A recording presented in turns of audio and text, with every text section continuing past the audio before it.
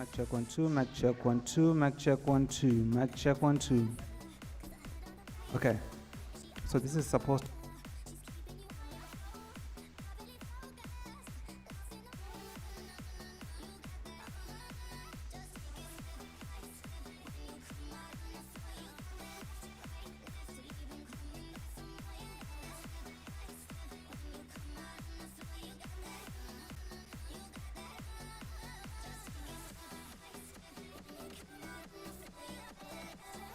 Mic check 1 2. Mic check 1 2. Mic check 1 2. Mic check 1 2. Still clear. Mic check 1 2. Mic check 1 2. Mic check 1 2. Mic check 1 2. Mic check 1 2. Mic check 1 2. Still good.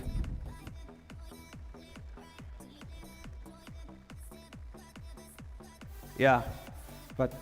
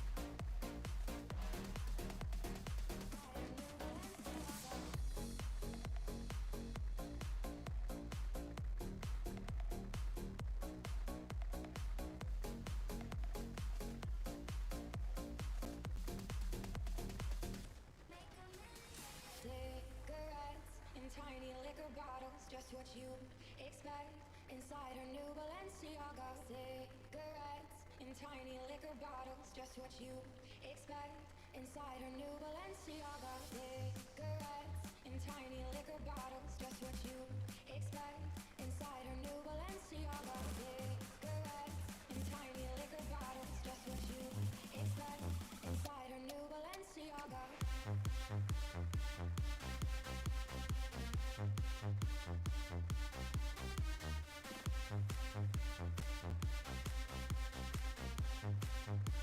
Inside her new Balenciaga.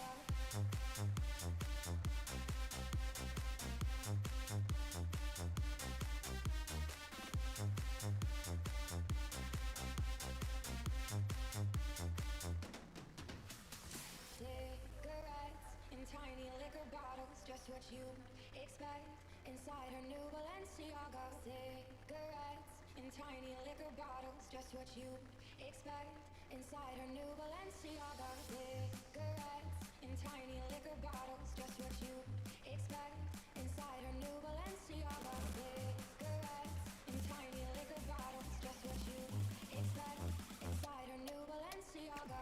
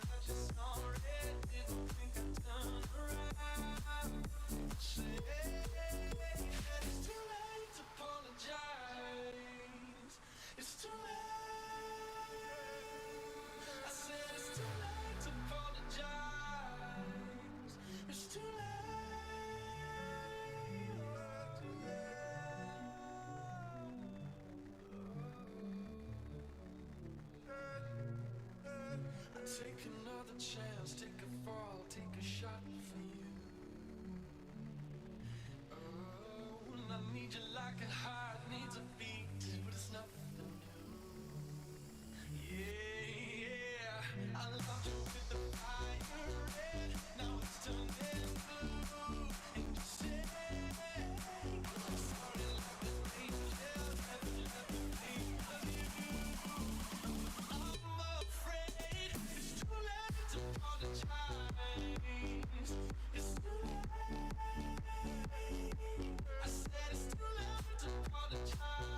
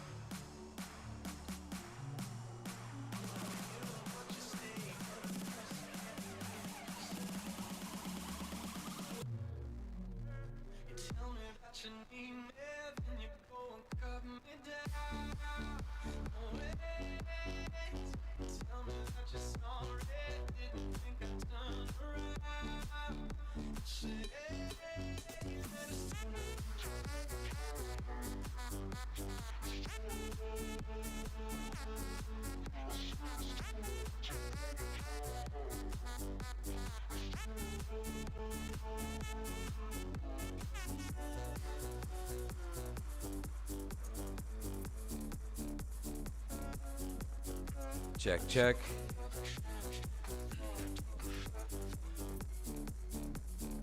All right, Maheen, where do you want to take me?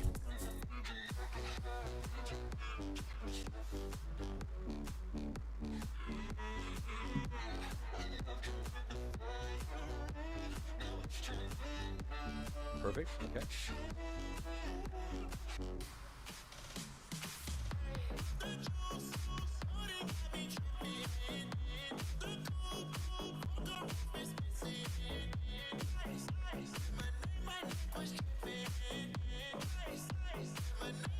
So page number 2 is still land acknowledgement.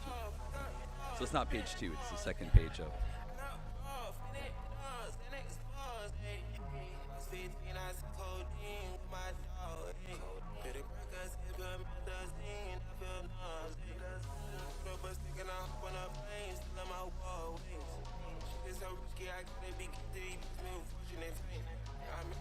Check, check.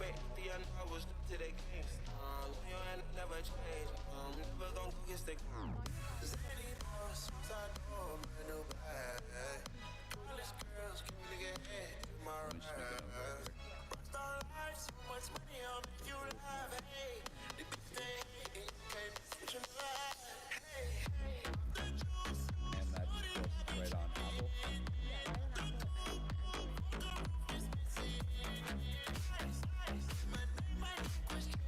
Okay. All right.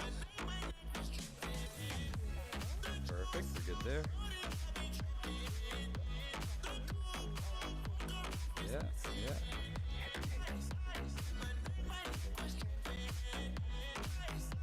I don't see his name, but I never met him.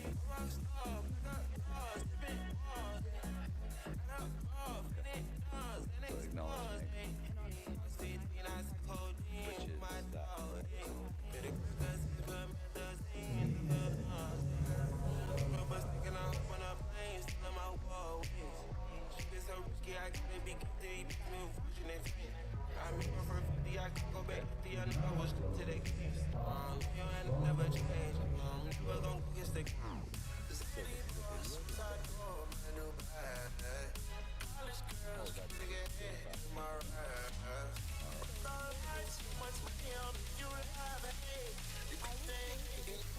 which is that.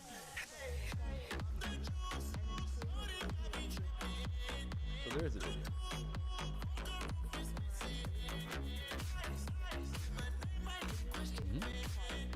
Sure, no problem. Just need to highlight it for myself. Okay. All right.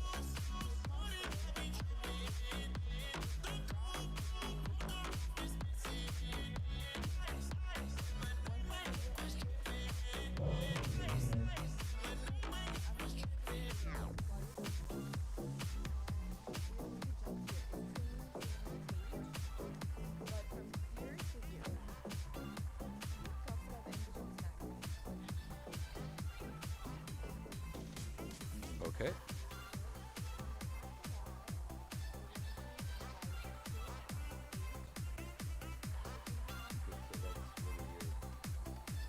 So specifically telling us that wherever the stairs are, put the podium there, put the table there. So we're doing the exact same thing. That's the goal of the city. You guys can go through the entire page. The idea was have them here, stairs here. That was exactly. I don't know. You would want to miss myself. That's okay.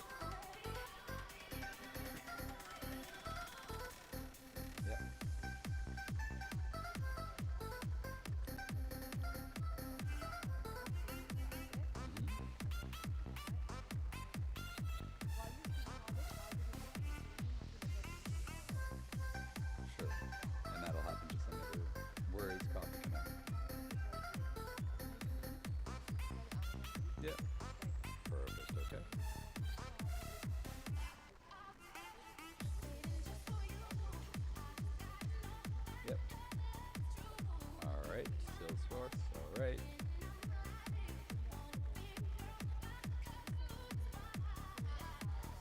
Yep.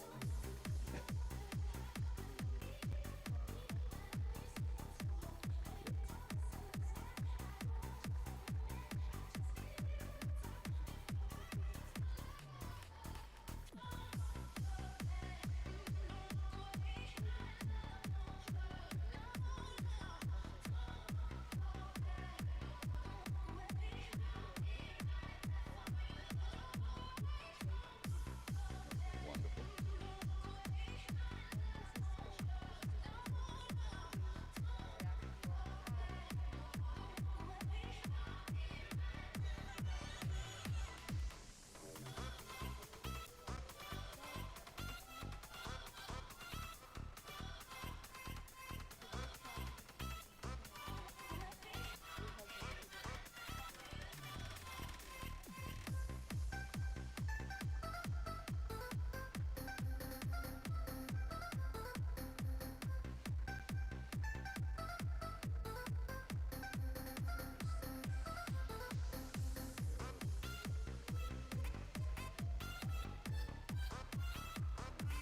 I'm trying to how does their name of the company?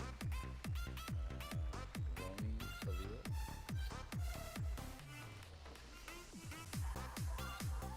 Oh, yeah. Okay.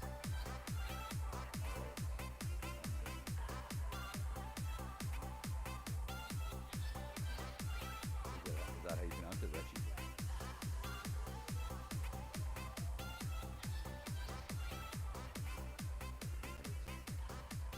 Reki or Reggie?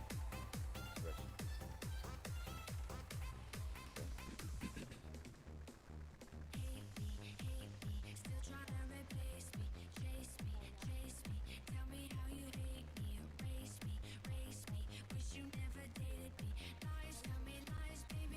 Urinchich?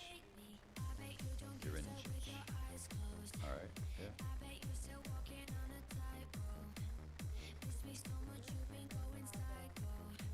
So we'll see 2 videos. No, I'm not going to do them individually. I'm going to say we're about to see 2 videos. I'll introduce both of them. And 2 videos from back to that. Hi everybody, on behalf of Premier Ford and the Government of Ontario.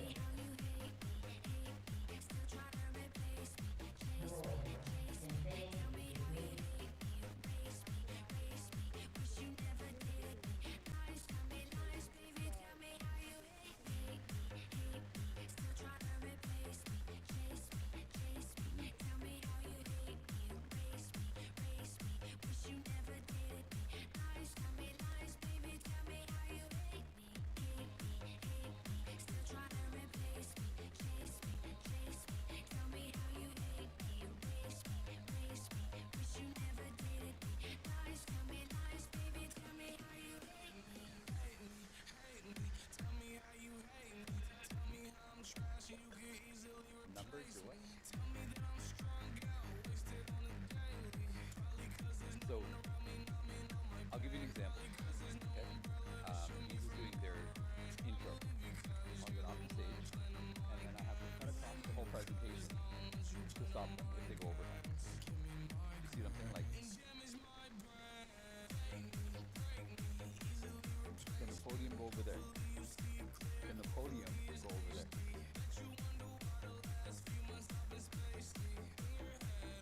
Right? Because that might be the other.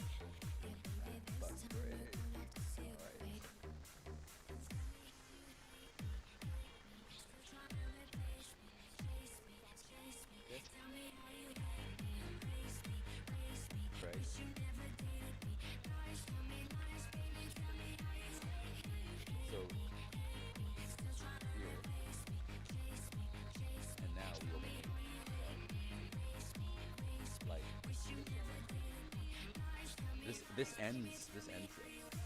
This is like we're not. Am I talking about this again? No, the panel. I've already mentioned in the agenda that this is happening. So, right.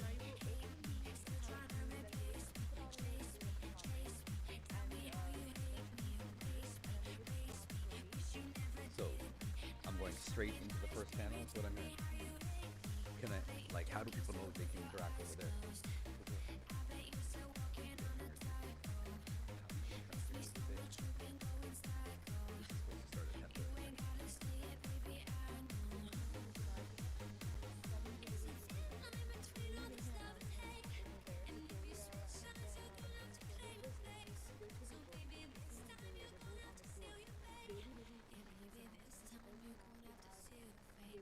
That's not what I'm talking about. I'm talking about something very specific. This is supposed to start at 10:30.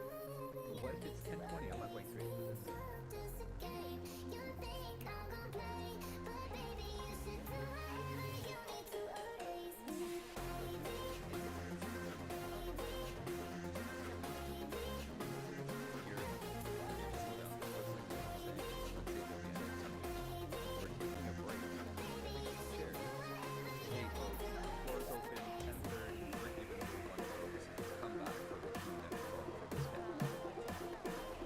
But if we're close to 10:30, we can go straight in. But I'm also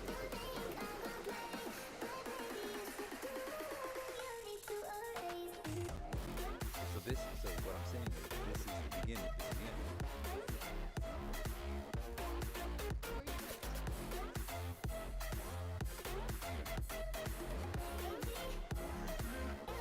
Take it. This is the end.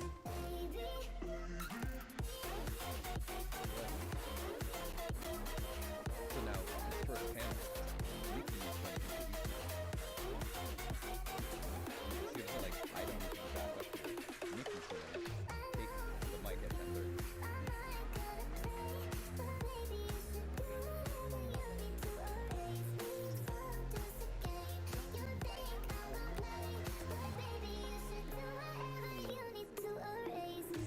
So somebody needs to introduce Mickey. So when I'm doing this, are they coming up one by one? Are they already seated? Like, what's the dynamic?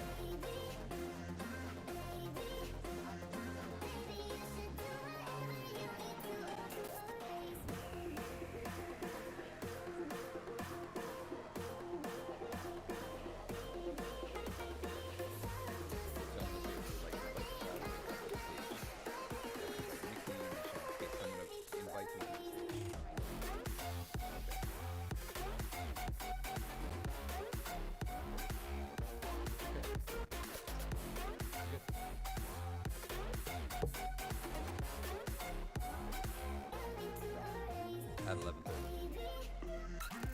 In the meantime, I'm going to be over at the demo. It's the same thing. I'm already going to be up here.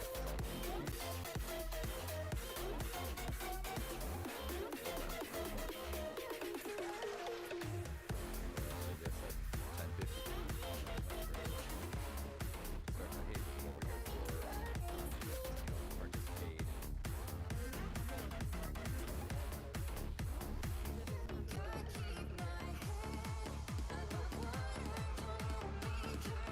Yeah, so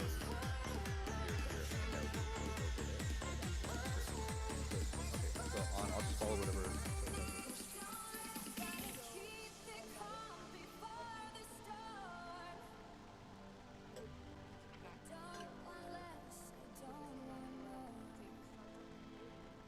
This is scheduled for 11:30. No, this one is scheduled for 11:30. So you guys have to.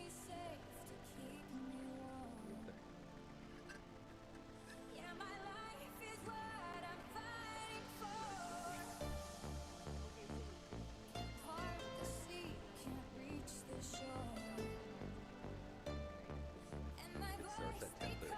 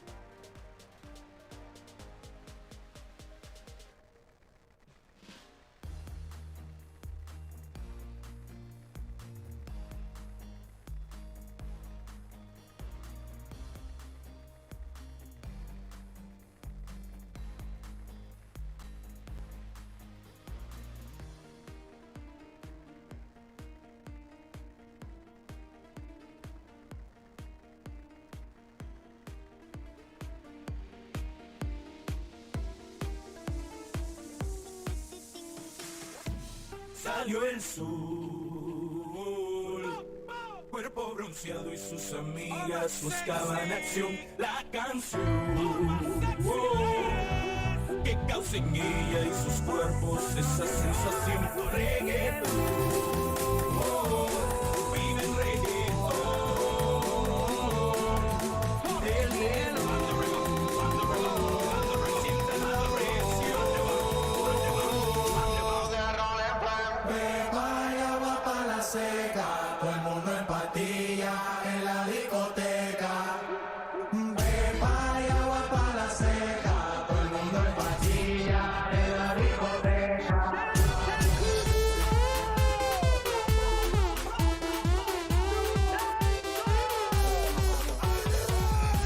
La mano arriba, cintura sola, da media vuelta, danza duro, no te canses ahora, que esto solo empieza, mueve la cabeza, danza duro, la mano arriba, cintura sola, da media vuelta, danza duro, no te canses ahora, que esto solo empieza, mueve la cabeza, danza duro. ¿Quién puede domar la fuerza del mar que se mete por tu pena? Lo caliente del sol que se te metió y no te deja quieta, nena. ¿Quién puede parar eso que al bailar descontrola tus caderas? Y ese fuego que quema por dentro y lento te convierte en fiera. Sube la mano y la botella para arriba. Siempre la móvil la tenemos prendida. Hoy vamos a darle hasta que se haga de día. Sigo rulito que es la mía. Salió el sol, prende la boca y el alcohol. Impréndelo, todo se salió de control. Y si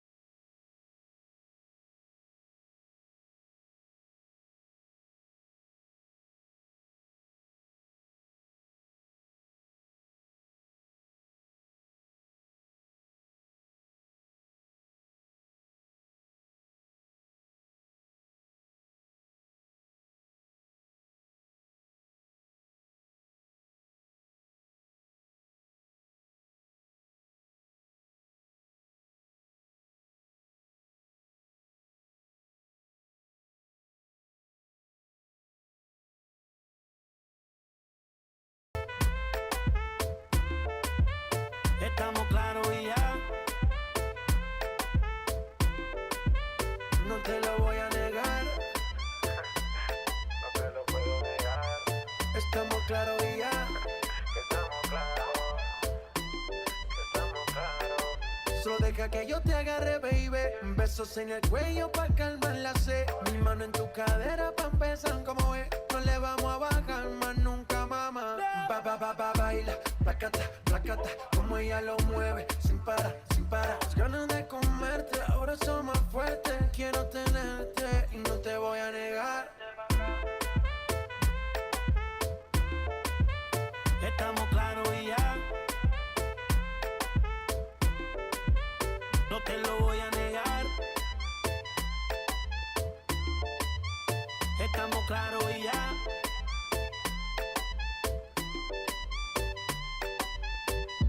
Lo que he visto de ti, mami, no es normal. Pero no te preocupes que soy anormal. Sé que tus amigas no les debemos gustar. Pero ven, cuéntale, parte por parte. Como tenemos sexy, te quito el estrés. Dale otra vez. Y no te voy a negar.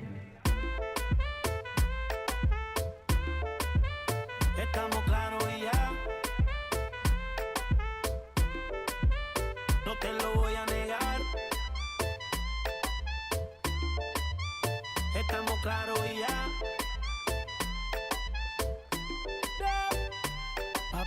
Baila, placata, placata. Como ella lo mueve, sin parar, sin parar. Las ganas de comerte, ahora son más fuertes. Quiero tenerte y no te voy a negar. J Balvin, man. Nicky, yeah. La industria en J Balvin. no hablar mucho. Deja que el beat siga rompiendo. Chill.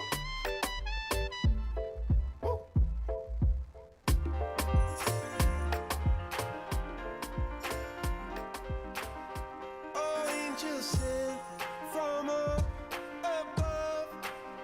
You know you make my world light up. When I was down, when I was hurt, you came to lift me up. Life is a drink and love's a drug. Oh, now I think I must be my years up. When I was a river dried up, it came to rain and flood.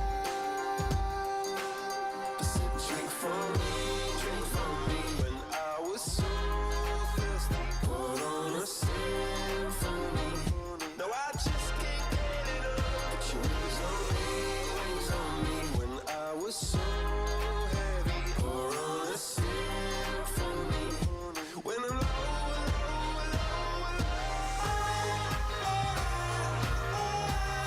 got me feeling drunk and high, so high, so high.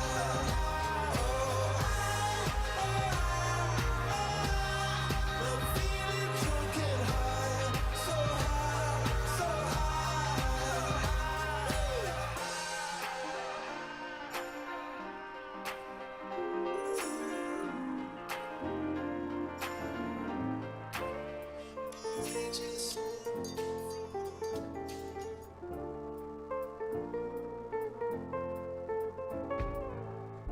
All because of you, I be on the phone all night long. Oh. Don't be smart when you do it to me. Oh no, no, no. I be on my business, shawty, but you be on my mind, shawty. Let me, all of my honey, Kiss me to the cellular, kiss me to the phone. Can't you see I'm into ya? Can't you see I'm in love? Kiss me to the cellular, kiss me to the phone. Yeah, messing with my medulla. I can't talk alone. Oh no, no. Emiliano, Emiliano, Emiliano, no. Emiliano, Emiliano, Emiliano, no. You're one in Emiliano, Emiliano, Emiliano, no. My Emiliano, Emiliano, Emiliano, no.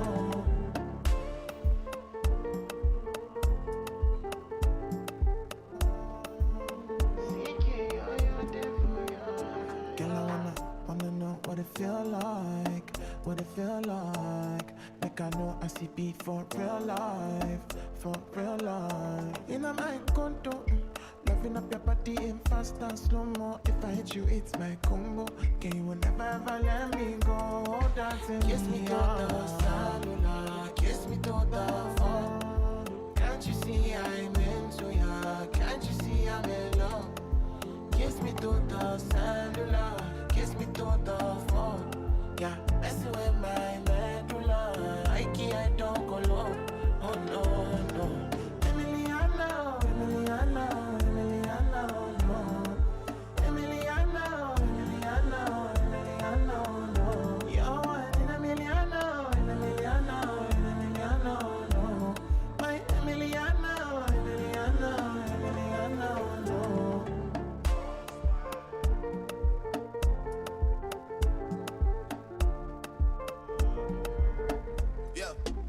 Todos están pendientes a ti, pero tú puesta pa' mí, haciendo que me odien más, porque todos te quieren probar. Lo que no saben es que no te dejas llevar de cualquiera, y todos te quieren probar. Lo que no saben es que hoy yo te voy a buscar. Dile que tú eres mía, mía, tú sabes que eres mía, mía. Tú misma lo decías cuando yo te lo hacía. Dile que tú eres mía, mía, tú sabes que eres mía, mía. Tú misma lo decías cuando yo te lo hacía. Bebé, yo soy fan de tu caminar. Te doy todo lo mío hasta mi respirar. Contigo veo todo como en espiral. Quiero tirarnos fotos y que se hagan mirar. Tus ojos me concentran como adelar. Contigo me sube de lo veral. Te toco y hasta el mundo deja de llegar. A nosotros ni la muerte nos va a separar. Bebé, yo soy tuyo nada más. Dile que conmigo te vas. Que dejen de tirarte. Que a ti nadie va a tocar. Dile que tú eres mía, mía. Tú sabes que eres mía, mía. Tú misma lo decías cuando yo te lo hacía. Dile que tú eres mía, mía. Tú sabes que eres mía, mía. Tú misma lo decías cuando yo te lo hacía. Yo soy tu Romeo pero no santo. A tu bobo con la for y los espanto. Muchas me quieren desde que yo canto, pero yo soy tuyo nada más. Yo soy tu Romeo pero no santo. A tu bobo con la for y los espanto. Muchas me quieren desde que yo canto, pero yo soy tuyo nada más. Dile que tú eres mía desde la high. El yerno favorito de tu mai. El caco que tenía todas las Jordan y las Nike. Dile a tu bobo que dejen de darte like. Quiero esta noche entera para recordar los tiempos en la escalera. Dile que yo no soy cualquiera. Yo soy tu primero, tú eres mi primera. Porque todos te quieren probar. Lo que no saben es que no te dejas llevar de cualquiera. Y todos te quieren probar. Lo que no saben es que hoy yo te voy a buscar. Dile que tú eres mía, mía. Tú sabes que eres mía, mía. Tú misma lo decías cuando yo te lo hacía. Dile que tú eres mía, mía.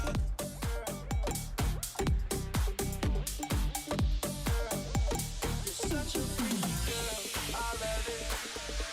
You're such a freaky girl, I love it. You're such a freaky girl, I love it. Your boyfriend is a boy, big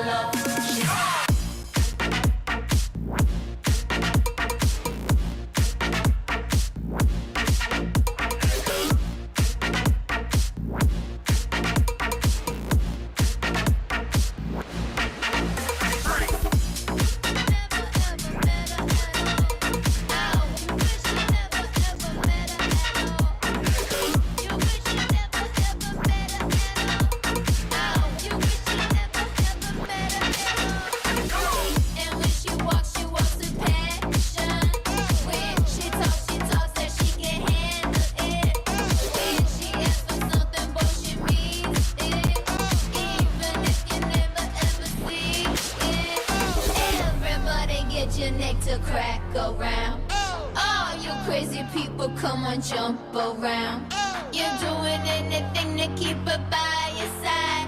Because she says she love you long time. Come on, girl. I've been around the world, I ain't never seen a girl like this. She's a man eater, a man eater. Been around the world, I ain't never seen a girl like this. She's a man eater, a man eater. Been around the world, I ain't never seen a girl like this. She's a man eater, a man eater. Been around the world, I ain't never seen a girl like this. Make you work hard, make you spend hard, make you want more for love. She's a man eater, make you back hard, make you touch hard, make you fall in love. Yeah.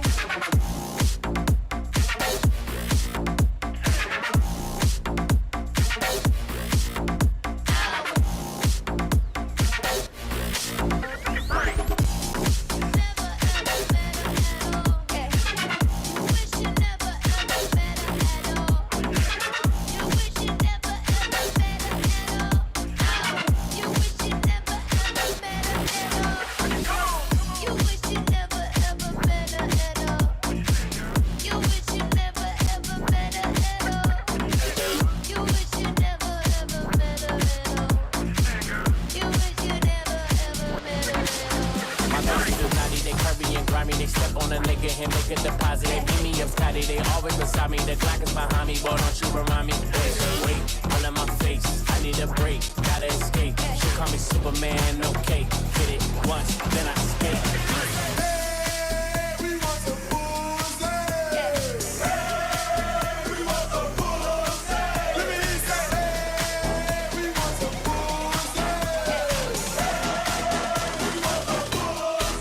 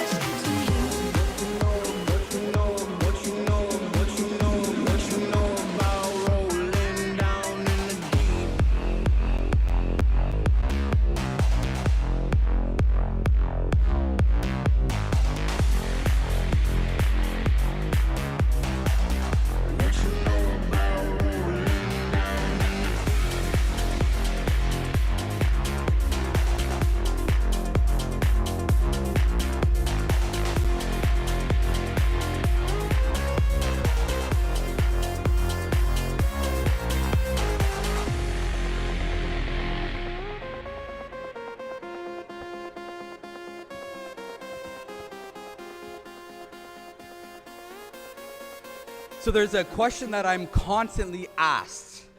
The question is, business is serious, right? Like it's a serious thing and you gotta be serious and you gotta be serious and then you gotta be, work with me here. You're not awake yet, serious, right? But can business be fun? Can we enjoy today? Can we make sure that today stands out in your fall calendar as a day that you came represent an added value, not only what you took? Ladies and gentlemen, welcome to the Small Business Summit brought to you by Canadian SME 2023. It's our privilege to host you and to have you here. We have a packed day full of amazing keynotes, panels, workshops, and most importantly, the exhibitors that are out there on the floor. They're not here just because they want to generate leads. We're thankful that we were able to select who is here and work through that process to make sure that they can literally add value to your business. That's how significant they are. So please make sure you make your way out there. My name is Shiraz Sadiq, and it is my privilege to host today's event. Now, of course, this is October. October is always Small Business Month in Canada. So we're excited to promote and highlight the amazing things that happen across the country. Because small businesses, as we are aware, make up 97% point something percent of businesses in Canada. And if that's true, that immediately makes us the backbone of the Canadian economy. So we're really excited about the supports that are in place for all of us, whether it's government, whether it's through our sponsors, whether it's through the panels. There's just a lot of knowledge that we hope that you're able to empower yourself with. Now, my apologies in advance. All day, I'm gonna have a candy in my mouth, so if I'm talking like I have a candy in my mouth, it's because I have a candy in my mouth, right, Kate? Me and Kate had this conversation earlier, so when Kate comes up, she might have a candy in her mouth too. It's okay, it's a thing. It's a thing. Don't worry, we did a bunch of tests outside. We're all clean, right, Kate? Like, yeah, don't worry. We did all of our tests. Always important to start off with our land acknowledgement.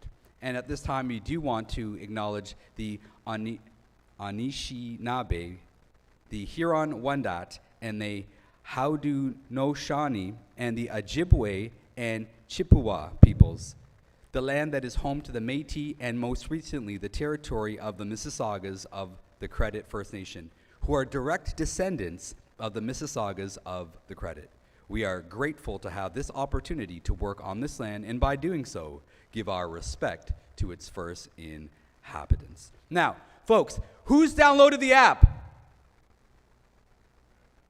Oh, okay. Are we allowed to publicly shame people for not downloading the app yet?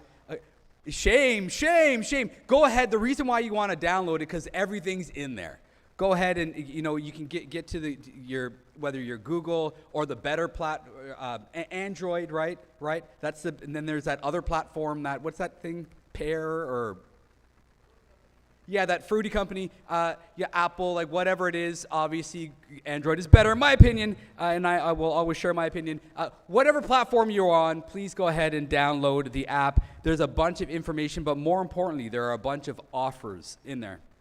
I mean, I see my friend Paul, who's always bright and smiley every time we get together. He's here with UPS, and UPS has some phenomenal offers. Up to 50% off, is that what you said? Up to 50% off. That's a big number, Paul. Wait, UPS, you can afford it? Okay, good. As mentioned, my name is Shiraz Sadiq. Yes, a few months ago I had a lot more hair. Nishant, this is what you're talking about, right? Yeah, had a lot more hair. Look, it's my privilege to work as a media host with Canadian SME. I do a lot of other things outside of Canadian SME, but I'm so excited and proud to represent a brand that celebrates the mission that you're on and the journey that you're on. And that's what Canadian SME is all about. You'll hear a little bit more about me a little later. There is some important people that we want to recognize that are in the room, and many of them will have the opportunity to share in just a moment. First of all, the Honorable Richie, see? Kate, I told you I'd mess up somebody's name. The Honorable Richie Valdez, Minister of Small Business. The Honorable Victor Fedeli, Minister of Economic Development, Job Creation, and Trade for Ontario. Perrin Beatty, he's the President and CEO of the Canadian Chamber of Commerce. Rocco Rossi, the President and CEO of the Ontario Chamber of Commerce. And Dan Kelly, CFIB, Canadian Federation of Independent Business. And we want to thank them for their support to this initiative and to the small business community in Canada. Of course, we want to acknowledge the work that got us here. Folks, we're here today because there is this crazy guy, and I call him crazy on purpose because I see that as a compliment, because many of you are crazy as well. If you stepped out to start your own business, you see, in life, we'll see this, we'll always experience this one thing. Your family and the ones that are closest to you, their fear for your failure is always greater than their excitement for your success. Right? Like take the safe way. Take the way where you can just do it without having to start your business and taking on all that risk. Why are you doing that? But you did it, right? So to me, the word crazy is a positive word because it means you're pushing the boundaries of what's possible. Before I acknowledge all these folks here who are partners with us in what we do, our founder, SK, a number of years ago, he founded a magazine, Canadian SME Small Business Magazine. And because of that, it launched this, it launched that. And literally, quite literally, we're sitting in his imagination that he had when he was in another country thinking, hey, when I get to Canada, what should we do? And he saw a need, he saw a gap. And now we're literally sitting in his imagination because he envisioned this event 10 plus years ago, and here we are. Folks, you all have the same possibility as well. We can sit in the potential of what your business is. And that's what's so exciting when we get together in rooms like this. Why? Because we also have the opportunity to celebrate with our partners across the country, as you can see here, from the Ontario Chamber of Commerce, the Aboriginal Chamber of Commerce, LATAM, who are represented today, Calgary Chamber of Commerce, Vaughan Chamber of Commerce. There's a bunch of Chamber of Commerce. The point is, connected across the country is a network of people who are gathered together to make your dreams a possibility. So we want to thank all of our partners. Now, as mentioned, our magazine, it provides an amazing opportunity for all of you to get involved. We just want to show a quick video, Maheen, of the magazine. Thank you.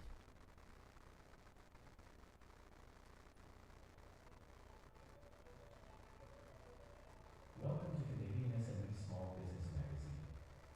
Canadian SME is the premier and most relevant platform for SMEs in Canada. We highlight growing businesses and thought leaders with a strong focus on innovation, growth, and marketing to generate the results you believe you are capable of. Our vision is to empower Canadian small and medium enterprises. Canadian SME Small Business Magazine is dedicated to empowering SMEs by providing expert insights from industry leaders. Our content is practical, actionable, and tailored to meet the unique needs of small and medium enterprises. Through our comprehensive portal, we offer solutions to diverse business queries, all in one place. Our mission is to engage, educate, and nurture SMEs, helping them scale, connect, and thrive in their community. Canadian SME is more than just a publication. It's a platform where small business owners from across Canada can connect, learn, and thrive. Annually, Canadian SME orchestrates 3 significant events: the Small Business Show in the first quarter, the Small Business Awards in the second quarter, and the Small Business Summit in October, aligning with the Small Business Month celebrations. Our mission is to foster community, knowledge, and growth among Canada's entrepreneurial spirits.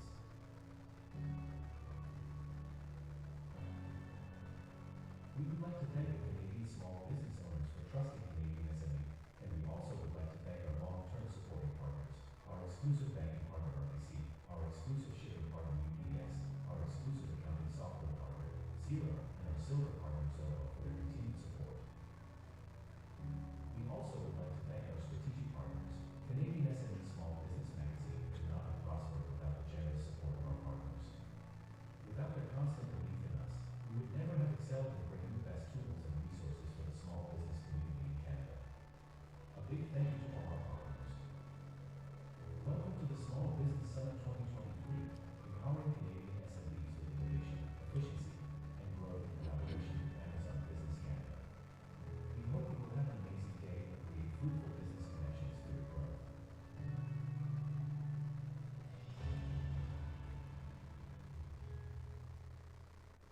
Last year marked a significant milestone for us as we launched the Indigenous SME Business Magazine. Now that was in partnership with Darian Koufax, who is not only Indigenous, but he's the co-founder and editor of the Indigenous SME Business Magazine. So if that's something that you wish to get involved with, please reach out to the team and we will certainly get you connected. Okay, so here we go.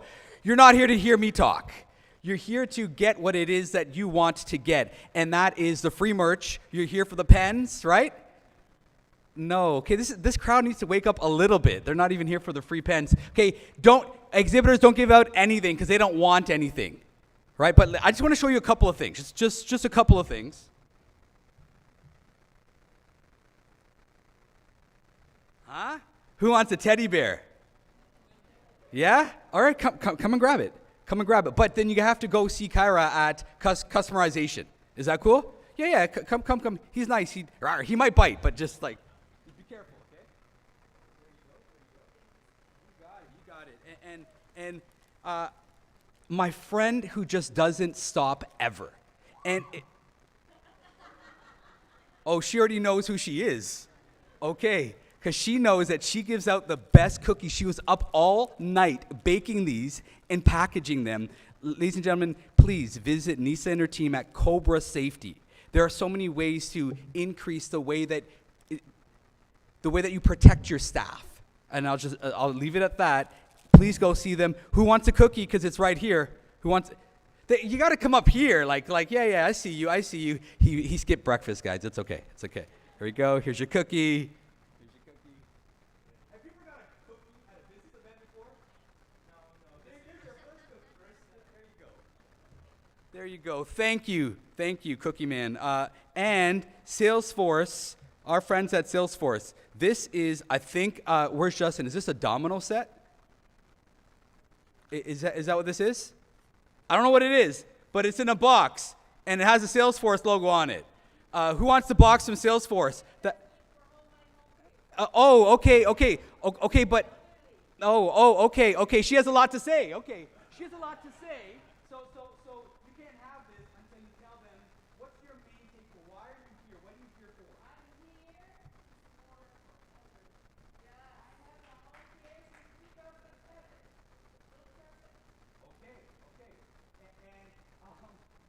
Who's your favorite host?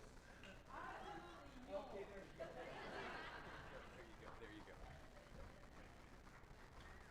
Thank you. Coffee is fresh. It's being poured out. It's sponsored by our friends at Amazon Business. Folks, not only is Amazon Business sponsoring the best gift ever, caffeine, go ahead and get yourself caffeinated, but they're also the presenting partner for today's event. You'll be hearing from a number of folks from Amazon Business today, and we're excited that they have partnered with us to make this event happen. Why? Because they are the epitome of what today's theme is, and it is growth, innovation, and collaboration. Of course, there's other words like efficiency as well, but we're really excited to have Amazon Business with us today. So please, go and have your coffee, but also, at the end of the day, from 5 to 6:30 p.m., our friends at MasterCard, see there's caffeine and then there's this other beverage that some of you like to partake in once in a while. Yeah, they're sponsoring that, and Nishant, he certainly celebrates both, right? Caffeine and that other libation, yeah? Perfect. And you'll hear from Nishant from MasterCard in a little bit. Thank you, Amazon. Thank you for MasterCard for participating in today's event and making it special in so many ways. And of course, to speak about our partners really quickly, Amazon Business, they offer a streamlined procurement platform with a wide range of products. Now, Amazon, we all know, but what about Amazon for Business? What do they do? Please go hang out with them, see what they're up to, find out what they can do for your business. And as always, our partner, our exclusive banking partner, look, they've been rocking with us for years, and we really honor what RBC brings to the table. You'll hear from them in a little bit as well. Paul, I'm not going to call you out like I always do at every event. I'm not doing it today. I'm going to give you a day off. Don't worry about it, Paul. But could everybody just say hi to my friend Paul? 1, 2, 3. Hi, Paul. I just had to do it just once, and I'll leave it right there. Every time, but I'll just leave it right there. Folks, you know who UPS is, right? Obviously, we live in a world where goods are moving back and forth every single day. Their team can certainly help out with that. Xero. If you haven't heard about Xero yet, it's because I didn't say that you've been living under a rock. I'm just saying it's time to wake up and recognize that there are so many valuable ways to manage your business from a financial perspective, and our friends from Zoho are here. Please go see them, and we thank them for their support, as well as Visa. They are our gold partner. In the exhibiting floor over there, you'll see a demo stage set up to the left. Folks, they've taken the time to make sure that all the exhibitors can have a platform to speak about what they do and how well they do it. So please, stop in by the demo stage, hear from them, find out what's going on in their businesses, and I assure you, you're going to learn a thing or two, because it's not just a glorified sales pitch. They've come equipped with knowledge to share. Our silver partner, Cisco, and of course, they offer industry-leading portfolio of technology innovations. What does that mean? Go talk to them, find out. Peninsula is also a silver partner. There is this sob story that I have to read for you about Peninsula, about how they had a hard time, then they had to overpay for some legal advice. I'm not going to tell you the sob story, but what I am going to tell you is that if you're facing challenges, they're the ones who solve the problem. right? And that's what all of you guys are in this room. You're problem solvers. That's what we do in business. You find a need, a gap, and you fill it. Peninsula has mastered that. So please go speak to our folks at Peninsula. And of course, Zoho, with their 55 plus apps in one view, you can manage your entire business from HR to your financial requirements. And once again, MasterCard for the beverages that you'll be providing at the end of the day. Now, I'm excited about today. I don't know about you. This is without caffeine, and I got a lot of juice. So I'm hoping the energy rises just a little bit. Maheen, I'm going to mess you up because this is what I do. She had this whole presentation flow, so you're going to have to work with me. Ladies and gentlemen, this afternoon, Salesforce came to the table and they said, hey, we need to invest in the mindset of all the attendees. So this is what's going to happen at 2 p.m. It's called the Resilience Experience, brought to us by Salesforce. During that time, does anybody have grays like me and you remember who Platinum Blonde is? Can I just get a witness? Just somebody? Okay, you tend to be my vintage, right? Right? Ladies and gentlemen, a couple of weeks ago, they were inducted into the Canadian Walk of Fame. He's going to, their drummer is here today at 2 p.m., and he's going to share what it would take for you to also be inducted into the Business Hall of Fame. The ideation that he's going to bring as a drummer of what it takes to go from, hey, nobody's heard from them in 15 years and they still make it into the Hall of Fame, that's why you need to stick around. And then, Maheen, this is where I'm going to mess you up. Can you play a video of my guy? Okay, you knew what I was going to do, right? Yeah, please play a video, my guy. He's here at 2 o'clock today. I'm his personal trainer. When you see him, you'll see the resemblance. You'll see it. I also taught him all his skills. I taught him how to block, how to tackle, how to pass. I taught him how to make his hair. I'm just buying time until Maheen can catch up with me. Come on, Maheen, work with me. We're almost there. I taught him how to become the MVP of the Grey Cup. That was me. I was his personal coach.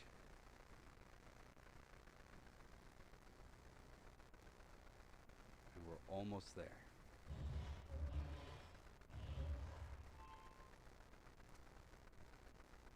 Oh, the other one.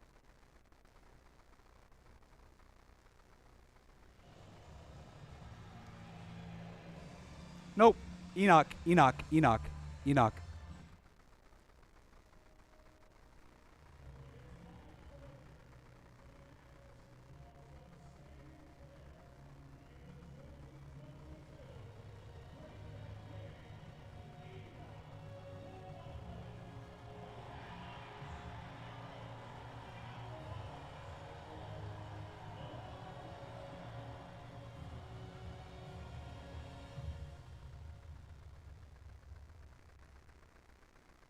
See, that's why we're here, because sometimes it's about a skill set that we need to develop.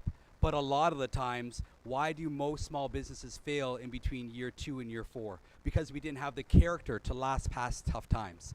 And that's what his message is going to be about this afternoon, is not only did he do it, but he's going to share some practical and tactical ways for us to bridge ourselves to get to the other side.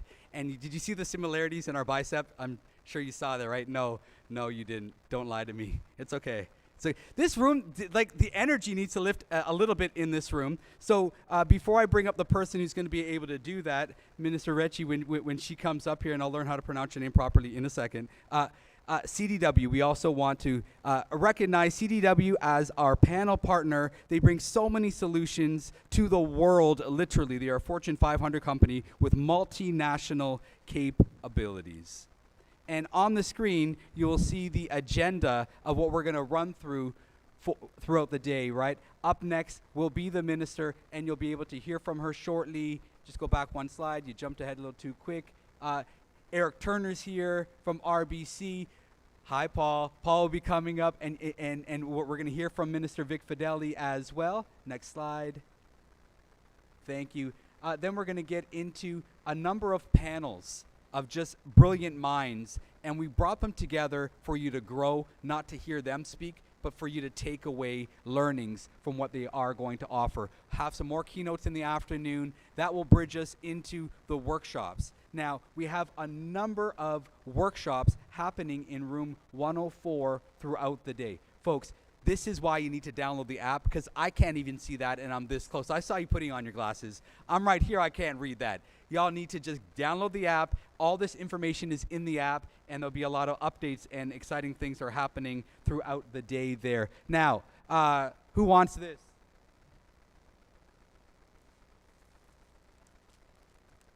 Anybody? Yeah. Okay, good. But there's this like a 10 push-up challenge right here. Yeah, yeah. No, we are bribing you, yes, with gift baskets for the various panels that we're doing, for the various events that we're doing. We're giving away one every hour, starting at 10:30. This is the first one that we're giving away, so please be around for that. And last thing before I get to invite up the Mr. Finally, all right, we're giving away a package worth $20,000 of marketing support for you through our platforms. It includes a free booth at our next event. It includes magazine spots. It includes mentorship opportunities. It includes a free podcast opportunity where you get to hang out in us and then we get to celebrate you on camera. It's a video podcast, not an audio podcast. And again, articles. So if that's something that you want to take advantage of, get involved. That's on the app. That's the only way that you can really find out how to win. We mentioned there's a lot of workshops and panels, but I need to move on real quickly. Ladies and gentlemen, our first guest this morning is Canada's Minister of Small Business, Ms. Valdez. She was elected as a member of Parliament for Mississauga, Streetsville in 2021. She's been a member of various parliamentary committees and associations, including the Standing Committee on Veteran Affairs and the Canadian NATO Parliamentary Association, as well as the chair of the Canada-Philippines Parliamentary Friendship Group. Please join me in welcoming the minister.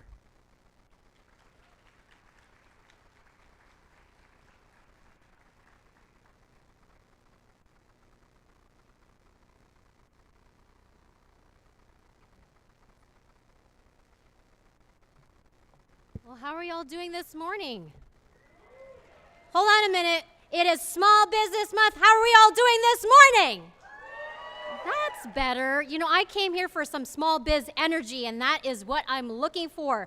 So good morning, everybody. Bonjour tout le monde. Thank you, Shiraz, for that wonderful introduction. Woo, that's a big photo of mine.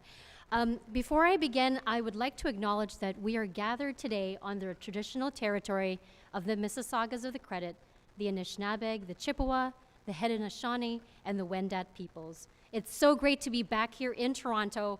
I was just here last week to speak at Shopify's Town Hall about how we're supporting small businesses digitize and stay competitive in this digital economy.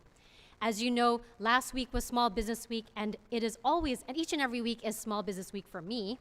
And since my appointment, I've been traveling across the country, meeting with chambers of commerce, many of whom you've seen on the screen, boards of trades, and small business owners to hear exactly what you need and how I can help you better in my new role. I spent the past 2 weeks traveling across the country and meeting with various small businesses like yourselves and other stakeholders. And I made two incredibly important announcements in case you missed it. The first announcement was nearly $3 million to support approximately 2,000 women entrepreneurs, and the other announcement, which was $500,000 to support Indigenous entrepreneurs across Canada. This is a new week, and I'm so glad to be able to kick off the Small Business Summit with all of you, incredible small businesses. Let's be clear, Canada's small businesses are nothing but small. Shiraz, I'm rounding up. We are 98% of all businesses.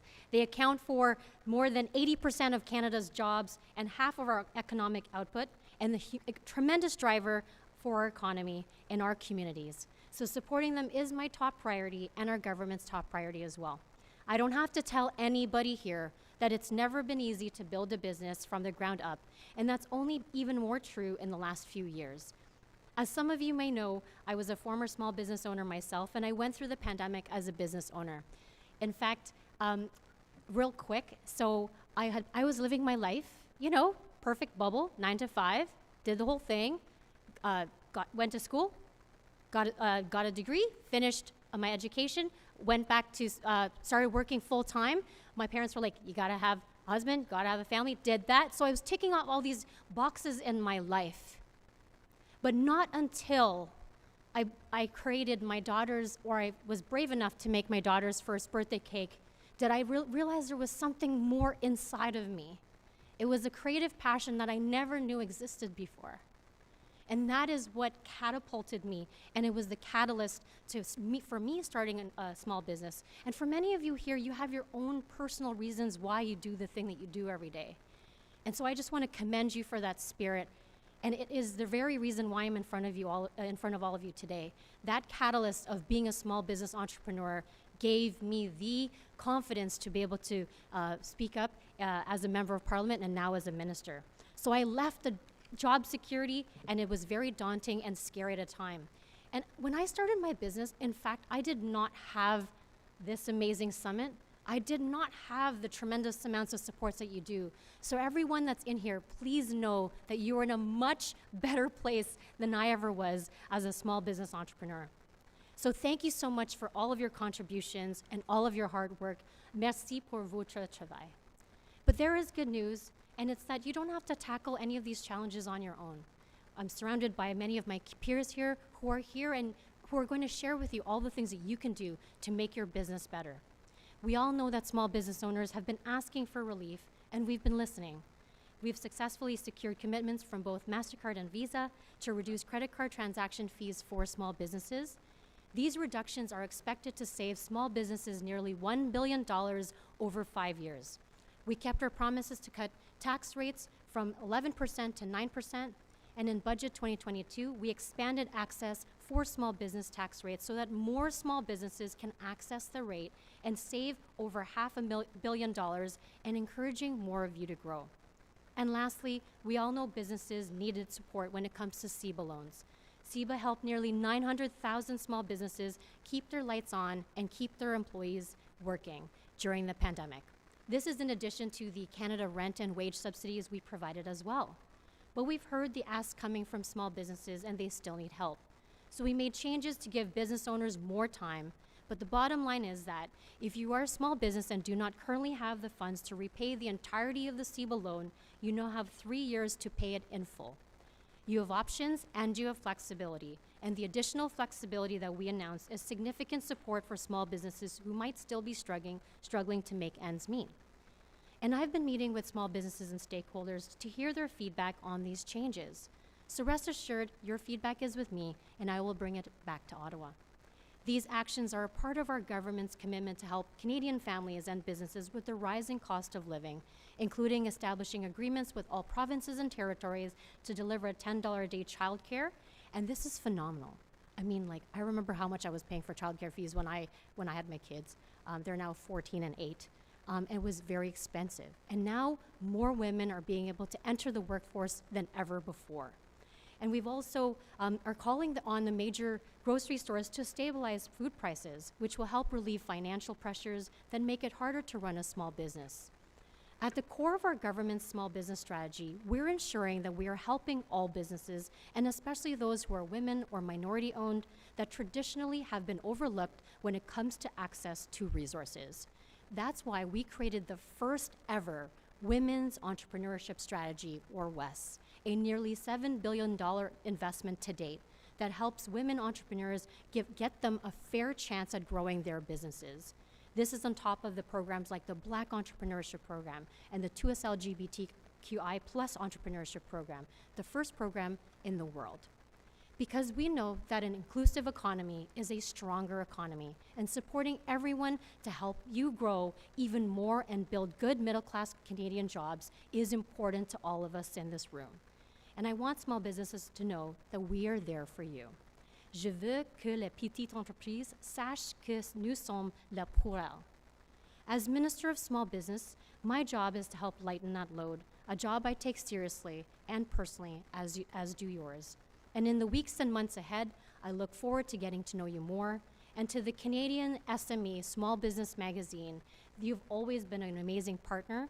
I had a great time appearing on your podcast earlier this month to talk about small businesses, and I hope that we can be even greater allies moving forward to benefit all small businesses across the country. I really want to thank you all for having me, and I just want to give a shout out to SK. So SK, the visionary of all this, like, this is wonderful. I never had this when I was a small business entrepreneur. And because of this and all of us gathered here today, I'm really looking forward to the future. The future is truly bright. So happy Small Business Month to every one of you, and thank you all for taking the time to be here. Je vous remercie à nouveau de m'avoir invité aujourd'hui. Je me réjouis de cette discussion animée et j'espère que vous passerez tout un mois de petites entreprises très heureux et gratifiant. Merci, and thank you so much, everyone. These are for you. These are for you. I think they want to get. I think there's a picture being taken somewhere. By the way, if you're up next, you're not getting flowers. They're only for her. Just letting you know. I don't want to set the expectations. Sorry, Paul. Yeah. Okay. Yeah. Yes. We're hijacking all of you for a photo op. Yes, we are.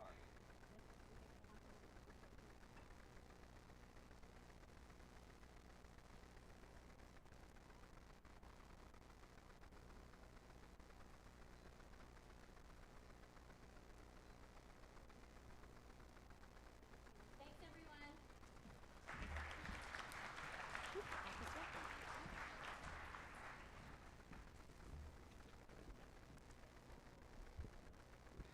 Our second speaker this morning is Eric Turner. And Eric, there are no flowers, but there is a nice magnet. I have a really nice magnet down there. No, seriously, when you come up here, I'm going to give you a really nice magnet. He leads an inspired team of business advisors whose goal is to provide the best advice, partnership, and service for over 30,000 clients across the region that he manages. Ladies and gentlemen, it's my privilege to welcome our distinguished speaker for the welcome remarks, Eric Turner. He's the Vice President of Commercial Financial Services for the Greater Toronto region. Now, as he makes his way up, there's something that I need to show you.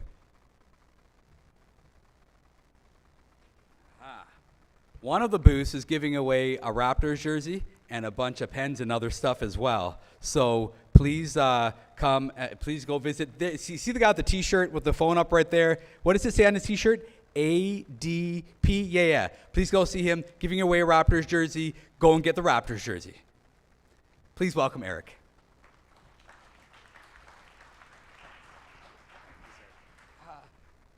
He's a lot taller than his picture, isn't he? I know. You know, during the pandemic, when I met a lot of people during, WebEx meetings, this is the common reaction. So, and distinguished, thanks for making me feel old. Oh, yeah, we both. Yeah, it's good. Well, thank you for the warm welcome, and I am very pleased to be here on behalf of RBC to welcome you all to the 4th Annual Small Business Summit hosted by Canadian SME Magazine. If the last few years have shown us anything, it's that Canadian small business economy is resilient, adaptable, and agile. Not only have they responded tenaciously to more than 3 years of economic volatility, but they also continue to be optimistic about the future while battling the lingering effects of the pandemic, rising cost of living and doing business, tight labor market, and digital disruption. Amidst unpredictable world events and evolving economic conditions, it's safe to say that small businesses are navigating one of the most challenging operating environments of all time. However, business owners can mitigate risks by focusing on what they can control and double down on what's working well. For instance, creating digital touchpoints to deepen customer relationships is critical in today's business landscape. When we conducted the RBC 2023 Small Business Poll earlier this year, we saw that the majority of Canadians agree that not only have digital technologies made it easier than ever to start a business, but they also enable businesses to steadily grow beyond day one by reducing the cost of running a business. We also learned that many Canadians foresee a future where e-commerce and technology remains firmly embedded in the way we live, shop, and do business. That's why the theme of this year's summit, Empowering Canadian SMBs with Innovation, Efficiency, and Growth, is so critical.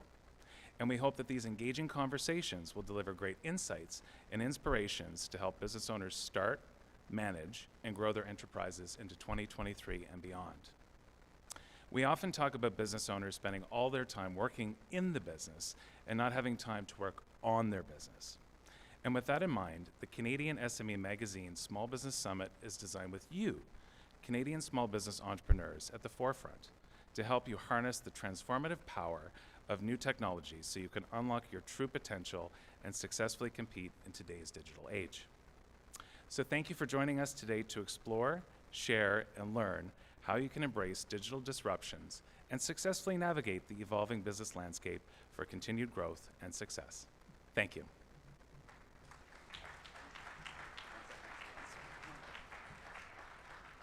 I wasn't joking. I have a magnet for you. It's the 2024 calendar, so you can start planning all your finance for next year. And this is my advanced cybersecurity. I have a little manual clip that you can put on your computer. So this is my advanced form of cybersecurity. This is amazing. I want to secure RBC. There you go. Thank you. Thank you. Once again, ladies and gentlemen, Eric Turner.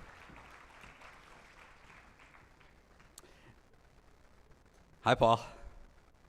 We have a lot of fun over the years. It's because UPS is more than simply our shipping partner. We consider them our friends at Canadian SME.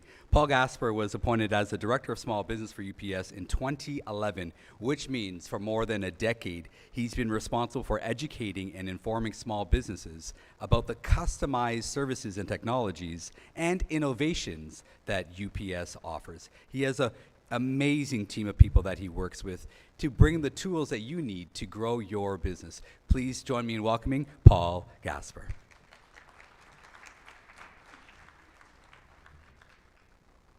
I got something special for Paul, okay?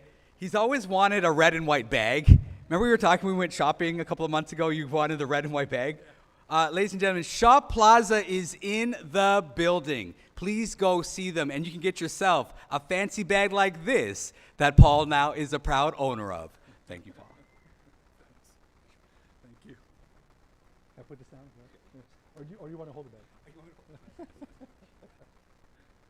All right. As we can see, we always have a lot of fun, so which is critical. Good morning. Welcome to another amazing Canadian SME Small Business Summit. Now, before I guess finish off my very brief opening remarks, I wanted to just digress on two quick points. And some of it's already been done today. I know that we've recognized SK a couple times, but I don't think they get enough credit, not just SK, but obviously Shiraz, Maheen, and the entire team. Not easy to put on a show like this and to make sure that it's presentable for everyone. So I think they deserve, even though we're just starting off the day, to be recognized for all their efforts. So let's give them a round of applause.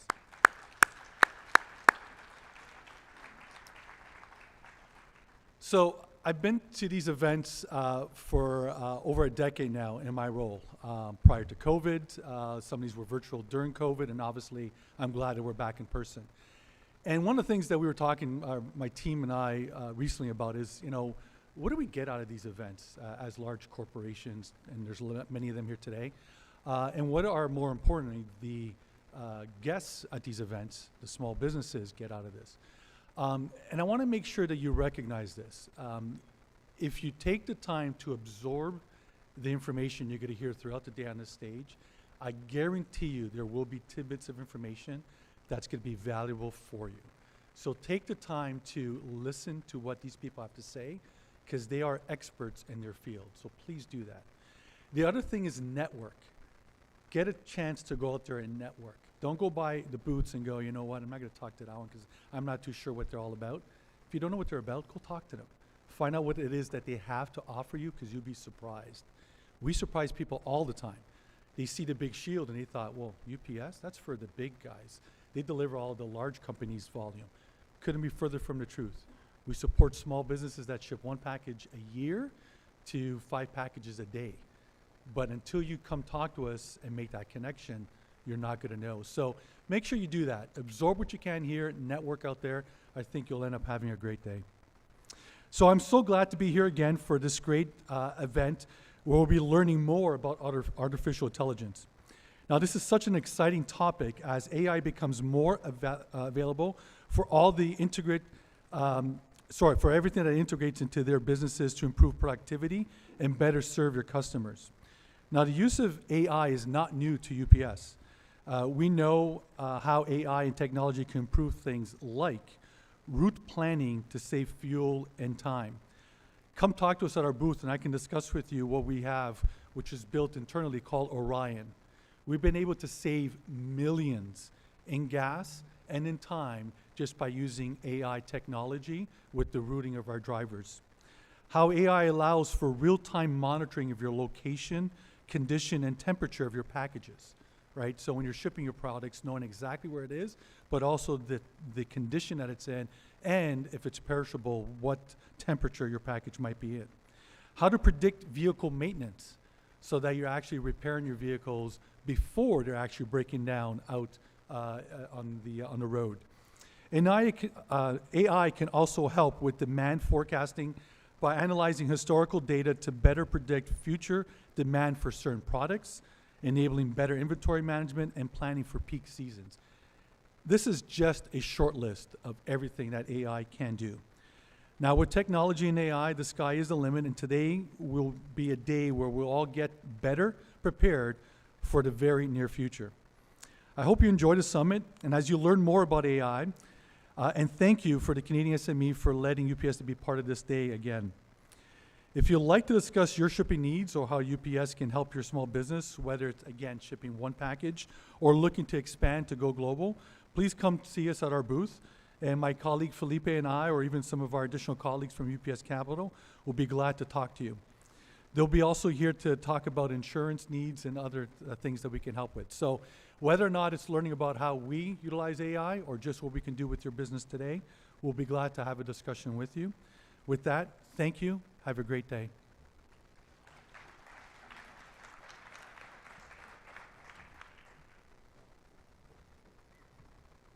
Yeah, that's your bag. You get to keep it. You get to keep it. But Paul came with some gifts as well for all of you. Pretty awesome. Pretty awesome. I'm going to open this up because there's been this debate that has raged forever, Nishant, and I don't know the answer, okay? But what is better, a fork or a spoon? Huh?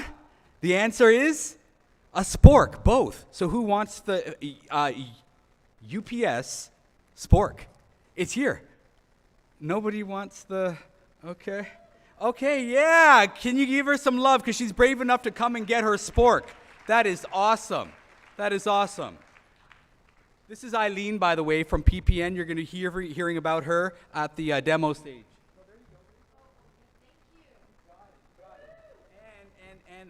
Little play on words here. UPS is here to power up your business. Yeah, there's an amazing power bank here. Nobody wants this, right? Extra juice for your cell phone.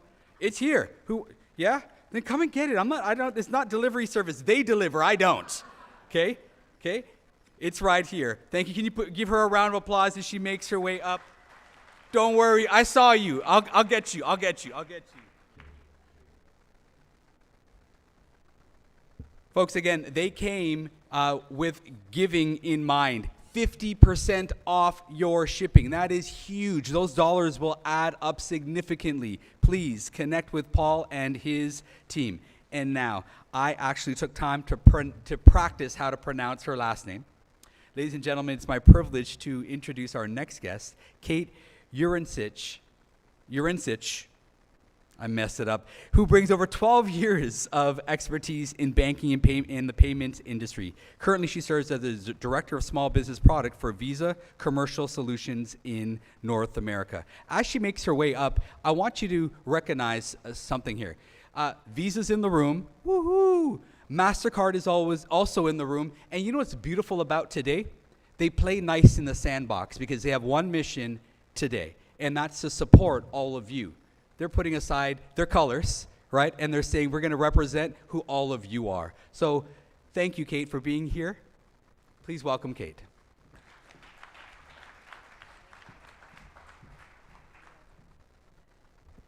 Good morning, everyone. Thank you for having me here today. And as Shira mentioned, I am recovering from losing my voice. So just bear with me as I make through some remarks. So my name is Kate Urinsich, and I am on the small business product team for North America at Visa. So our team's role is to support small business clients. So think financial institutions, fintechs, payment providers, by helping them provide the necessary products and platforms and partnerships to ultimately help small business customers like you thrive. This year's summit theme, Empowering Canadian SMBs with Innovation, Efficiency, and Growth, is a great encapsulation of the direction that we see the Canadian small business community moving. In Small Business Month is a moment to celebrate the efforts of many individuals like you who took or take the route less traveled in creating your own companies to provide solutions to difficulties, not just for yourself, but for entire communities. We know small businesses are resilient and positive. You've always been willing and been encouraged to try new ways of tackling problems and challenges. You demonstrate flexibility and can pivot very quickly. And this has never been truer of what we've seen over the past couple years. What I've also observed in my time working with small businesses is that you care about your employees, you care about your customers, and you care about your community. It is why I'm thrilled to work for Visa, as our focus on small business advocacy is only going to grow, as seen in sponsorships of amazing events such as this. To us at Visa, small businesses are anything but small. One area we're really committed to helping small businesses excel is in the world of digital payments. So each year we conduct what we call our Back to Business survey, which is a study of small businesses around the world. It found that businesses with access to digital payments were more resilient and better able to compete than those that did not. In fact, 90% of small businesses attribute their pandemic survival to e-commerce. The pandemic accelerated this move toward a digital-first mindset with a rapid uptick in digital e-commerce. So virtually overnight, consumers sought curbside pickup, contactless payments, and instant delivery. And we've all seen this shift firsthand as consumers in Canada, but the shift has actually been way more significant in markets like Latin America and Asia. The good news is that technology is opening up new opportunities for businesses of any size to participate in the global digital economy. In an environment defined by new expectations and new experiences, digital acceleration has helped small businesses cope with everything from staffing shortages to finding new customers to making payments to getting paid. Digitization of operations means so much more than just e-commerce. It's thinking outside the box to engage with existing customers and harnessing technology to meet new customers where they are online. That said, we are here to help. Visa offers several tools and resources like our Small Business Hub and Practical Business Skills to educate small businesses and enable you to drive forward. So my advice to you today is to embrace technology. Use it like an extension of your team to run and scale your business. This can range from accounting software to expense management to digital marketing tools to promote your business. Success does not happen overnight, so be patient, stay focused, and keep pushing forward. Thank you so much for having me here today, and I hope you enjoy the rest of the summit.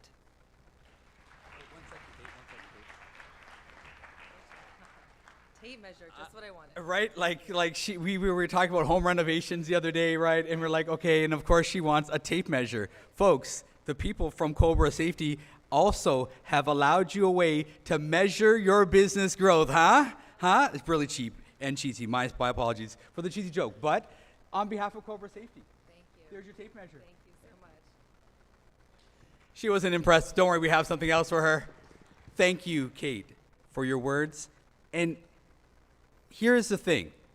What I need is for somebody to share with me one key takeaway from what Kate just said, and this gift basket is yours. Just one key takeaway, what she said, and this gift basket. She dropped 3 bombs that I heard standing there, and so thank you.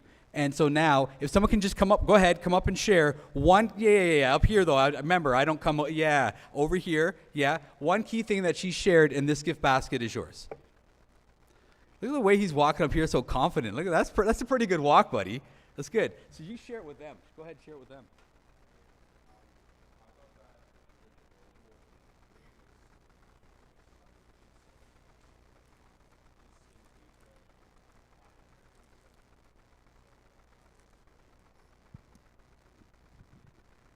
Can you just repeat that because she didn't hear you way in the back? Like you just got to get it out there. Asia and Latin America, global trade.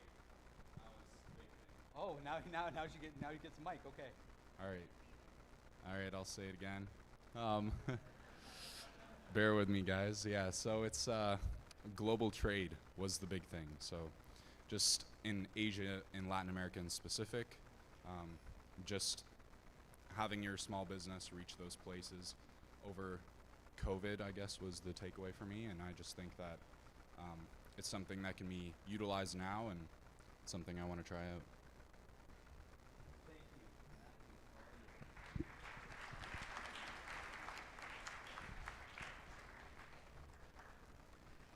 Yeah, and you're not allowed to open that bottle till later. Just saying. Just saying. We have a couple of messages now from Minister Vic Fideli and also Minister Tassi. Hi, everybody. On behalf of Premier Ford and the Government of Ontario, it's a pleasure welcoming this year's Small Business Summit. October is Small Business Month, and there's no better time to celebrate the massive contributions of our small and medium-sized businesses. Ontario is home to over 435,000 small businesses and 2.4 million employees. Ontario's small business sector makes up 98% of all businesses in the province. Your efforts are critical in keeping the Ontario spirit, hard work, productivity strong in our communities. We understand the immense challenges and pressure that come with working with us and extend our sincere appreciation for your dedication. From day one, Premier Ford directed our government to cut red tape for small businesses. Since then, we've lowered the cost of doing business in Ontario by $8 billion annually, and that's restoring stability, attractiveness, and competitiveness to the province. By the way, $3.6 billion of that is directly supporting small businesses. In the tech space alone, Ontario has given birth to Blackbird, Shopify, and Hootsuite, all firms that started small and rapidly grew. We want diamonds, and we want growth, and we want regional firms that scale up. And that's why we continue to support the advancement programs of Digital Main Street to put SMEs online in this digital age. And Ontario's Entrepreneur Program, which helps diverse young entrepreneurs build, launch, and grow new businesses. Together, we're building a strong economy, new jobs and opportunities for workers, businesses, and communities all across Ontario. So no matter what the future holds, Ontario will be ready. Thank you again for your dedication and best wishes for a successful summit.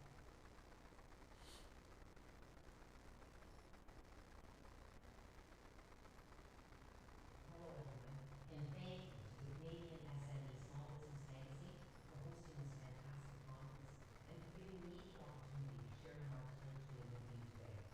Before I begin, I'd like to acknowledge that I'm joining you virtually from Ottawa on the unceded traditional land of the Algonquin and Anishinaabe peoples. October is Small Business Month in Canada. It's an opportunity to recognize and honor the contributions of entrepreneurs across the country.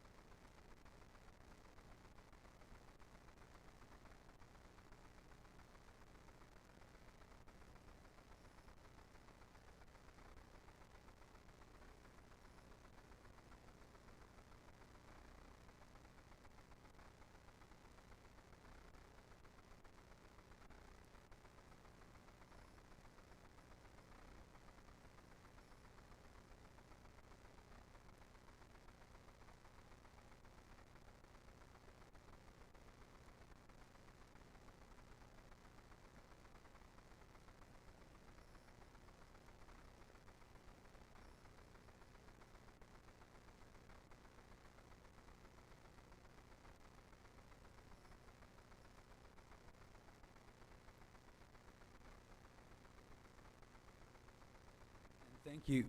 And thank you to both of our politicians who invest in our lives in a worthwhile way. Now, who owns a small business out there? Just raise your hand. Yeah? Okay, good. Okay, good. Who wants UPS to go on their social platforms and celebrate you as a small business? Keep your hands up. Fantastic. Then make sure before you leave today, you touch base with that young lady over there. Her name is Maheen, standing behind the screen. Just wave, okay? We've partnered with them to create a program called UPS Small Business of the Day. We'll produce a quick little video, and UPS literally on LinkedIn will promote your small business, right? So if you want to partner, please go see Maheen, and she'll help you make that happen. And once again, the caffeine is flowing over there. We want to thank Amazon, our presenting partner today, for what their contribution is to this event. They're just outside. Coffee's just around that wall right behind Maheen. So please help yourself. And now to our keynotes. We want to begin by inviting Matt Busbridge up. He's the new country manager at Amazon Business Canada, who will discuss tips to help small business owners trim expenses and enhance their financial resiliency. Now, it's a path to financial success for small business owners. It begins with a solid foundation of financial literacy and planning.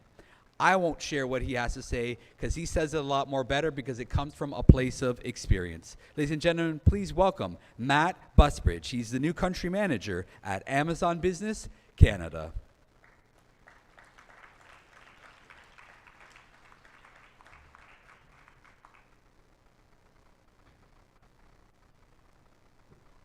Should I present him with his own mug? Like, you were going to get me one? Like, that's pretty nice, folks. Go visit Amazon. That might be, they're competing for the best giveaway today. That's a solid piece there. No, that's mine. I've also got notebooks, hand sanitizer. What else? What do you need? Good morning. My name is Matt Busbridge. I'm the country leader for Amazon Business Canada. And before we go any further, I'd just like to get to know my audience a little bit better. So a question for all of you. Raise your hand if you've got an Amazon Prime account at home. Thank you.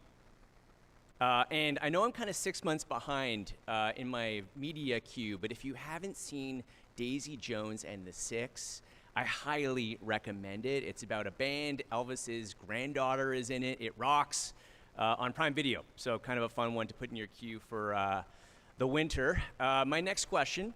Raise your hand if you've ever heard of Amazon Business. Okay, this is good. A couple of years ago, I would ask this question in the similar sort of venue, and only one hand went up, and it was my own. So we're making progress. Shiraz kicked off this morning by saying that small businesses are the backbone of the Canadian economy, and I think that's very true. Small businesses create jobs and drive innovation.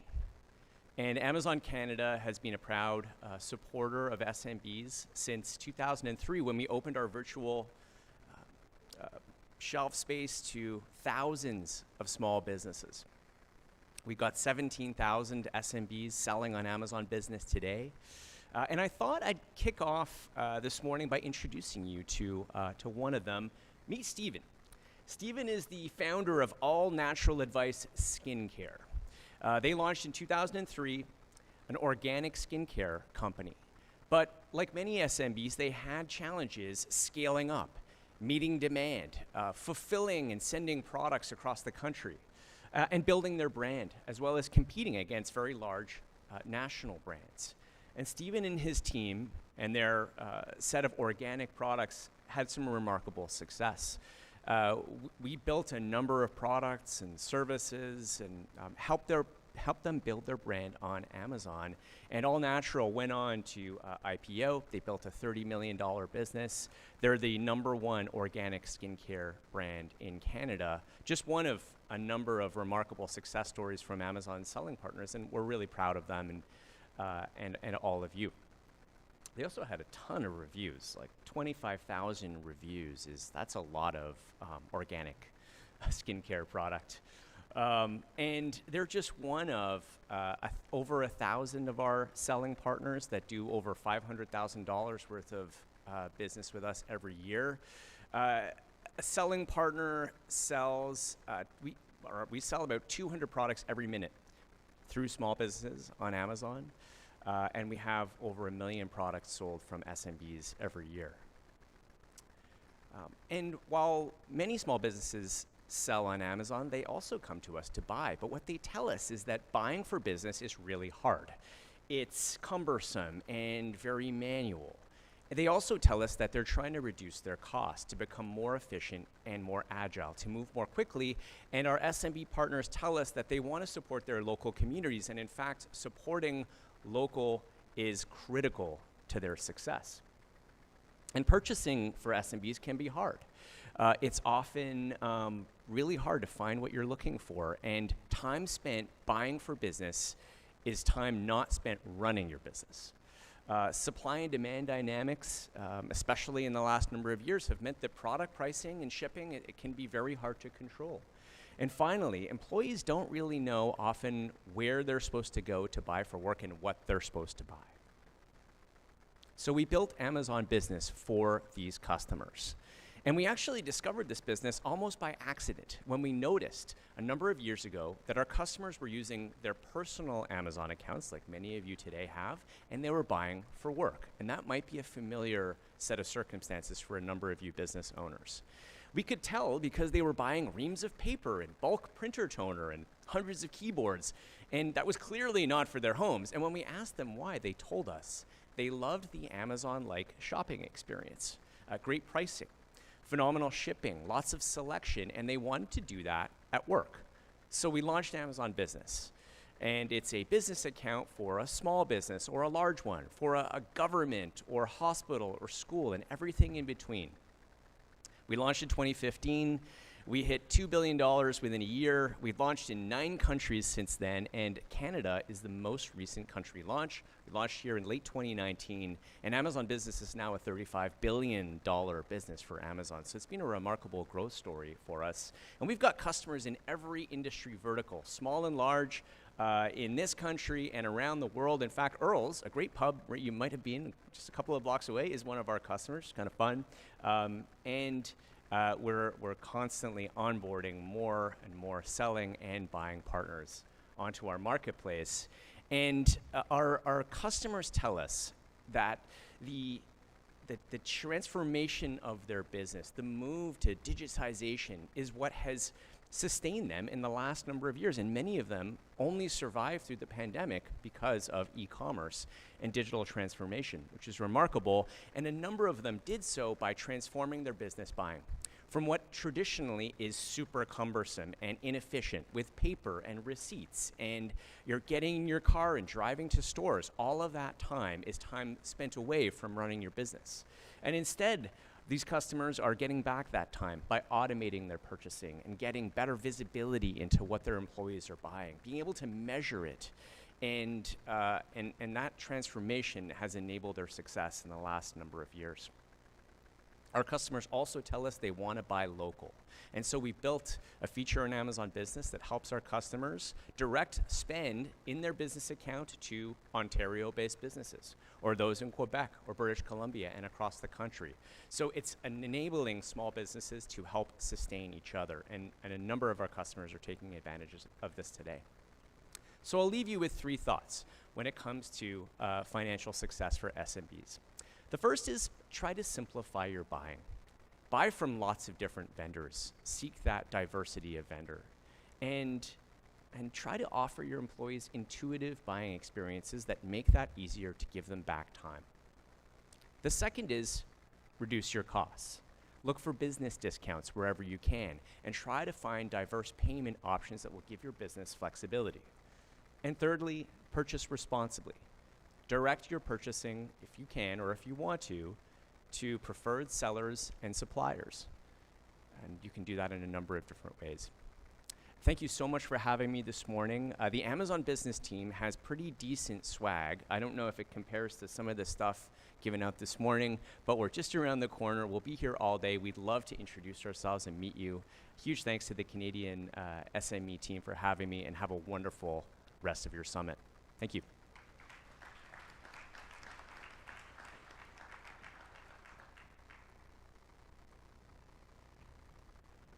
Yes, we took a little poll and a vote, and they are in the top 3 running of having the best swag at the event. So you're in the top 3. At least you made it to the top 3. Thank you once again. And folks, please go have those conversations that are necessary to invest in your business in a way that can elevate and grow what you are trying to accomplish. Please go see the team at Amazon Business Canada. And now we'd like to invite Liv Thompson, who is the Director of Enterprise Partners for Xero Canada, for her keynote on Let's Talk About Finance for Your Business. Also, we want to let everybody know, if you're in your app, the first workshop is taking place in room 104D. So if you take a look at your app, there is a workshop happening in room 104D. Please, ladies and gentlemen, welcome Liv Thompson.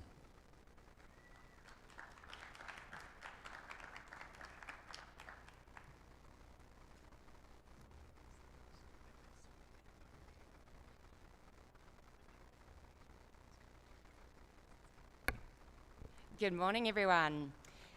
I'm Liv Thompson, Director of Enterprise Partners for Xero Canada. For those of you who are unfamiliar with Xero, we're born in the cloud accounting software for small to medium-sized businesses. We exist to make life better for small business owners, their advisors, and communities around the world. Founded in my home country of New Zealand, we've been empowering SMEs with the financial data and insights they need to fuel the growth of their business for over 17 years. Today, 3.7 million SMEs across the globe are leveraging Xero as the backbone of their finance function and centre of their ecosystem of connected applications. In regions like New Zealand, Australia, and the UK, we see cloud adoption upwards of 70%. In Canada, however, less than 20% of SMEs are in the cloud for their accounting. Now, this isn't to drive a narrative of doom and gloom. In my mind, I see this as a huge opportunity. So hands up if you love your accounting software. Any hands? Literally not one. Okay, one, yes, hopefully on Xero. We can talk after. As a former accountant who experienced the peak of the cloud accounting revolution in New Zealand, I literally packed up my life and moved to Canada in April 2021 to be a part of the cloud accounting revolution here. If you're interested in what it was like to move here in April 21, come find me afterwards. But ultimately, I am here because I want to see more SMEs loving their accounting software.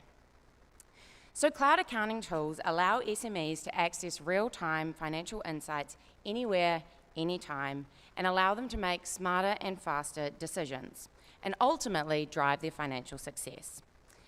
When you combine these financial systems with AI, SMEs can harness all new superpowers. These superpowers can help them put their back office in their back pocket and allow them to spend more time growing their business. And that's what I call FAInance. For those wondering what I mean by FAInance, it is a word of my own invention, which simply means the combination of financial systems and AI. Originally, I had named my talk for today, Let's Talk About FAInance for Your Business. However, as you'll see on the screen, FAInance seems to have been auto-corrected with the traditional spelling of finance. Rather ironic, given we'll be speaking about the power of predictive AI today. So it seems like the word needs to be programmed in. So what role can AI play in accounting and finance? How are Canadian SMEs feeling about AI today? And finally, how can SMEs take advantage of AI to streamline their accounting and finance functions? That's what we'll be talking about today. My hope is that you'll walk away with a better understanding of how AI is being built into financial systems, what it means for SMEs, and how SMEs can take advantage of AI in building out their finance functions. So let's kick into things. What role can AI play in financial management systems? The best way to think about AI is as a tool, like a hammer. Just like a hammer, AI can be extremely helpful in the right situations, and less helpful in the wrong ones. When used well, AI can create the magical whole is greater than the sum of all parts, an experience where humans and AI work in close partnership to accomplish things faster and with less effort. Harnessing that partnership lets companies of all sizes deliver new and better experiences, removing any manual toil and providing helpful insights at a hyper-personalized level. From an accounting and finance perspective, there are two key superpowers that AI offers for SMEs today: Super Stamina and Super Sight. So, kicking off with Super Stamina. This is the automation of simple and routine repetitive tasks, like the day-to-day bookkeeping. Machine learning algorithms can be used to categorize transactions en masse based on the expense type, rent, payroll, supplies. AI can then jump in again and automatically reconcile bank statements with the accounting records. It can identify discrepancies and flag potential errors. Now, this isn't new. Xero introduced machine learning into its platform in 2017 to automate and accelerate this bank reconciliation process in replacement of outdated, manual, and error-prone processes. So what does this mean for small business owners? You've heard it a number of times today. They can spend more time working on their business than in their business, or ultimately, they might find some time for work-life balance. Back in practice in New Zealand, I helped an owner-operator florist transition her accounting from a spreadsheet into the cloud. Leveraging these machine learning tools, she cut down her bookkeeping time from 20 hours a week to just 2. A few months later, I saw this florist. With tears in her eyes, literally tears in her eyes, she let me know that Xero had saved her marriage. She no longer spent her entire weekend draining her energy on manual bookkeeping. So next up, SuperSight. This is the forward-looking lens on business financials. AI-powered financial planning tools can analyze financial data and provide accurate predictions of financial trends, most importantly for small businesses, cash flow predictions.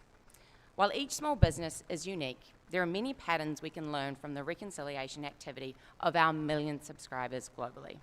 This scale and reach allows us to tap into the wisdom of the small business crowd and look for ways to reduce that manual toil for small business owners. Then small businesses can take this information to make informed decisions about budgeting, resource allocation, and investment strategies. Another example from when I was in practice, we had a farm client. We were able to use predictive AI to identify a cash flow squeeze in the coming months.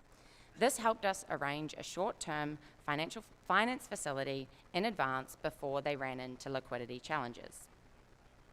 So back to my hammer analogy. In both cases, we're using our hammer here as it was intended, on the tasks that are simple, repetitive, and don't require large amounts of critical thinking. Of course, with AI, we always have the risk of garbage in and garbage out. Provided accurate data in, cloud accounting tools are a safe and secure way for SMEs to take advantage of AI nets. So what is the mindset of SMEs towards AI? Our recent research shows that 1/3 of small businesses are intrigued about AI, 1/3 are anxious, and then 1/3 are excited. This indicates that there's likely going to be a lag before we see mass adoption of AI in this space. With underlying pressures from sticky inflation, we believe AI might be falling to the bottom of SME's priority list, as around 3/4 of small business leaders said growing their business and attracting new customers is their top priority for the next 12 months. And only 4% said that investing in AI was one of their top priorities. Personally, I found these data points interesting. In my mind, AI offers the opportunity for SMEs to grow revenue and attract new customers in a more targeted and efficient way, and ultimately grow bottom line profits and reduce costs. From an accounting and finance perspective, I would hazard a guess that SMEs in Canada aren't quite aware of the superpowers of FAI nets when we look to less than 20% of cloud adoption today. So how can SMEs take advantage of AI in their financial systems? A very simple step one to embrace AI is to invest in cloud accounting technology with embedded AI features, if you're not already today. That way, small businesses can benefit from the immediate powers of Super Stamina and Super Sight and win back time to work on their business. Step 2, building out an AI strategy. While many businesses are starting to embed AI into their business processes, very few are building out a strategy as part of their business plan. On the strategic planning side, it's not just about AI innovation. It's about small businesses surviving and thriving in this digital age. Step 3 is for small business leaders to stay up to date with AI trends and development, as this is essential for small businesses to remain competitive, efficient, and adaptable in this rapidly changing environment, and enabling them to harness the full power of AI to meet the evolving needs of their customers and to drive their growth. Now, whether you believe it or not, my speaking notes to this point were not aided by ChatGPT or any other large language model. So I thought it would be fitting at this point to ask the AI to step in and help me wrap up this discussion on FAInance. So here goes. In conclusion, ladies and gentlemen, as we journey through the exciting realm of AI and finance, we recognize its transformative power for small businesses. Just as a hammer can build remarkable structures when wielding with precision, AI, when applied effectively, becomes the foundation of financial success. It grants us the superpowers of super stamina by automating routine tasks and super sight by offering financial insights. I myself have witnessed the tangible benefits AI brings to SMEs, from saving marriages to securing the future of farms. Yet the pathway to AI adoption is met with intrigue, anxiety, and excitement in some cases. To seize the opportunity, SMEs should invest in AI-enabled cloud-based accounting tools, craft their AI strategy, and stay updated with the latest trends and innovations. With this knowledge and action, we can ensure that FAInance becomes a driving force for small business, propelling them into a prosperous digital future. Thank you very much.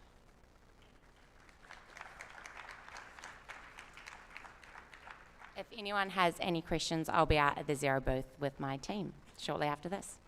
Thank you. I have some questions for you right now. Like, we're just gonna share the mic and we're gonna hang out. So you mentioned three things: intrigue, anxiety, and excitement.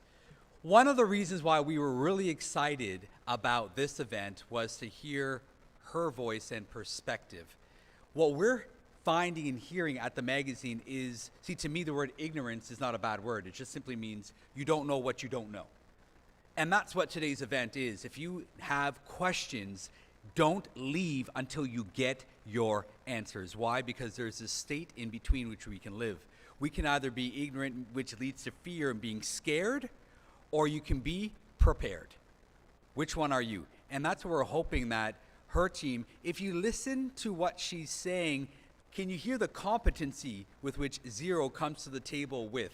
If you're nervous about AI and marrying that to your finances, that's where you guys come in. So I got a quick question for you then. All that to finally get to my question.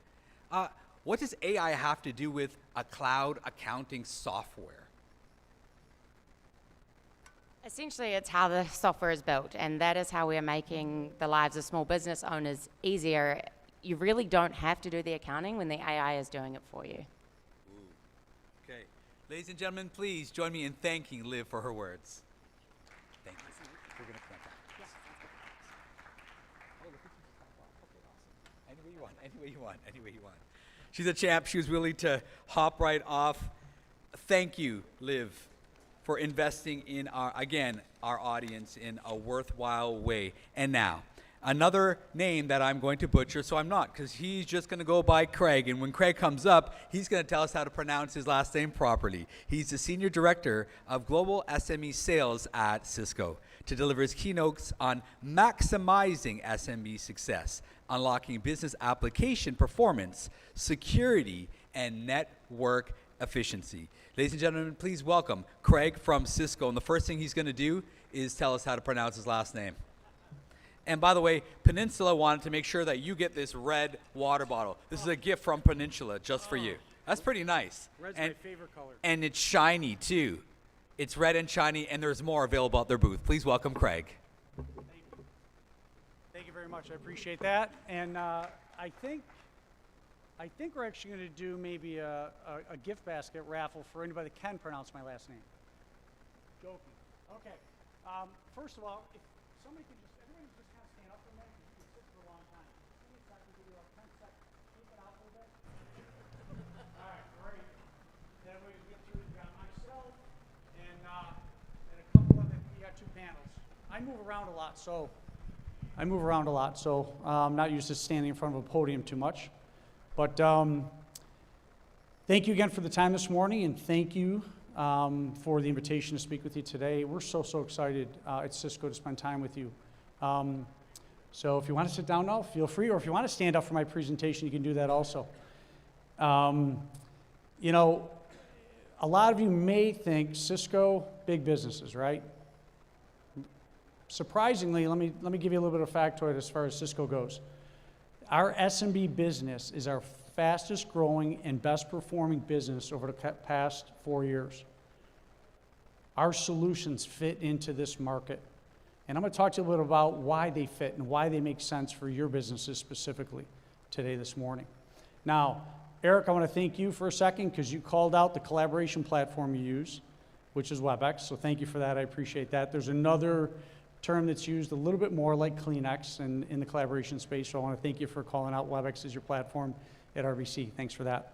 And it was really nice that I got to come in after Matt and Liv also, right?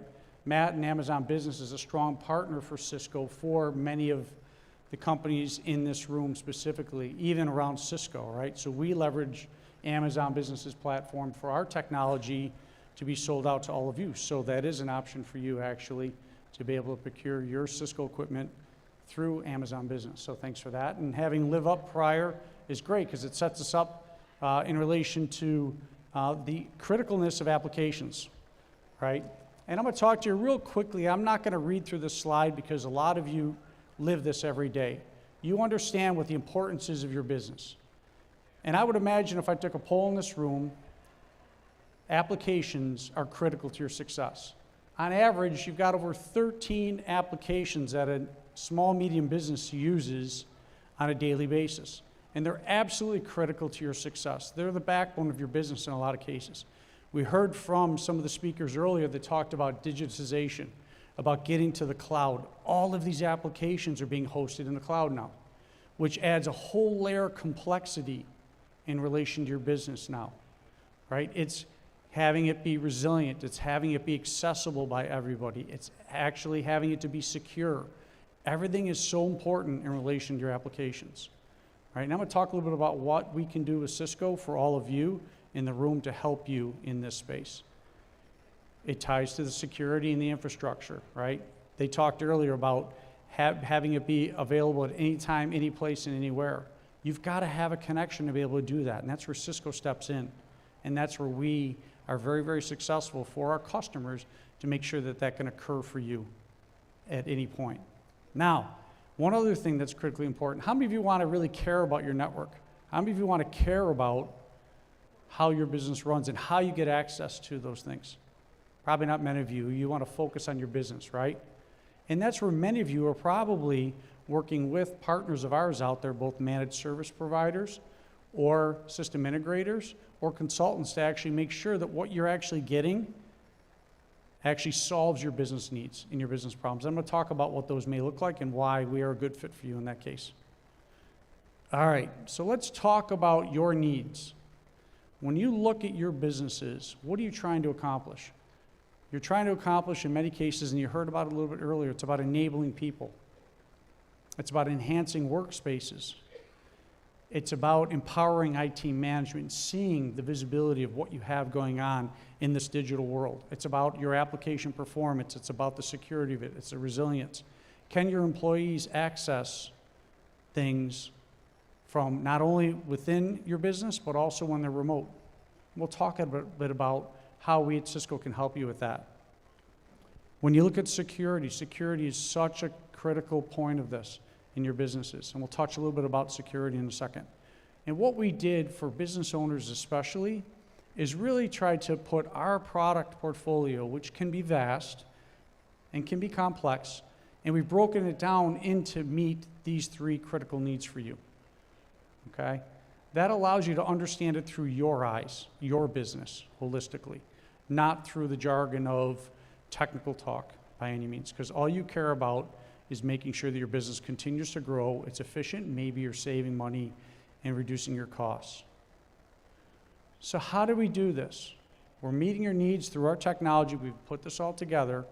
What we've done is we've transitioned this into what we call experiences for small, medium businesses. It's about a hybrid SMB customer. It's about how are your employees collaborating. Eric talked about using WebEx as a platform. How are they collaborating inside of your company, but also how are they collaborating with your customers and the importance of that in your business. The second experience we've created is the secure SMB, which I think is vital to all of you in this room. This is about how you secure not only your digital IP, your customers potentially in some cases, it can be the physical, it can also be the environmental. There's so many elements around securing your business that you need to make sure you're aware of. And we can help with that. Our partners can help you make sure you build the right strategy and posture from a security standpoint to make sure that you're protected. SMB businesses are the #1 attacked businesses in the market. Why? Because you don't have vast IT resources. You don't have vast security departments that actually monitor and manage your entire network and what can happen when you've got all your applications out in the cloud, right? So in those cases, we've got to ensure that you're secure. The fourth experience that we have for you is our smart SMB. Now, this is about actually taking all of the analytics and data that's going on within your business and making it actionable for your business. And that comes with the platform that you're using within your business. And in a lot of cases, it's Meraki for small business. If you look at the circle in the middle, that's foundationally the core. It's about your infrastructure. It's about how you can actually manage the insights coming in to make it actionable to help you in your business. Not just function it on a daily basis, but how can you actually use it to your advantage to compete in this ever-growing and ever-fast market that we're in today. And the last one is about remote SMB. It's about keeping everybody connected in your business, right? Many of you in the audience are connecting probably either back to your email right now or surfing something or looking at something within your four walls. It's about how do you keep all of your people connected remotely, securely. If you've got multiple locations, how are you doing SD-WAN to ensure that you're able to actually get everything accessible at any point at any time? And it's about the remoteness of your employees. So these are the critical 4 experiences that we've created, and we believe and we see in our market that these are the ones that resonate with business owners and decision makers at your companies. Now, I will put a plug in. We do have a booth out there, which will allow you to actually dive a little bit deeper into those business discussions about what maybe is keeping you up at night, that you can actually start to talk about how can I solve this problem that I have. It's not going to be about, hey, I need a new firewall. It's going to be about how do I make sure that my application's running at optimal performance. I'm having some lag there. What's the problem with that? And that's data insights. Or, you know what, I'm a little bit nervous as far as being able to ensure that I've got the security policies in place so that my employees can actually log in through dual authentication to ensure that we don't have a breach, because many of those happen from inside, okay? So I'm really excited about actually spending time with you during the Pharaoh section over here. We can talk a little bit deeper about your business specifically and what we can do for you. All right, I'm going to change gears for you for a second, and I'm going to talk a little bit about AI, all right, at a very, very high level, okay? Liv did a really nice job outlining the importance of it and how impactful it's going to be going forward. Not surprising, this is happening within our business at Cisco, right? It's very critical that you ensure, and we ensure that it's being used properly, number one. There's 2 elements of AI right now. There's predictive and generative. You can see up here that generative is going to actually make a pretty good leap forward here now that it's established, and some of the key benefits it can do for your businesses. And you're going to want to look for this when you're understanding a little bit more about AI and how it can actually help your business. But what I will talk to you about for a second is about some of the things that we're doing at Cisco collectively. Ooh, and that slide's not in there. Okay, never made it. What we're doing collectively for our customers from an AI perspective. We're leveraging both predictive and generative AI to improve and simplify a variety of different things within our product portfolios and our experiences for you, our customers. One that I'll point to real quickly is in the world of collaboration, right? One of the ones that we've had for a little while is around noise cancellation in relation to when you're on a WebEx call or a collaboration call. I don't know what kind of platforms you do use right now, but within WebEx, we have the ability to actually to sound suppress anything outside of your voice in a conversation, right? And I've got little kids, and they come running home from school, and I'm working from home. They come flying in the door, right? And I'm on a call with, you know, a variety of different people. It will sound suppress all that and ensure that it doesn't break up the conversation that's going on a video or collaboration type call, right? So that's an example of an AI type solution that will improve your ability and your team's or your company's ability to collaborate more professionally. Another couple cool ones that I'll call out that we're coming out with just recently is in relation to communication inside of a collaboration suite. One is, how many of you are really good writers? At typing and writing exactly what you want to say without making a mistake or making it seem perfectly explanatory to the person you're sending it to. I'm horrible at it, right? And a lot of times I got to look at it 2 or 3 times. Now we've got features coming out because of predictive and generative AI to be able to take your communication maybe that you've written and then select that you want to make it a little bit more professional or a little bit more friendly. It'll actually change and adjust the context of your communication so you can actually send it in a little bit different format, right? That helps me a lot, especially in situations where I want to make a direct point, but I want it to come across really professionally. That's another example of where AI is coming in that's actually going to be very beneficial. The last one I'll point to real quickly, you'll see announced here in the next couple of weeks, is around catch up. And it's called Catch Me Up. In relation to that, sometimes in a communication you have with a variety of different people in a room, in some cases, you've got to go back if you haven't been paying attention or haven't had the time to follow a full communication set. You may have to go back and read a whole dissertation around what was talked about in there. With the new feature we've got coming out based on AI, you can actually click a button and it'll summarize exactly what that communication was from the last time you actually read it. So it does, again, create more efficiencies. It allows you to be much more productive, but allows you to actually be able to ensure that you're being much more productive with your time. So those are some examples from Cisco's standpoint where we're continuing to build in AI into our products and our technologies to make it easier for you, your employees, and even in many cases, your customers to be able to do business together. All right, so with that, I want to thank you for your time today.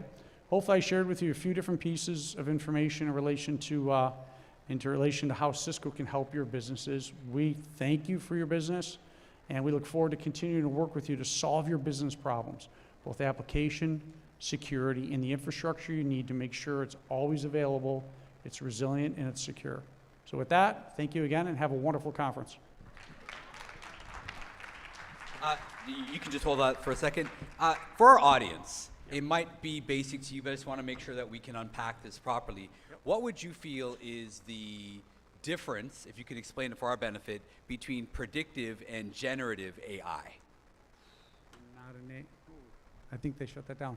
Not an AI expert, but again, a lot of it, predictive-wise, uses a lot of data to analytically decide what the next best thing is to do. Right? Predictive, or generative, as you saw up there, is going to be much more forward-thinking and actually build off of that, all right, to be able to move you forward. That is powerful. Thank you once again. And what do you get for the man who has everything? A chocolate chip cookie. Right, there you go. There you go. That's for you. Thank you. Thank you. Have a great conference. Appreciate that. Ladies and gentlemen, thank you for sticking around. We got more chocolate chip cookies. As a matter of fact, these are for me. They're not for you. If you want your own, the folks at Sigma RPA are right there beside UPS. Fantastic offerings that they have there to grow your the digital presence of your business. Please go visit them at Sigma RPA. At this time, we're going to transition to our first panel. Some brilliant minds are making their way up to the stage, and as they make their way up, we'd certainly like to, if you can just get some music going, you can start that now. We're going to transition. Give us about 2.5 minutes, and we'll be ready to begin. And of course, we'll have Nishant he's a small business lead at MasterCard Canada. Matt will be back up, the country lead for Amazon Business Canada. Eric Gertner will be here. He's the vice president and partner organization SMB sales at Cisco. Look, folks, you already have those giants up here, and Mohan will also be here, who's the national vice president at Xerox. We have literally giants in the Canadian marketplace here to have a conversation about the topic of digitizing your small business from an e-commerce, remote work, and also beyond that. And we're going to begin that in about 2.5 minutes. Please stick around. Folks, take a look in your app as well. A lot of workshops happening. The demo stage is about to pop right now. So please make your way and get the most out of what you need today. Thank you.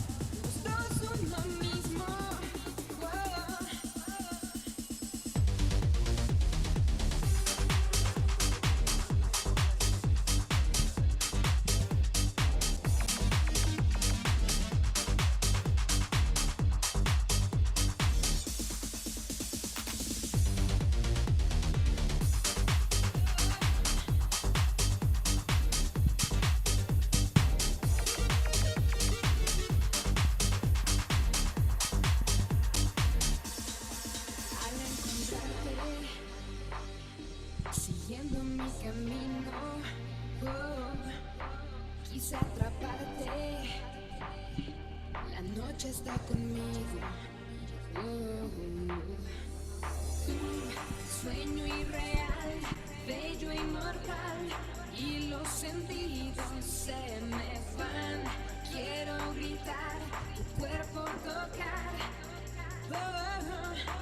y cuando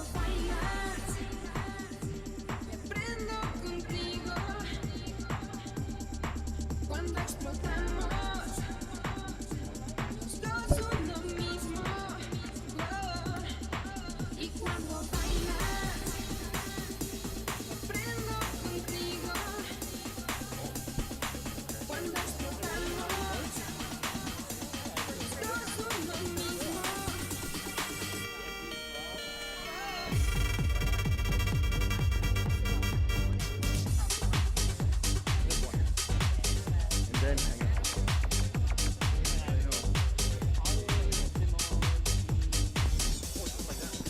Just like that. And then you can just okay?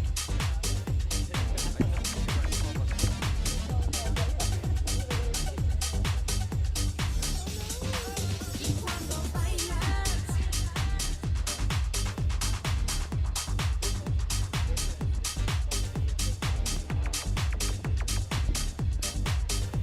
Like that.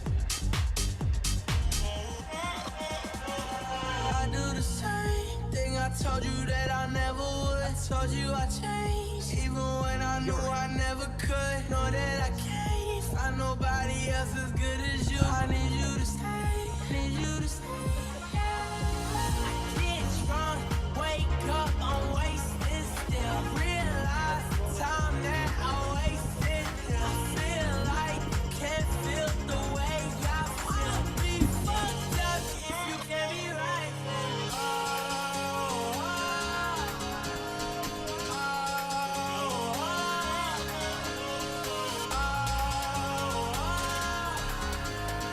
I'll be fucked up if you can't be right.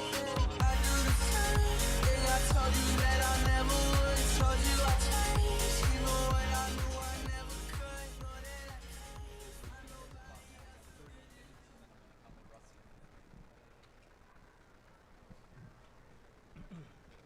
All right. Can everybody hear me? Yeah.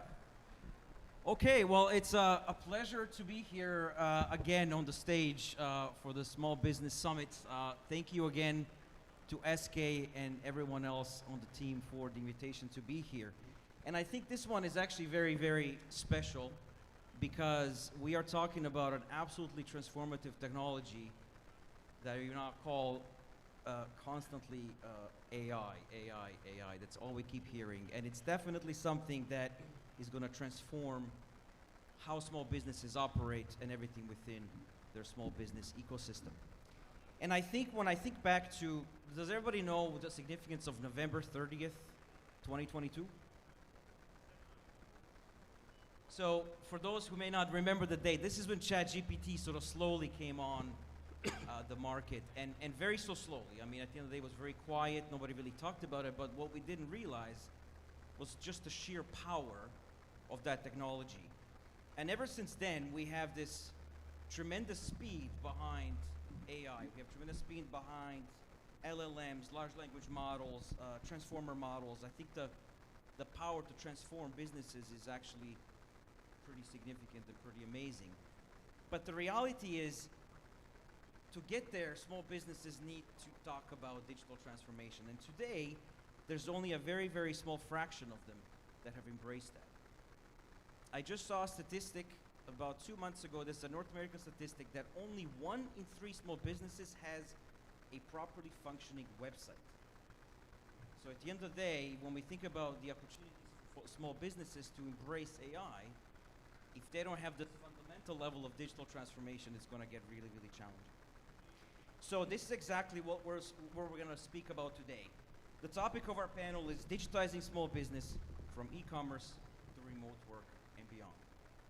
And so I'm super excited to have these amazingly intelligent, smart panelists with me. Absolute pleasure. We have representation from various organizations, various verticals, and I think it's going to be great to lean in on all of your expertise as we get into the discussion. So perhaps I will give you the opportunity to introduce yourselves, your name, who you're with, and anything you want to share about small business. Sure, I can kick it off. We met earlier, Matt Busbridge. I'm the country leader for Amazon Business Canada. I've been with Amazon for about 7 years. I was with the team that built Amazon Business in the US, and I moved home to Canada as the first employee here to build it. So thanks for having me.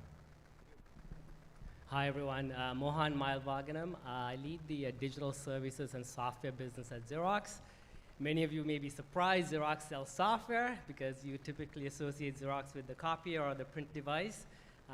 But we are a lot more than that today. So I've been at the company for 24 plus years. Most of my career has been in the area of document management, automation, now robotics and AI, which I'm looking forward to discussing with the panel. Hi everyone, my name is Erin Gertner. I'm Vice President of the Canadian Partner Organization, and I also lead our small business team at Cisco Canada. As you notice, I'm not Craig Saplinski, so I know how to pronounce your last name. But I'm very excited to spend some time with you. As you heard from Craig, you know, SMB is the fastest growing segment at Cisco, and we've made a lot of investments in this space. So very excited how we can share, you know, what we can do to help your SMBs grow. Hey everyone, Nishant Raina. I'm the small business segment lead at MasterCard Canada, so look after our core products, partnerships, and our what we define as beyond card solutions. So we're similarly to Xerox, MasterCard is more than just a card company. We do a lot to support the small business segment. Thank you, SK, thank you, Mickey, for having us. And small businesses, as we like to call it, big business. It's always been big business, and this is a driving force of the Canadian economy. And this is something that everyone here is very deeply passionate about. And there's a reason why everyone here is in the room, because this is a growth sector for Canada. And I think it's about time that everyone starts recognizing the force that small businesses come with. Well, that's great. This is honestly, I couldn't have picked a better panel, so this is really, really great that we have so much great representation across many, many different brands and sectors. So my name is Miki Velimirovic. I'm head of product for a company called Alexa Translations AI. So we are an AI company. We do provide a neural machine translation engine for applications in legal, financial, and securities industries. My background, actually, some of you might know this, I used to run an agency called Cargo, and we were a business to small business marketing and advertising agency. And so what we did is we helped big brands, like all the brands represented here, reach out and ensure that they have the right touch points with small business owners. So also a big fan of small business, also have always been a big fan of small business, and super excited to be here. So great. Well, we might as well get kicked off and really talk about digitization. So I think everybody can agree that digitization is not a nice to have, and we can all agree that it's a must have. And I think if we simply go back to the pandemic to really understand the power of what that meant for a lot of businesses. Unfortunately, we went from a normal operating systems, in-store shopping, high-touch transactions, to literally complete shutdowns, no-touch transactions, and many SMBs either did not have the right digital tools or couldn't pivot quickly enough. And unfortunately, many did not survive. So we're talking about something that still a number of small business owners do not embrace, not because they don't want to, but because it is quite difficult. And I think that's what I want to start the panel today with, that is really pose a question to all panelists, but it's a three-part question. So the first part is, what is your definition of digital transformation? Second part is, if you could share your top 3 recommendations or key success factors for ensuring successful adoption of digital transformation, and perhaps sharing one success story from your experience.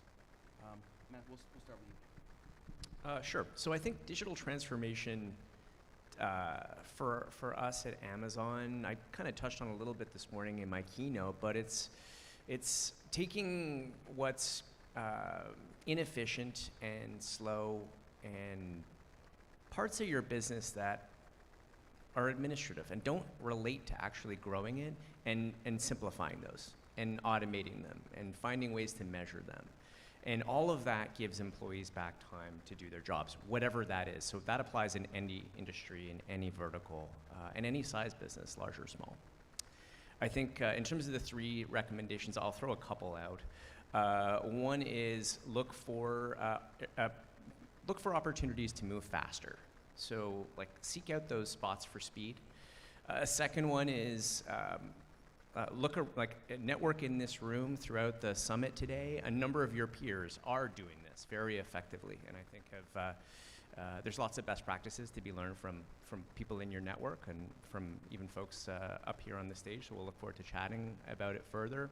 And I think the third one is give employees back time. Whatever they're spending their time on parts of your business that aren't related to growing it, like, look for those opportunities, and that's where the transformation exists. In terms of an example of a specific business that's done that, Amazon is a company of enormous scale, and in the pandemic, what we heard from a number of our customers, both buyers and sellers, is that people couldn't go out and shop in brick and mortar anymore. So they set up online stores on Amazon and on Amazon Business. And today, over half of what you buy on Amazon is from a small business in Canada, which many people don't know. And so it's, I think, less about one specific business, but just more the community of small business in Canada has kind of embraced the opportunity for e-commerce, and that continues to grow very, very quickly for us every year. Great, thank you very much. Mohan, how about you? Yeah, from a Xerox perspective, for us, digital transformation is really looking at information management and process automation, right? So when you look at your businesses, whether it's the process that's driving revenue, like the order process as an example, or something that's in the back office, has a significant cost factor with a ton of touch points, a ton of errors, and inefficiencies, those would be prime candidates for automation, right? So looking at those business processes, and really getting your arms around them and really looking at the outcomes you're looking to achieve. Right now, it doesn't have to necessarily mean re-engineer the process. With robotics and AI today, you can really drive a lot of task automation. Look at the manual activities that you have in those processes, whether it's taking data from a document and pushing it into your order system, or whether you are doing some swivel chair activities between two systems. Like Craig talked about 13 applications in SMB, right? There's work getting done between those 13 applications, and humans are doing it. With robotics and AI, we are able to now streamline those and move those activities to technology without really changing the process to get very faster returns with shorter amount of time, right? So the ROI is much greater, and they're not long-tail projects and not costly either, which is a great formula for success for SMBs.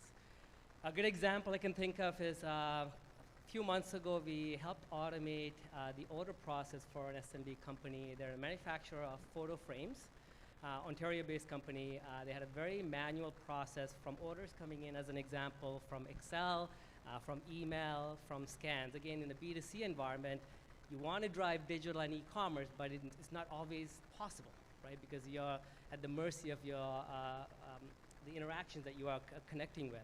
So it's a manual process to get all of those orders into their digital system. Then they have to go into a shipping system to coordinate shipping, right, which is a manual activity. Then it's going to go into their financial system to generate an invoice. It's a manual activity. So we applied robotics, which is software technology, which essentially mimics human activity using computer vision to automate those touch points that are high touch and highly manual, so that now those activities are moved over to software robots to do, and giving time back to those employees to do other high value tasks. That's a great example of driving efficiency, gaining capacity without a ton of investment in changing process, because the system stayed the same. Yeah, that's a really good point. Everybody, one of the things that's saving time for small businesses is so critical. So really that level of automation is really something that and really the other thing provides also a lot of in value. SMB we find is people are wearing many hats, right? So you're expected to do more with less. So if you're able to leverage technology efficiently, I'm not saying do not re-engineer process. That's not the message. I'm not saying do not rehaul your back office, but you may not have the opportunity to do that now. So leverage other technologies to complement and get you where you need to be in a shorter time frame. No, that's great. That's great. Thank you. Erin, your take. Yeah, and from a Cisco perspective, we know that most SMBs don't wake up every day and think, how am I going to digitally transform myself today? We know that thinking about payroll and retaining and hiring the best talent and optimizing workflow and how to create, unique differentiators in the market. So for us, it's really about how technology can help solve problems and accelerate your business, especially from a growth perspective. In terms of 3 recommendations, I would say first and foremost, and Craig touched on this in his keynote, make sure that you have a platform that is always available and you make that investment. You want something that is secure and simple to use and easy to manage with analytics involved, so you're able to pinpoint problems as they come up. Secondarily, security is paramount. I think we've all heard the news and we've all seen the number of cyber attacks that have affected small businesses and large businesses alike. You know, we commissioned a study many years ago and we saw that only 9% of Canadian businesses felt ready to protect themselves against a cyber attack. And we know that that's something that's a big challenge for all businesses alike. CDW that you can see here is a big partner of ours. We have many other partners as well who can provide managed services. But security really extends beyond just cybersecurity as well. It's making sure you have policy built out so the right people are accessing the right applications, and then making sure you have physical security in place as well. And we're able to do that through our Meraki camera suite. I would say lastly, as you continue to grow and scale, ensure that you're investing in business grade solutions. We all have a lot of automation happening in our everyday lives. If you think through, you know, your doorbell or whatever else you use in your home, and that works well and good until a certain point. But there is that inflection point where you need to make sure that you are implementing enterprise grade security. If you log into your Amazon account, you have multi-factor authentication. You know, have you built that into your business process? Or if you think through your iPads, if you're using iPads as a business automation tool, have you secured those? Do you know who has access to what's on that, and could you wipe them, as an example, if they're stolen? In terms of a great example, we have numerous, and I always say it's easier to start small and think through where you can really see benefit than trying to transform everything overnight. We had a customer who had, you know, many walk-in refrigerators, and there was a huge cost to them if something in there spoiled. Meraki, which is probably the heart of a lot of what we do in small business and the infrastructure, they make sensors, so just putting a sensor in there that could automatically detect and notify when there's an issue with a refrigerator, something that seemed like a very small thing, but saved one of our small business customers millions of dollars. Yeah, that's a great example. And I think it shows just the vulnerability of small businesses to even the smallest of what appears to be the smallest of problems that could be very, very large, where technology and digitalization can really help there. That's great. Thank you for that. And Nishan, for you. Yeah, all great points here. I think I'll start with the definition of digital transformation. I think we've talked about digitization for quite a lot of time. I'll put on the hat of a small business owner. Digital transformation is, in my opinion, just how do you use the evolution of technology to grow, to scale, drive operational efficiencies that we just talked about, and delivering value. If you cannot connect with your customer base or your community, that's the crux of a small business at the end of the day. Success factors, like you call it, we actually did a lot of research over the pandemic and just recently as well, and what we found was this paradigm shift of how people keep talking about this creator class economy, this sudden boost of how everyone is a small business entrepreneur. I would encourage small businesses to take advantage of the technology that's out there. I'll lean in on the social media platform specifically. That's where we're seeing I would say the crazy amount of growth, and share authentic content. I've done a lot of interviews and with a lot of small business owners, and one of the feedback that they're actually providing us is some of the success that they're seeing in small businesses is bringing the community along for a journey. Tell them about who you are as a small business, who you are as an individual, and what are you doing to help the community. I think sharing authenticity is the shift that we're seeing from a social perspective. And lastly, like I think everyone's talked about it, small businesses, they're the CEOs, the CFOs, the CTOs of their own small business. They are an army of one. We saw in our research, especially in this creator class economy, that burnout is a very, very real topic. Mental health is definitely top of mind. These small business owners are juggling personal lives, business lives on a daily basis, and it's just, we have to be cognizant as an industry, as an ecosystem, to recognize that challenge now. A success story I'll talk about is we actually partnered with this tech company called Virtual Gurus, based out of Calgary. Great, phenomenal story, and they're essentially a virtual assistant platform for small business owners, or actually business owners globally. A backstory about the CEO herself. She started doing her platform out of Excel spreadsheets, and when you talk about things like what Mohan was talking about, you don't have to re-engineer an entire back office just to talk about digital transformation. But she took that, implemented almost like a SaaS-based platform, and is literally a virtual assistant platform for any business owner in the globe, I would say. So these are some stories that we hear in the industry, but I think it's all up to all of us to recognize the challenges and the opportunities, I would say. Yeah, no, I think what's really great is that, and we didn't plan it this way, by the way, is that we just had 4 really good examples of different parts of digital transformation, you know, from e-commerce to automation to security to really sort of the overall even storytelling about how do you get your business out there. And I think what's really fascinating is that it's not just one thing. So thank you all for your official definition.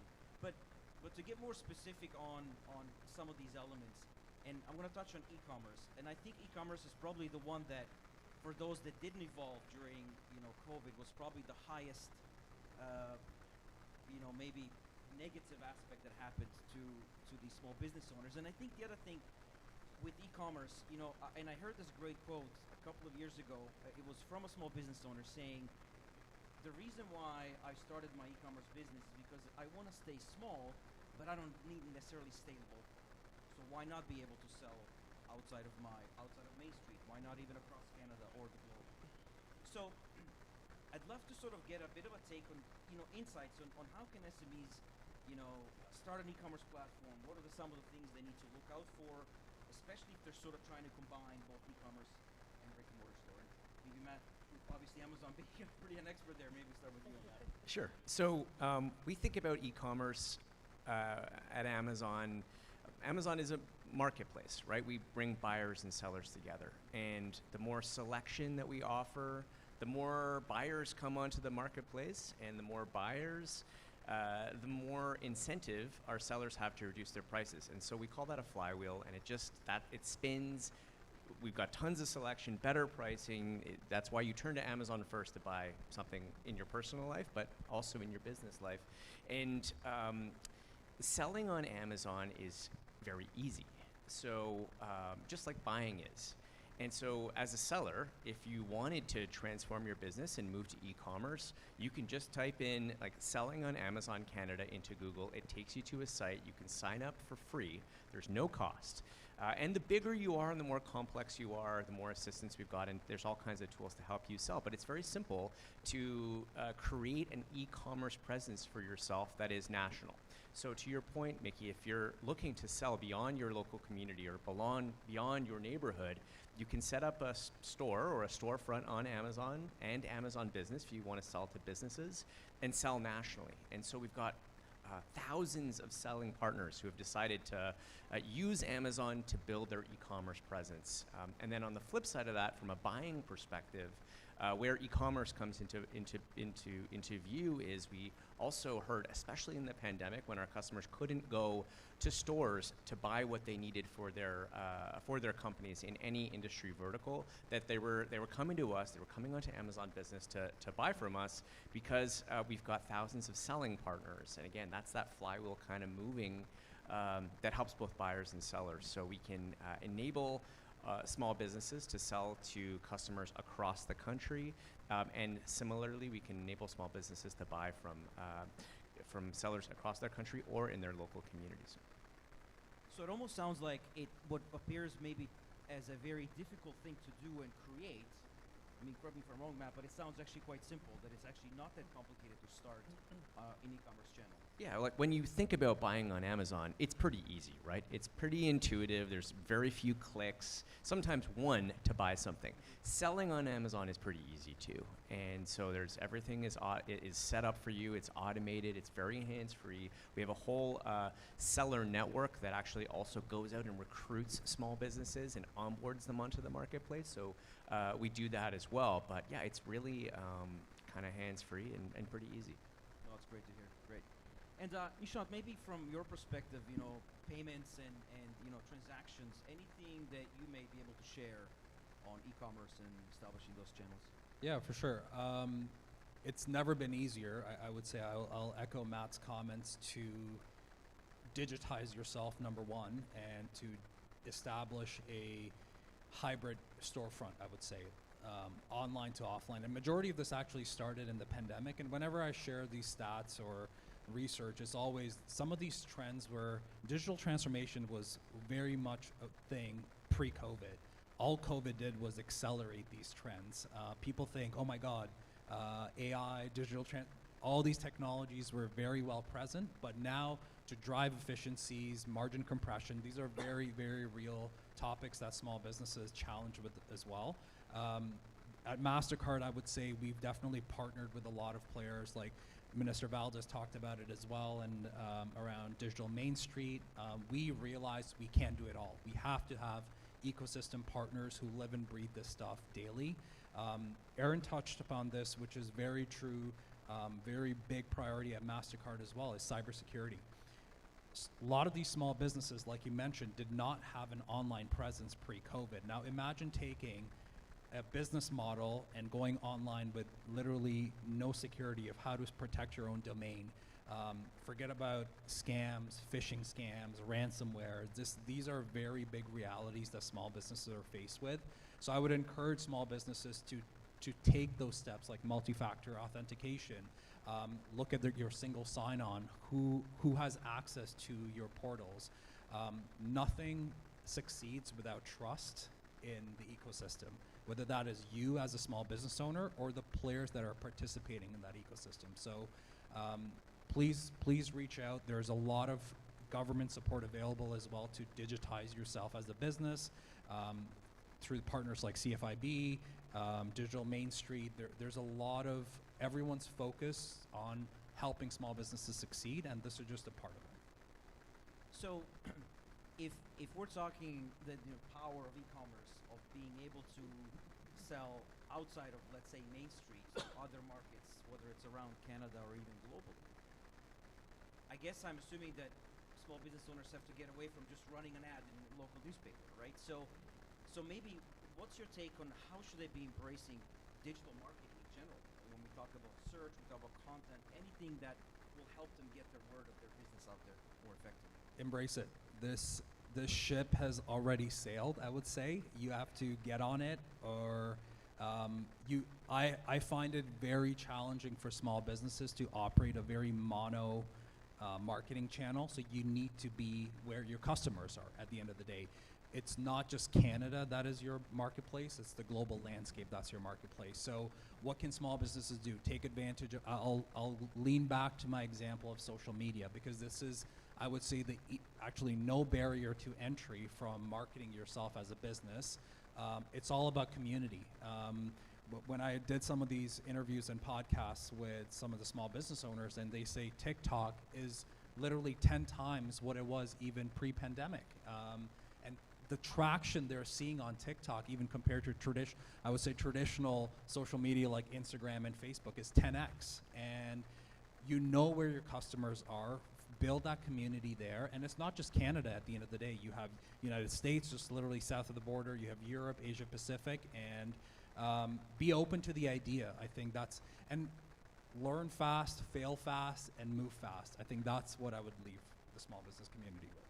No, that's great. And I think digital marketing is also a way, it's fairly simple for them. It's really a great storytelling tool. It's not that complex to really get the message out there. So Matt, maybe from your perspective, I mean, Amazon being also great advertising, any takes from your end on terms of what small business owners should be doing when it comes to digital marketing itself? Yeah, I think Nishant sort of talked about this, touched on it, but it's multi-channel has been very core to how we think about advertising. So we have paid social and placements on our sites, and there's actually a team roaming around downtown Toronto, going out and signing up small businesses to buy on Amazon. They're out there somewhere with iPads and vests. So we've tried lots of different things, and a very sort of core principle to how Amazon has succeeded as a company is we experiment a ton. We test and measure everything. And when it works, we double down on it. And when it fails, which happens all the time, by the way, we just move on very quickly. So I'd say experiment, try new things, be open-minded, and when you think about your marketing, multi-channel is sort of the way to find where those sweet spots are, depending on what your business needs are and your growth ambitions. No, that's great. Just a quick comment. The testing piece is something that I really still, I think there is this apprehension of like, oh my God, I'm going to pour all my marketing budget in one channel. I'm not going to see the return. You'll learn very fast where your customers are and what do they say about your products. And that's something that keeps coming up from the feedback that we see from small business owners. And this is just from the research and the data, is multi-channel marketing. It's age old. You cannot have all your eggs in one basket, and this translates into the ROI and the sales for small businesses. No, that's great. That's great. So when we think about, we talked a lot about sort of getting out of, off the main street, I guess is maybe the theme here, but with the ability to run e-commerce channels and the ability to do digital marketing that doesn't, transcends borders. I mean, I suppose small business owners have the opportunity to kind of build their teams anyway, right? It doesn't stop them from finding talent that's beyond the, local city or region, province, or even country. So remote working is something that a lot of us were sort of forced into. And I think for some small businesses, it might actually be something that they're still sort of challenged with. And I assume many of you have done that and had this experience. So, Aaron, maybe do you have any stories or sort of advice on sort of how to manage a remote team effectively to make sure that communication and engagement is still there and alive? Yeah, absolutely. And when the pandemic hit, I think that was the moment I had been so grateful that I'd been working for Cisco, because we've been embracing hybrid for so many years. When I started 17 years ago, I had a phone on my desk, which had the same phone number as my desk phone in the office, and it rang at the same time, and I've had a video endpoint on my desk for over 10 years now. But, when the pandemic hit, it was a really interesting conversation with a lot of our small business customers on how do we help. And early days of pandemic, hybrid work was really about just connecting to a meeting. We needed people to get together in new ways, and they needed to be able to hit a button and talk to people. Fast forward all these years later, we know hybrid work is here to stay, and we know that experience needs to look and feel very different. It needs to be inclusive, it needs to be secure, it needs to be seamless. You need to be able to integrate, some home technology into enterprise-grade technology. And we need to make sure that experience feels good alongside all channels. 98% of calls and meetings right now have a remote participant. And, companies are really needing to think through how they retain their people and how they continue to create culture when people are not necessarily going to be in the office all day. So at Cisco, we think about not only connecting people, but also reimagining workspaces. And I think a lot of companies right now are struggling with how do you get people back into the office? And if they do come into the office, how do you make that a meaningful experience?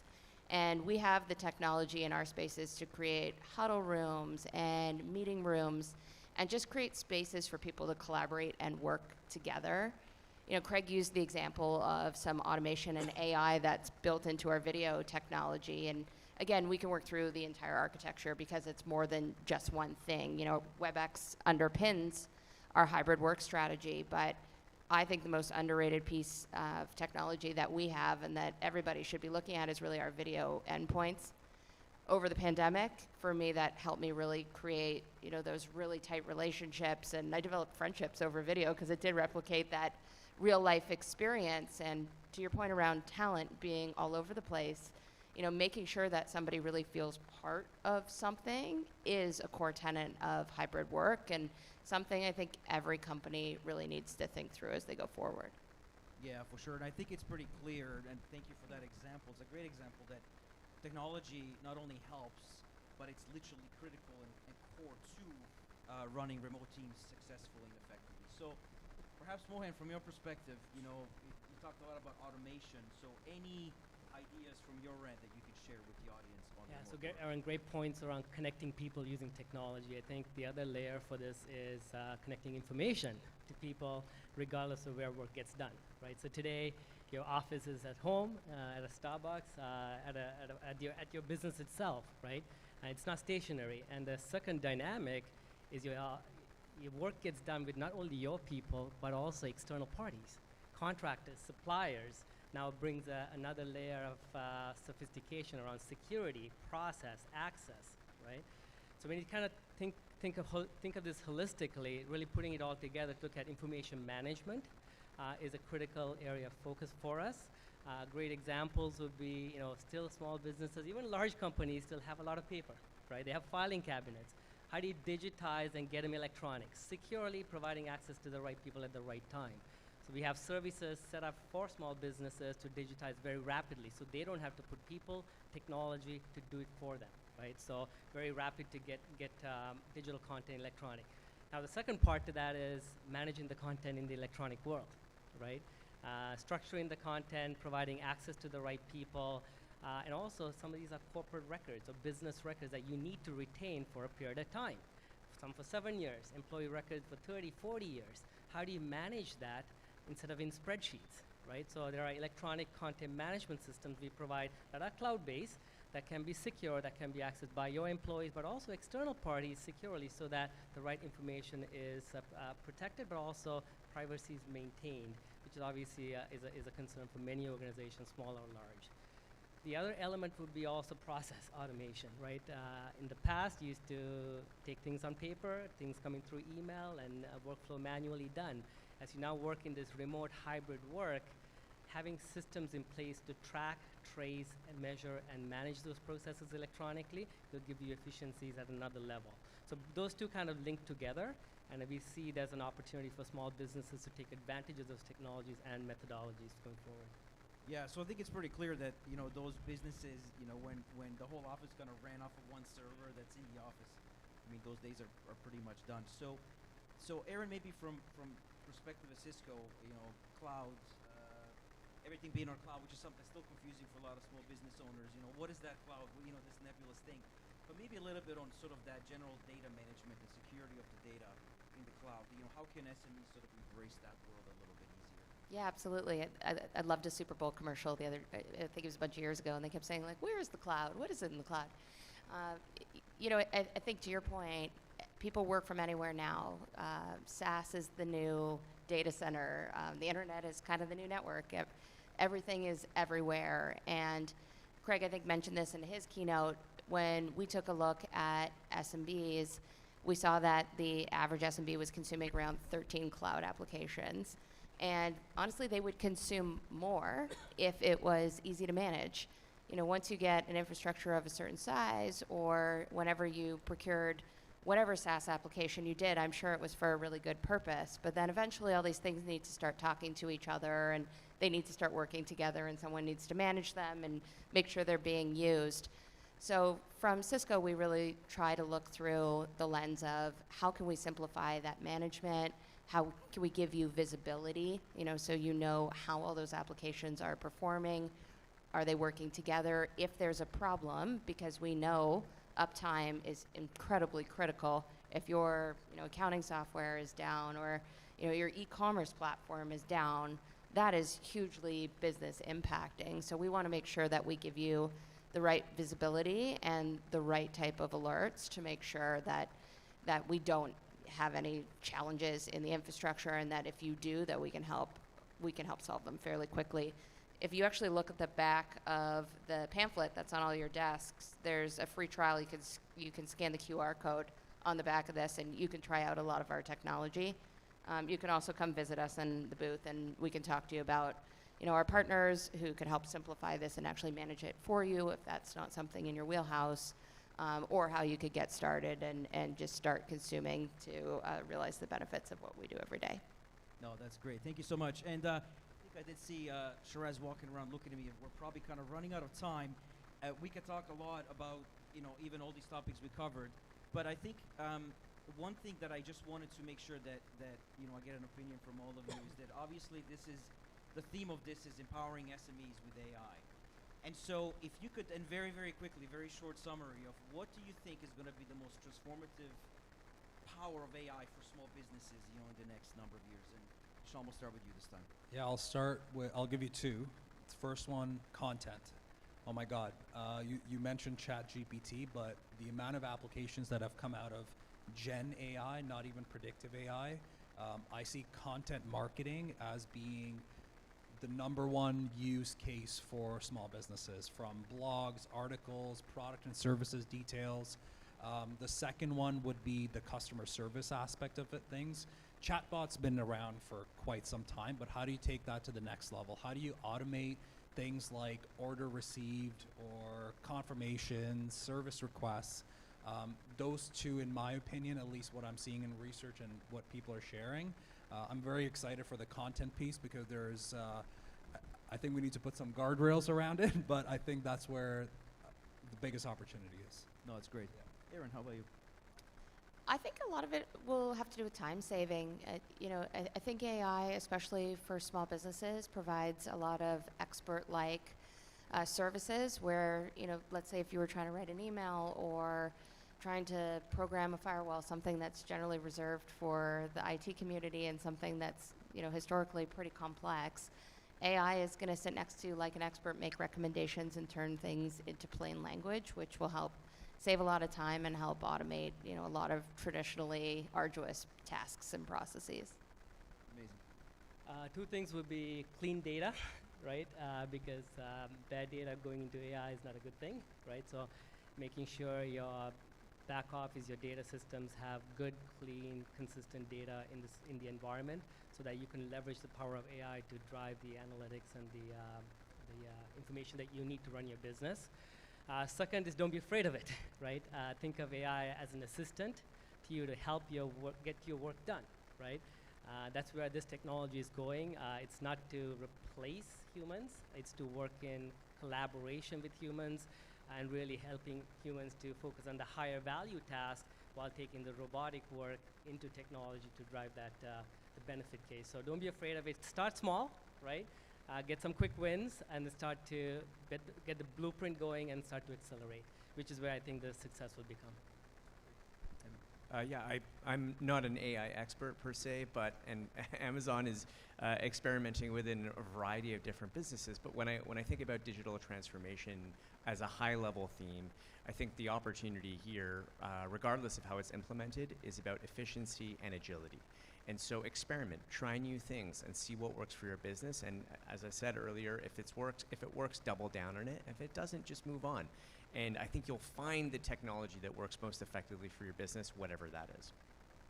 No, that's great. And I think if there's one message from this entire panel, this last question is, do it, embrace it, don't fear it, and then thank you for being such a positive, this optimistic view of AI, because in fact it is going to be transformative in the most positive ways. So thank you very much. Thank you. This was a fantastic conversation. I hope it was very, very helpful to all of you to learn a lot about digital transformation, from e-commerce to how to lead remote teams to security data and also marketing. So I'm not sure how much time we have for questions, but we'd love to take some questions from the audience. We do see one hand in the back, a couple of them. So do we have any mics? Do we have time? Shiraz? No, maybe. Give us a moment, please. Yeah, I'm gonna grab your mic. Is that no? Yeah, I you can. I got my mic over here. We're good.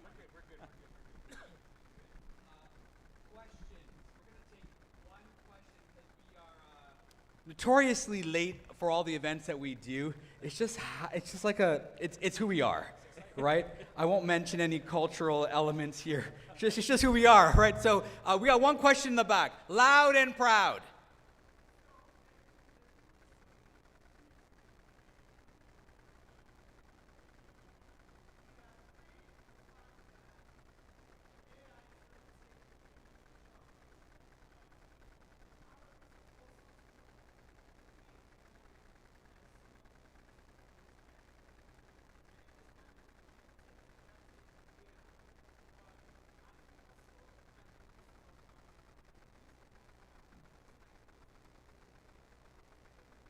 So just to make sure that we heard her question properly, she's asking about the risk of job loss as small business, because there's this thought that it's going to replace humans potentially. And before you answer, I'm going to share a quick story, and then one of you can take this on. My quick story is I'm of a certain. Again, you'll hear me use this. I'm not old. I have more special vintage than everybody else. That's it. I remember a conversation that began, and some of you might remember this conversation in the 80s.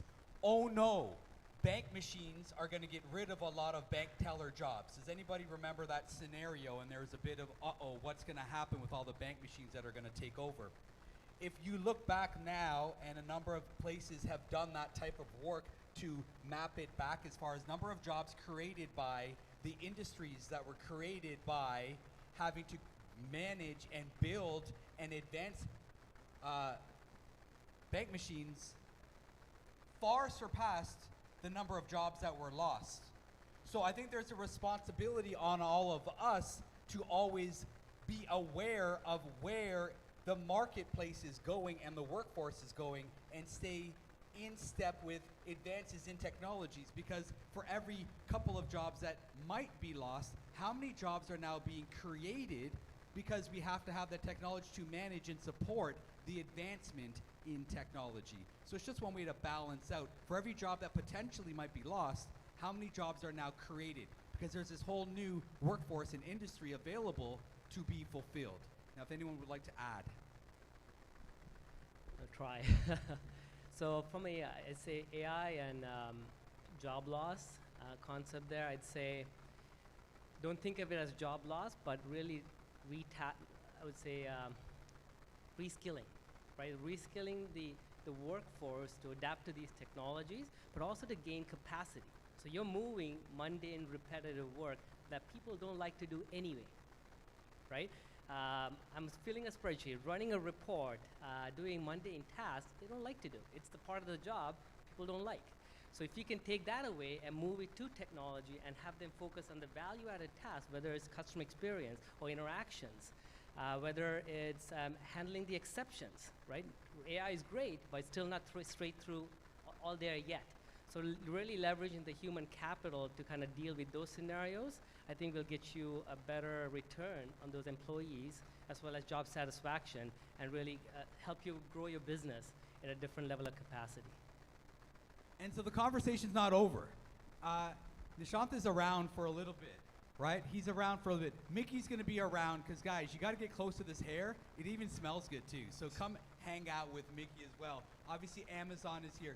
Thank you, guys, for being here. And, of course, Craig is here. I'm joking here, of course, right? And Cisco, they're here, right? So continue the conversations. They're approachable. They're nice. It's Monday. They don't bite till Thursday.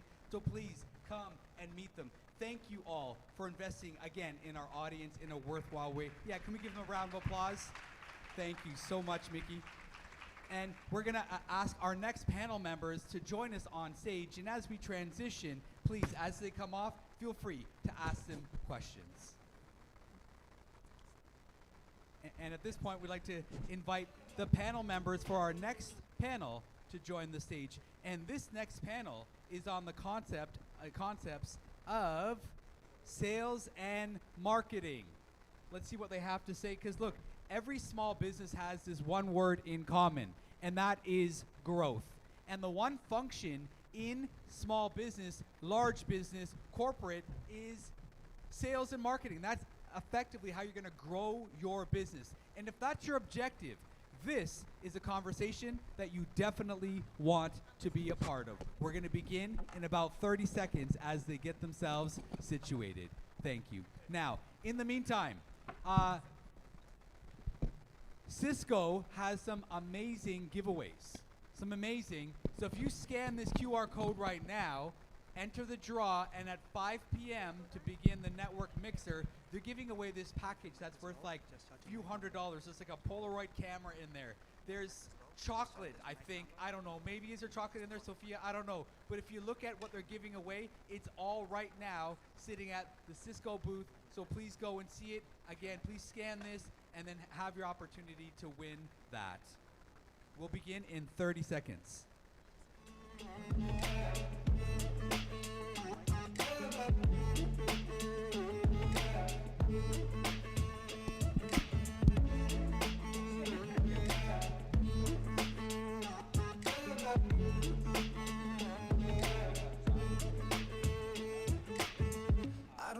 what it is, but I got that feeling. Waking up in this bed next to you, swear the room, yeah, got no ceiling. If we lay, let the day just pass us by. I might get to too much talking. I might have to tell you something. Damn. I like me better when I'm with you. I like me better when I'm with you. I knew from the first time I'd stay for a long time, 'cause I like me better when I like me better when I'm with you.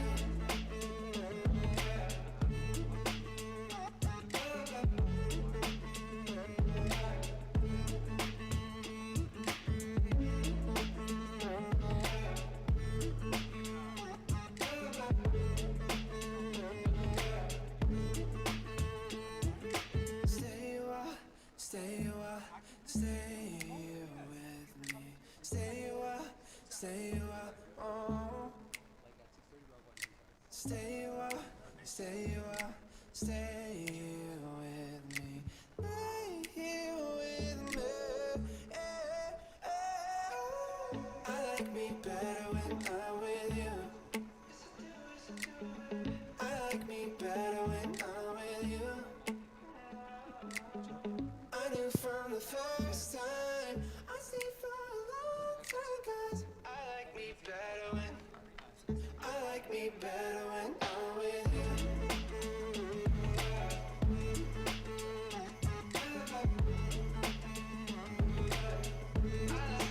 Check, check. All right.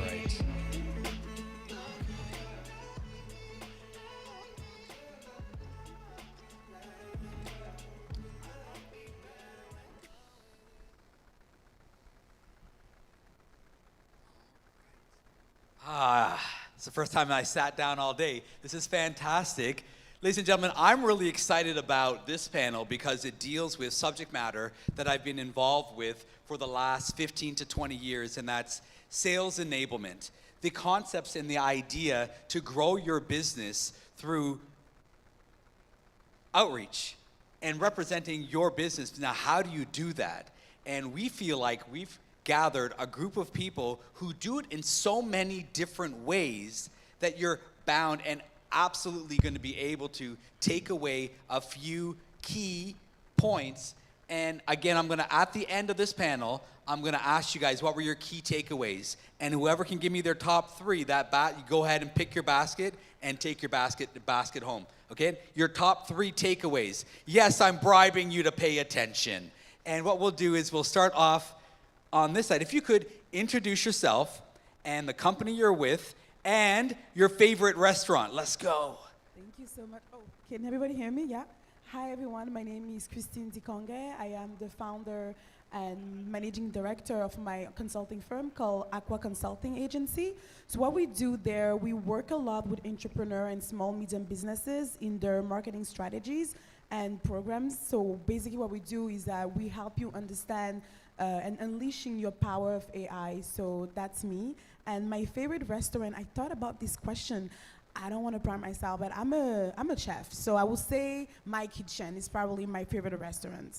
Okay. We all know where we're going on Saturday. Okay. I'm Karen Simone. I'm with Salesforce. We are a business software titan, but I am in a little kind of corner of it.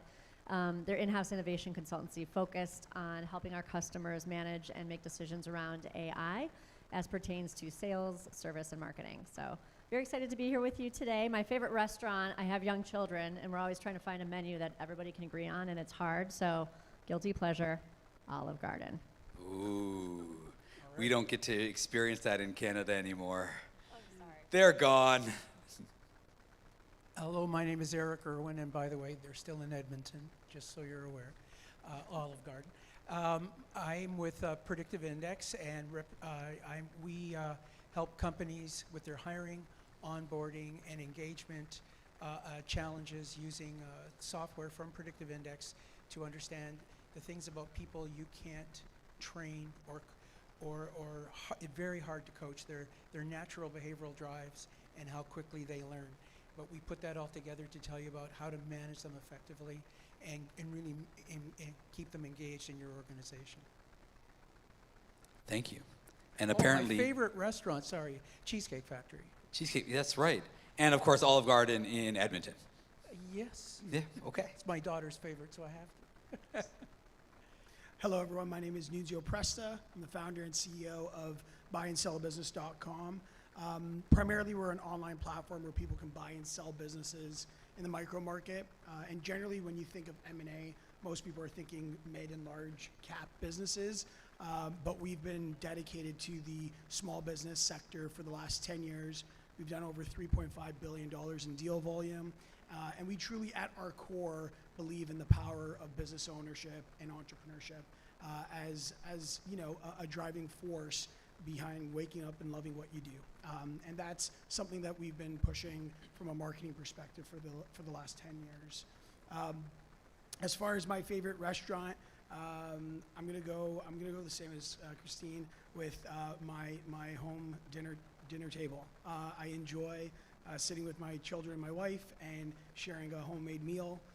I bought a smoker for Thanksgiving and smoked a turkey, which was delicious. So I love cooking. Thank you. Yep.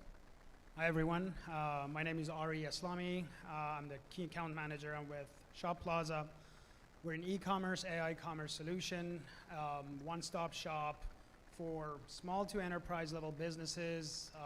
We help you grow and help you, advance in online and e-commerce. So let's start. My favorite restaurant I forgot. It's Piano Piano. It's a really nice Italian restaurant. I'm an ambassador. I think they should pay me here. Yeah, I think he just wanted to let us know the size of his budget. And that he can afford expensive restaurants. He was just rubbing it in. Obviously, he's really good at sales, so listen to what he has to say, because he's making some dollars. All right.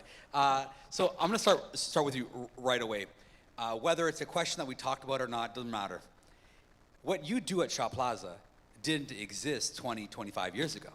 No. And now the whole concept of how you enable businesses to provide their goods and services in an online platform, online storefront. Can you talk to that a little bit, please? Because literally what you do didn't exist even 18 years ago. That's right. So e-commerce is a pretty, well, it's been around the concept for several years, but the new way of selling online, I think, especially with the power of AI and that's something we're very keen on, and we've researched on it a lot. We've done a lot of research on AI commerce. That's something that definitely didn't exist even maybe 5-6 years ago. So basically how the markets have changed and the trends and the consumer behavior, so that's what we're looking at on a daily basis. No, it did not exist. What I do, my job wouldn't have existed if it wasn't for e-commerce and AI commerce. But the way we try to pivot and react to I want to call it an anxiety around AI, is to help small businesses understand AI better, and that will ultimately lead to more sales for them online, if that makes sense. So you're actually going to sit there and tell our audience that if they understand AI better, they're going to be able to sell more effectively. Absolutely, yeah. So that will help them with many aspects of their business, especially when it comes to content, so AIGC or AI generated content, for example, for their marketing efforts, for their advertisement campaigns, with analytics and market analytics that AI allows. It's because of AI that we have that, and also save on a lot of costs, for example, staffing, right? So we have for customer service, for example, or customer engagement. Just a very simple example, even for small businesses, is chatbots. I mean, I think everybody in this room has talked to a chatbot. Our platform offers that. It's not a very complicated solution or tool that we offer, but it's very robust. So regardless of your size, you can have a chatbot basically working for you as one of your employees. So that's one of the ways that they can cut costs and add to their profit margin, essentially. Okay, and if you've listened this morning, there's a common phrase that you're hearing, a common thread all morning. We did a survey, we got information, we did research. Karen, I got all this data. I got all this information. How do I process that? And how do I make sense of it, right? It's like, okay, Salesforce got these 7 steps or 5 steps or however you want to orchestrate how you manage your sales teams. Well, that's a lot of information that's being inputted and then managed. How are ways and what should small businesses look for as far as organizing their information so they can get the best path forward to sell or market more effectively? I'll answer the question in 2 ways, philosophically and also maybe more tactically. I think we'll start with tactics. I think tactically speaking, data is the foundation of AI. And so the very first thing you can do is really just get your house in order. Data needs to be obviously secure, and we've been dealing with that for years, connected, and harmonized, so that you're deduplicating, you're understanding data sources, and you're having those connect in. We obviously believe at Salesforce that CRM data is very powerful to drive AI because it is all where your customer data resides. So we're really focused with our customers through a product we have called Data Cloud, very tactically organizing data. But you don't need to be a Salesforce customer to do that. Any small business can focus on those tactics. So getting your data house in order, it will never be a waste of time. Philosophically, to a small business, and I used to own one. I ran my own small business for 6 years prior to coming to this giant Silicon Valley evil, no, I'm kidding. Going to the dark side, to the big enterprise corporation. And one thing that I learned is that I'm a big fan of the 80-20 rule, right? Like, you have to keep the trains running. You have to, like, you can't, the sky's not gonna fall if you don't know everything about AI now. So 80% of your time should be focused on those tactics, getting your business up and running and moving forward. But reserving that 20% for innovation, right? And empowering a culture of innovation in your staff so that you can spend a little bit of time on piloting, experimentation, to your point, learning, is really going to be increasingly more important.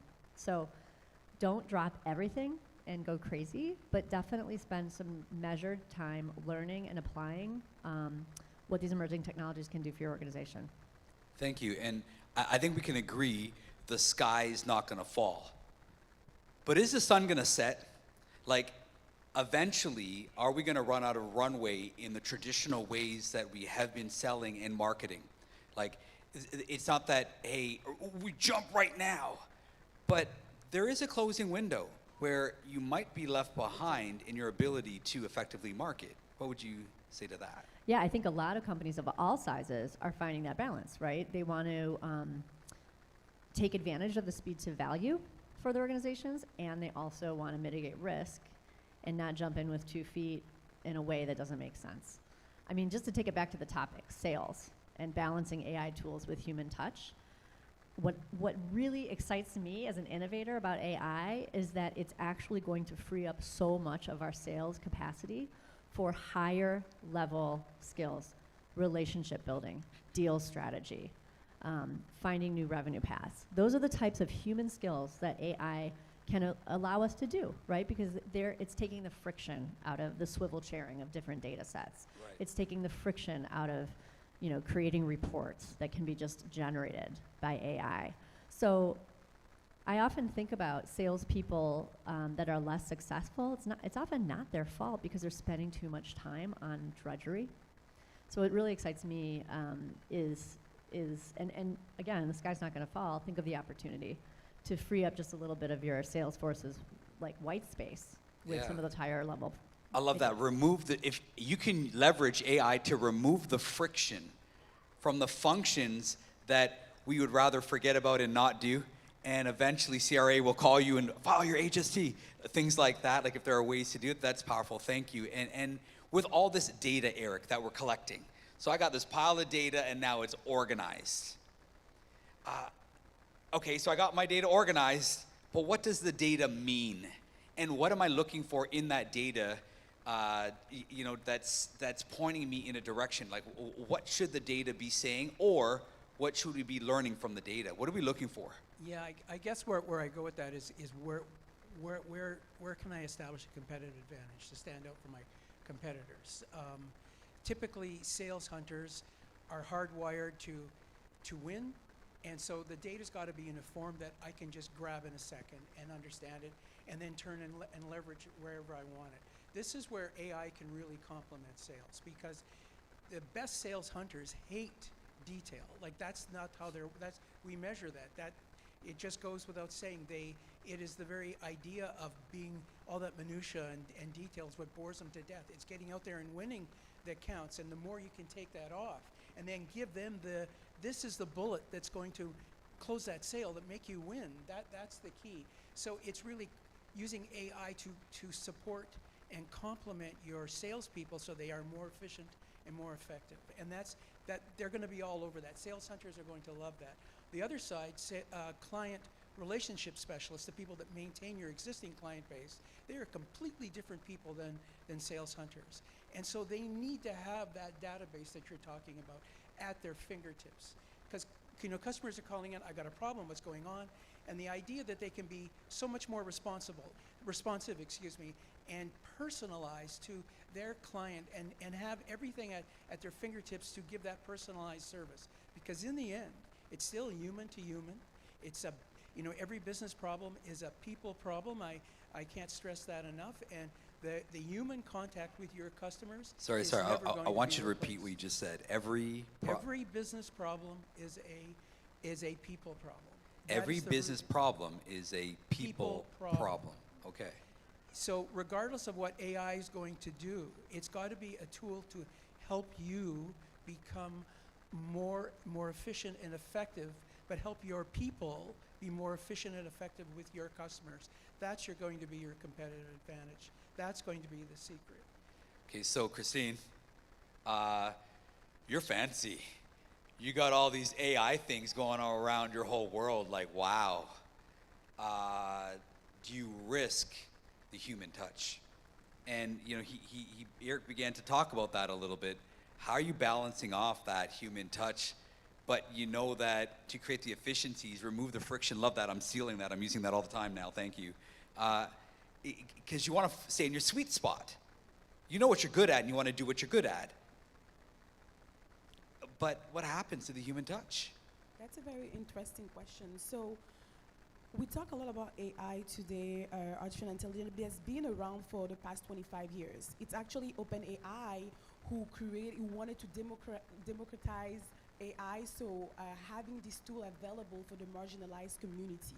So that's the reason why today everybody is aware of AI. But AI, that tool has been there forever. Salesforce has been using it forever, ever since they started. And now today, we're using it to do other things. So in terms of your question, in balancing the human touch, I'm pretty sure that everyone is aware of what's currently happening in Hollywood, the strike in Hollywood.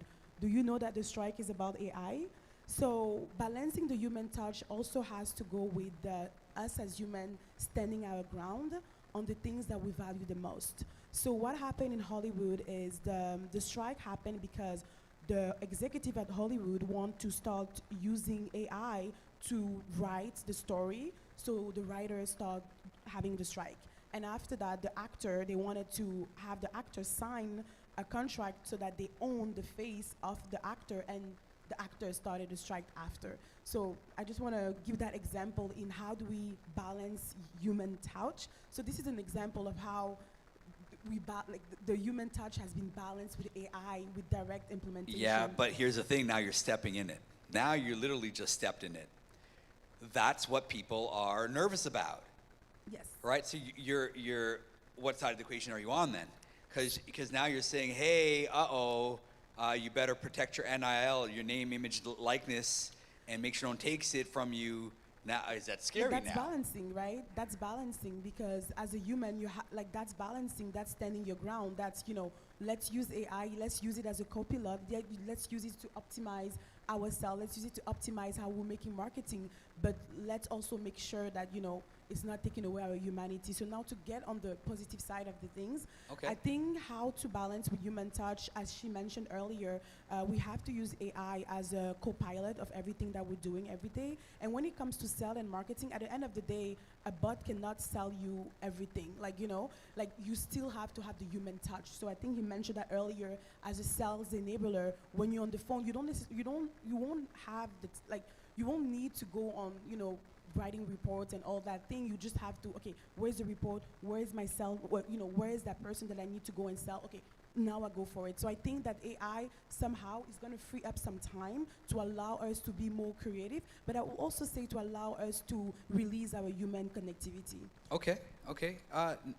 Can I add to that? Go for it. Yeah, It's all I yours. also think at the end of the day, what AI will do in the sales and say marketing, first of all, sales and marketing, in my opinion, is front row for data collection and human connections, or data collections and human connections. But I think what the beauty of AI optimizing that role, you already know what potentially the end result is. So for example, I went to Dreamforce a month or so ago, and they shared a great example. Based on the data, based on the insights that are generated through the data that you're collecting through your prospects and customers, there's a scenario where a piece of insight can be shared. For example, Christine likes, Christine, based on the data, she's ready for potentially red shoes. You know that's the end goal already. So now you have what it takes to create a relationship with her with speed, knowing that that's the end result, and now that's what you're focused on. You're focused on nurturing that relationship and guiding her towards those red shoes where you know the data is pointing that direction. Okay, so I just want to, just before Ari shares, I love what you said.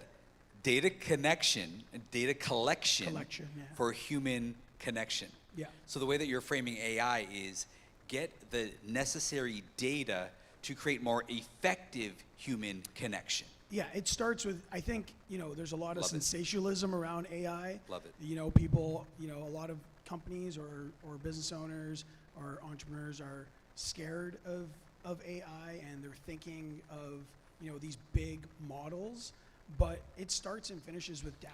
Yeah, That's the point. And ladies and gentlemen, that's what today's event is about. Don't be scared, Yeah. be prepared, right? And again, continue to have conversations. Ari, I think you wanted to jump in here. Yeah, so I was just going to mention how the new generation reacts to these trends. There was a study done by one of our partners, I'm not going to name, but over 50% of Gen Z purchases or buys stuff online now. And that's a reality. Just an example, a furniture store, by AIGC or AI-generated content, they can easily generate a 3D image of, let's say, a big piece of furniture, and then by using AR or augmented reality, you can see that piece of furniture in your living room and make a final decision on the purchase. So ultimately, that business, whether it's a small or mid-sized business, they're using AI as a sales assistant, not as a salesperson per se. So that's going to ultimately lead to more sales and a better and easier customer journey experience. Customers love to see that cutting-edge technology. Trust me, even older generation, when they see something like that, they get excited. I was just talking to a gentleman today. We at Shop Plaza, we have a dedicated solution for eyewear, and we use AI for virtual try-on. And he was mentioning how his child used to hate going to the optometrist and to see the doctor and get her eyes checked, or pick the frame that she likes. Now by using this tool, she gets excited because she likes to put that frame virtually on and see how she looks like. And that will ultimately even lead to more offline traffic to the store. People will know that brand, and we call that O2 or online to offline solution. They will go in person and visit that store. And again, the store not only will have more online presence, but also offline traffic. I definitely appreciate that. Thank you. I just bought my glasses. I wish I could have played with that machine. That would have been fun. Well, you're going to need a new pair in no time. So. Okay. What are you saying? Okay. Eric, Karen, whoever wants to take this on. Sure, I'm happy to pick it up because there's a couple of things that both of you are talking to, and that is what's the first thing in any sale? Trust. And you're talking about like the red shoes. I know what you need, so I'm giving you a personalized service. And if you don't make that trust bond, that you're just trying to shove something at me that I don't want, you don't understand my needs. So those are the two things: trust and understanding. Using AI to understand what your customer wants, leverage that. Then they're going to trust that you have their interests at heart. That's that's going to make your salesperson so much more effective and your whole sales process. And and that's really where I would go with this. Think about AI in terms of it's going to improve trust with my customers, and they're going to know that I understand them better than anyone ever has in the past, and leverage that. And your people will be excited to leverage that as well, because they'll love to take ownership of that. Thank you. And when you go through sales training, Karen, it's always about the buyer's journey. Has anyone heard the term buyer's journey? Yeah, and you want to understand the buyer's journey. Yeah. I think what we're looking at is the opposite side of that coin. And it's not talked about often enough, but what we're talking about AI, it has the impact to morph and advance the seller's journey. And Salesforce, if you know Salesforce, you've been involved in their platform before, if you've as a user or an administrator, it's phenomenal. It's always been there to help shape the seller's journey. Can you speak to how, again, buyer's journey is important, but the other side of the coin? Yeah, I mean, first off, when I think about how selling has changed in the last 20 years since we've been in business, sales used to be about kind of like it's almost a mindset of a rhino, like close the deal, close the deal, close the deal, close the deal. Today, it does require such a complex set of hard and soft skills. It's like a unicorn, right? It's not a rhino, it's a unicorn. You really need to be able to be an expert. You need to be strategic. You need to be predictive. You need to understand when a sale is going to happen, when it's not.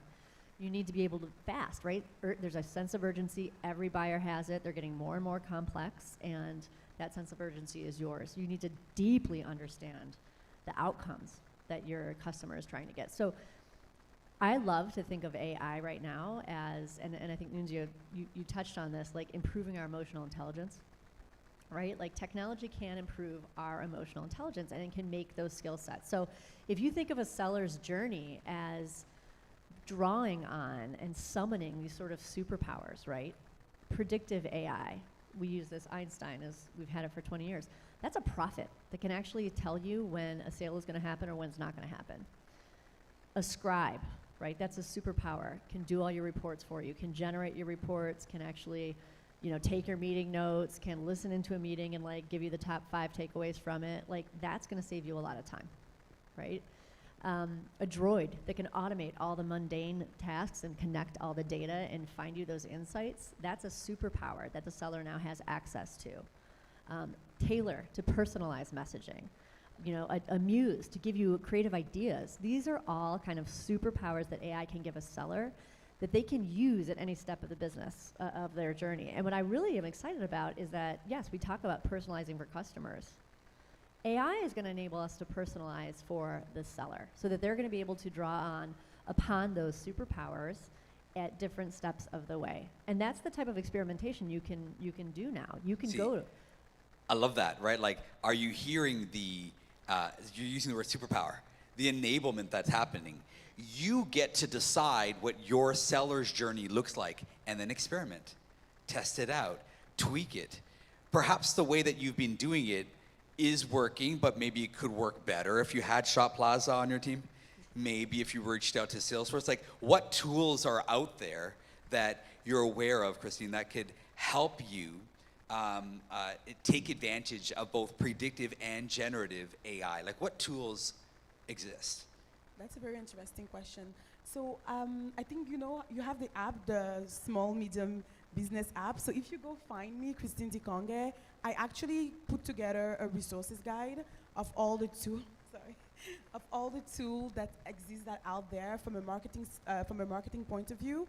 And some of the tools, aside ChatGPT, which, that's everybody known, most of the tools that I curated there are generative AI. So some of the tools that exist out there, you have to go on the app. Like I can actually go there because I actually got a lot of them. So it really depends on, what exactly you're trying to do. But one of the main tools that I'm going to mention here in terms of marketing and sell, it will be HubSpot. So HubSpot recently just launched HubSpot AI. So basically taking in all the different, so I'm sure you use HubSpot.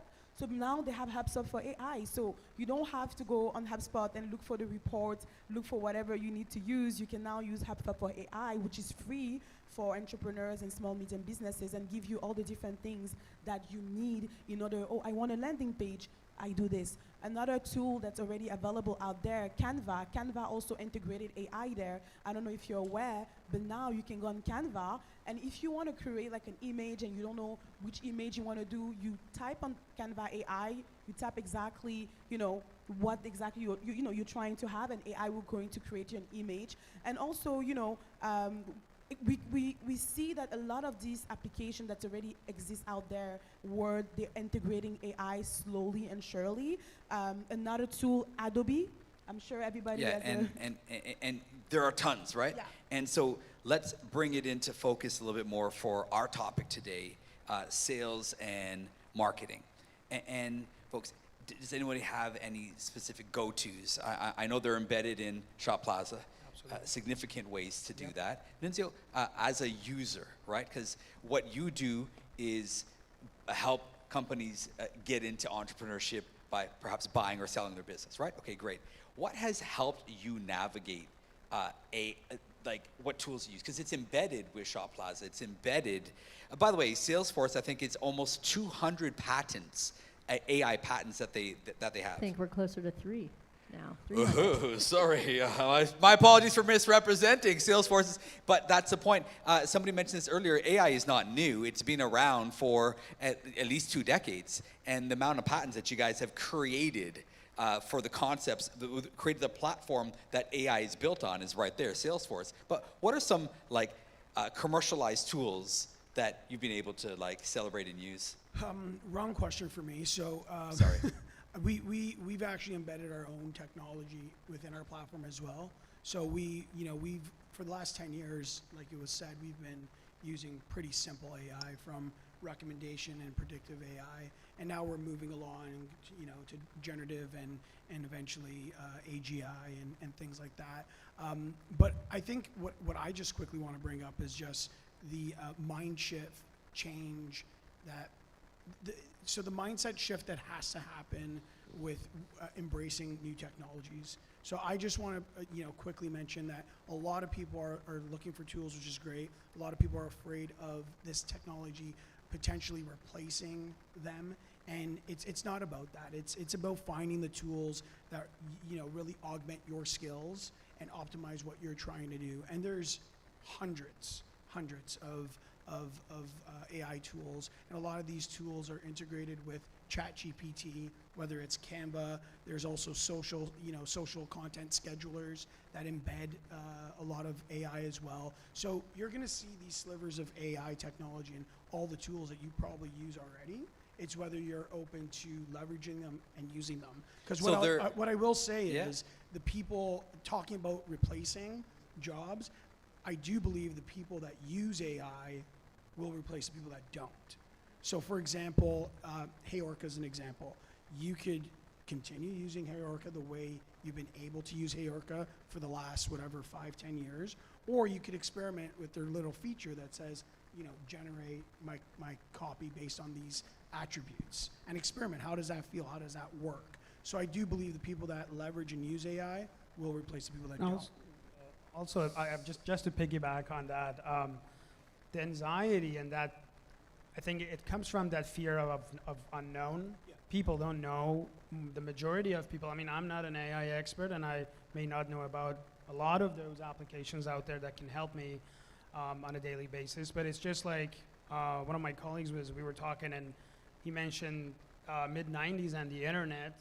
Nobody thought internet would become such a big part of everybody's life in 30 years. There were people in the industry saying, hey, it's not going to last. It's just a fad.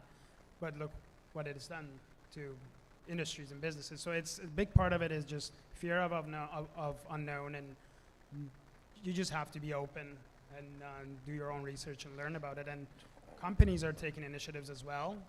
We are doing that at Shop Plaza, basically taking our clients' hands through the process, and I'm sure other companies, tech companies, are doing the same thing. So as we begin to wrap up, if anybody has any questions, you can make your way up to this corner over here. We'll give you a mic. Did you hear what they just said?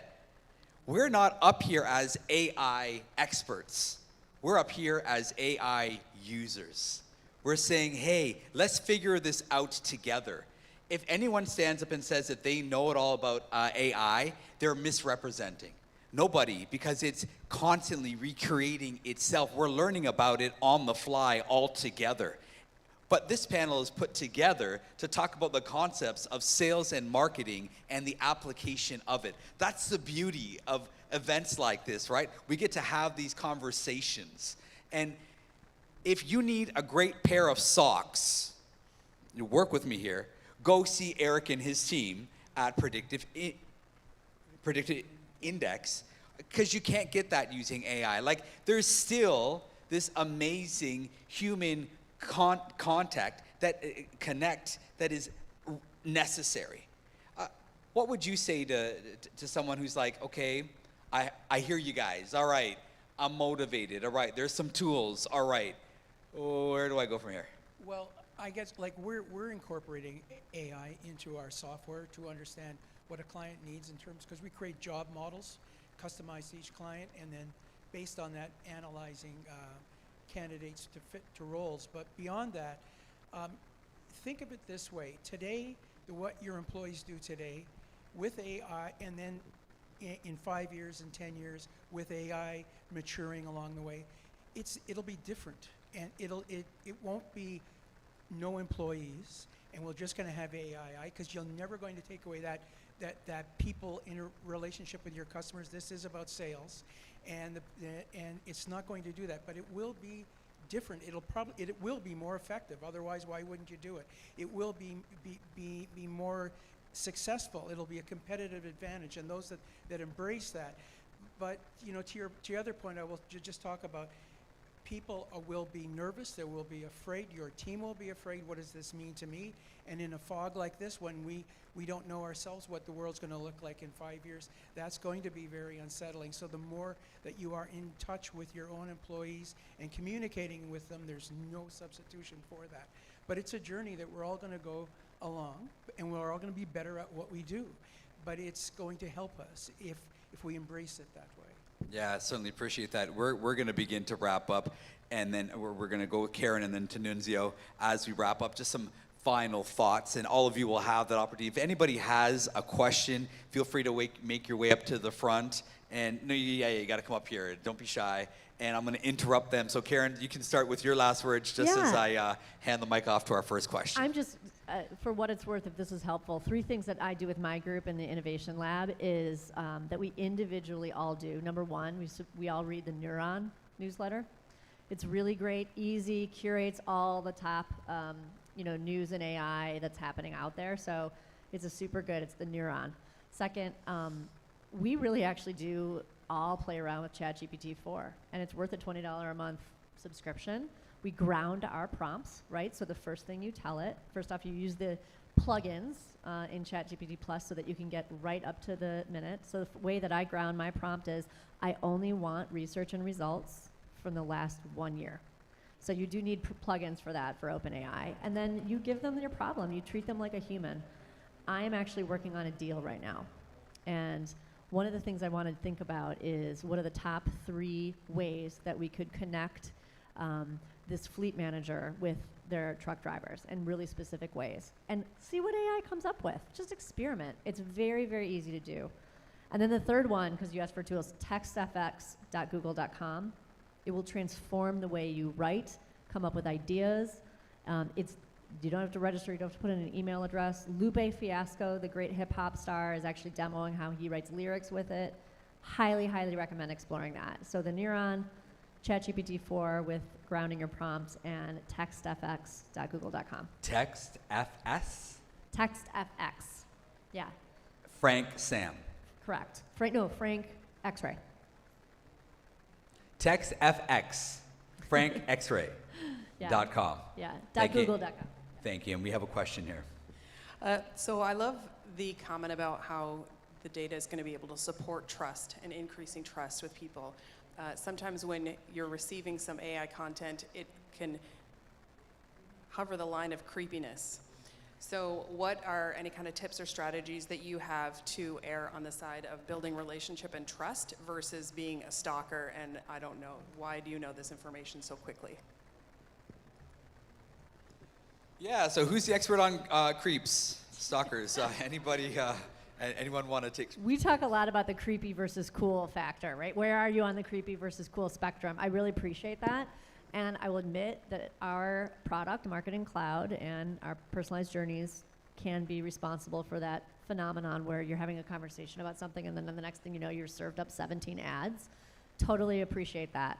I think that's where it comes down to showing up as a human being in every single interaction you have with your customers in a way that's very uniquely you, that aligns to not just your brand, your company's brand, but also your company's values. So say what you do and do what you say, right? Be honest. We actually write those into our AI guidelines, but even as a human being, I think we're gonna see the importance of straight up human trust building. I think you said that too. It's the number one thing that drives every sale. So I don't know if that's really very tactical advice, but I totally agree with your point. If I could just quickly, just to build on that, it's about communication, and you've got to make sure that your employees understand that and you've got to be communicating with them all the time so that they understand where you are. You know, this is also about your customers understanding where you are, but your employees who are going to be talking to your customers have to understand where you are. So to your point, the AI is telling you this is what it's speaking for them, but it's being able to take that and then humanize it. And that's why don't ignore your people. Your people are a key component to all of this. Thank you, Eric. And we'll take another question. My question is kind of along the same lines of the first question that was asked. And I just request a first response maybe from Christine. But my question is like this. So you mentioned trust. We're kind of in an age right now, farm to table. Like to me, people are searching for authenticity. So my question is this. So for instance, I was just put to task to develop something, some courses or something. And so I used AI. How much time do I have to spend putting it into my own words like I did when I was a kid to avoid plagiarism and all of that and to still come out looking authentic? It's a really good point. I think ChatGPT is not a writer. It's a first draft. You really have to give your own voice to it every single time. You cannot just send it through as is. Yeah, customize it. I mean, you have to add your human touch to that, AI generated response or whatever that ChatGPT gives you.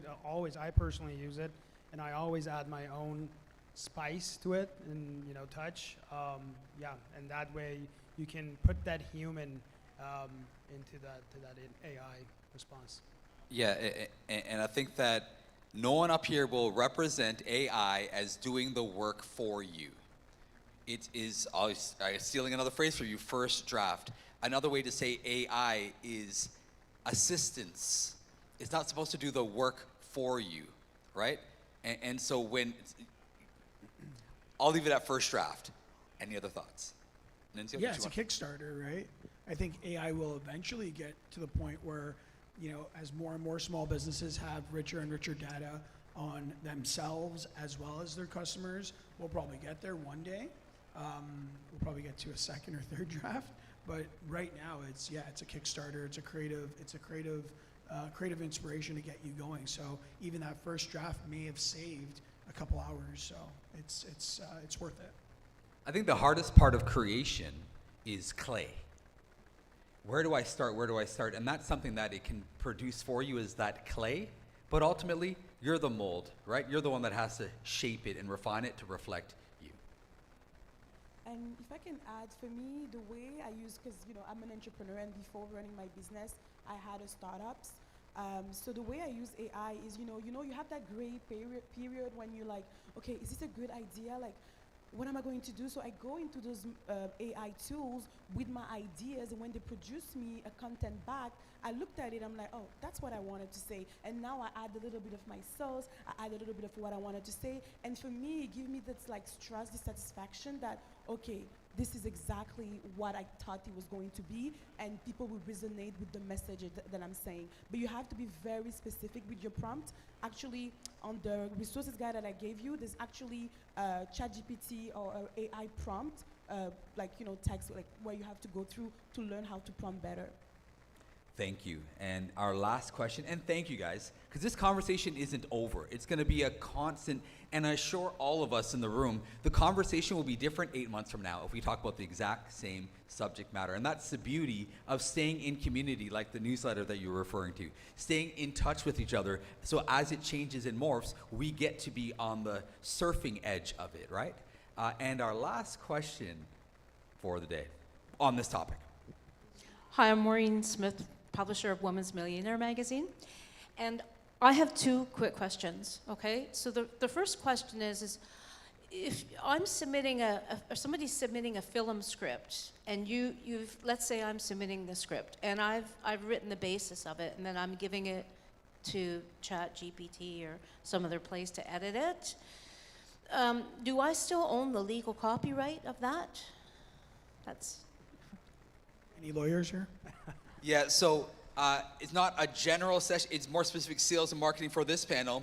The interesting thing is there are a few lawyers that are in the room, and when I see them, she's not here right now, I'm gonna connect you with her, because right now, the legalities, more so the liability of AI is significant. If I go ahead and use something that was given to me from an AI-generated tool, who owns the liability? The producer of the software or the one who used it? And those are still spaces that are being refined and defined. So as we close, and thank you for the question.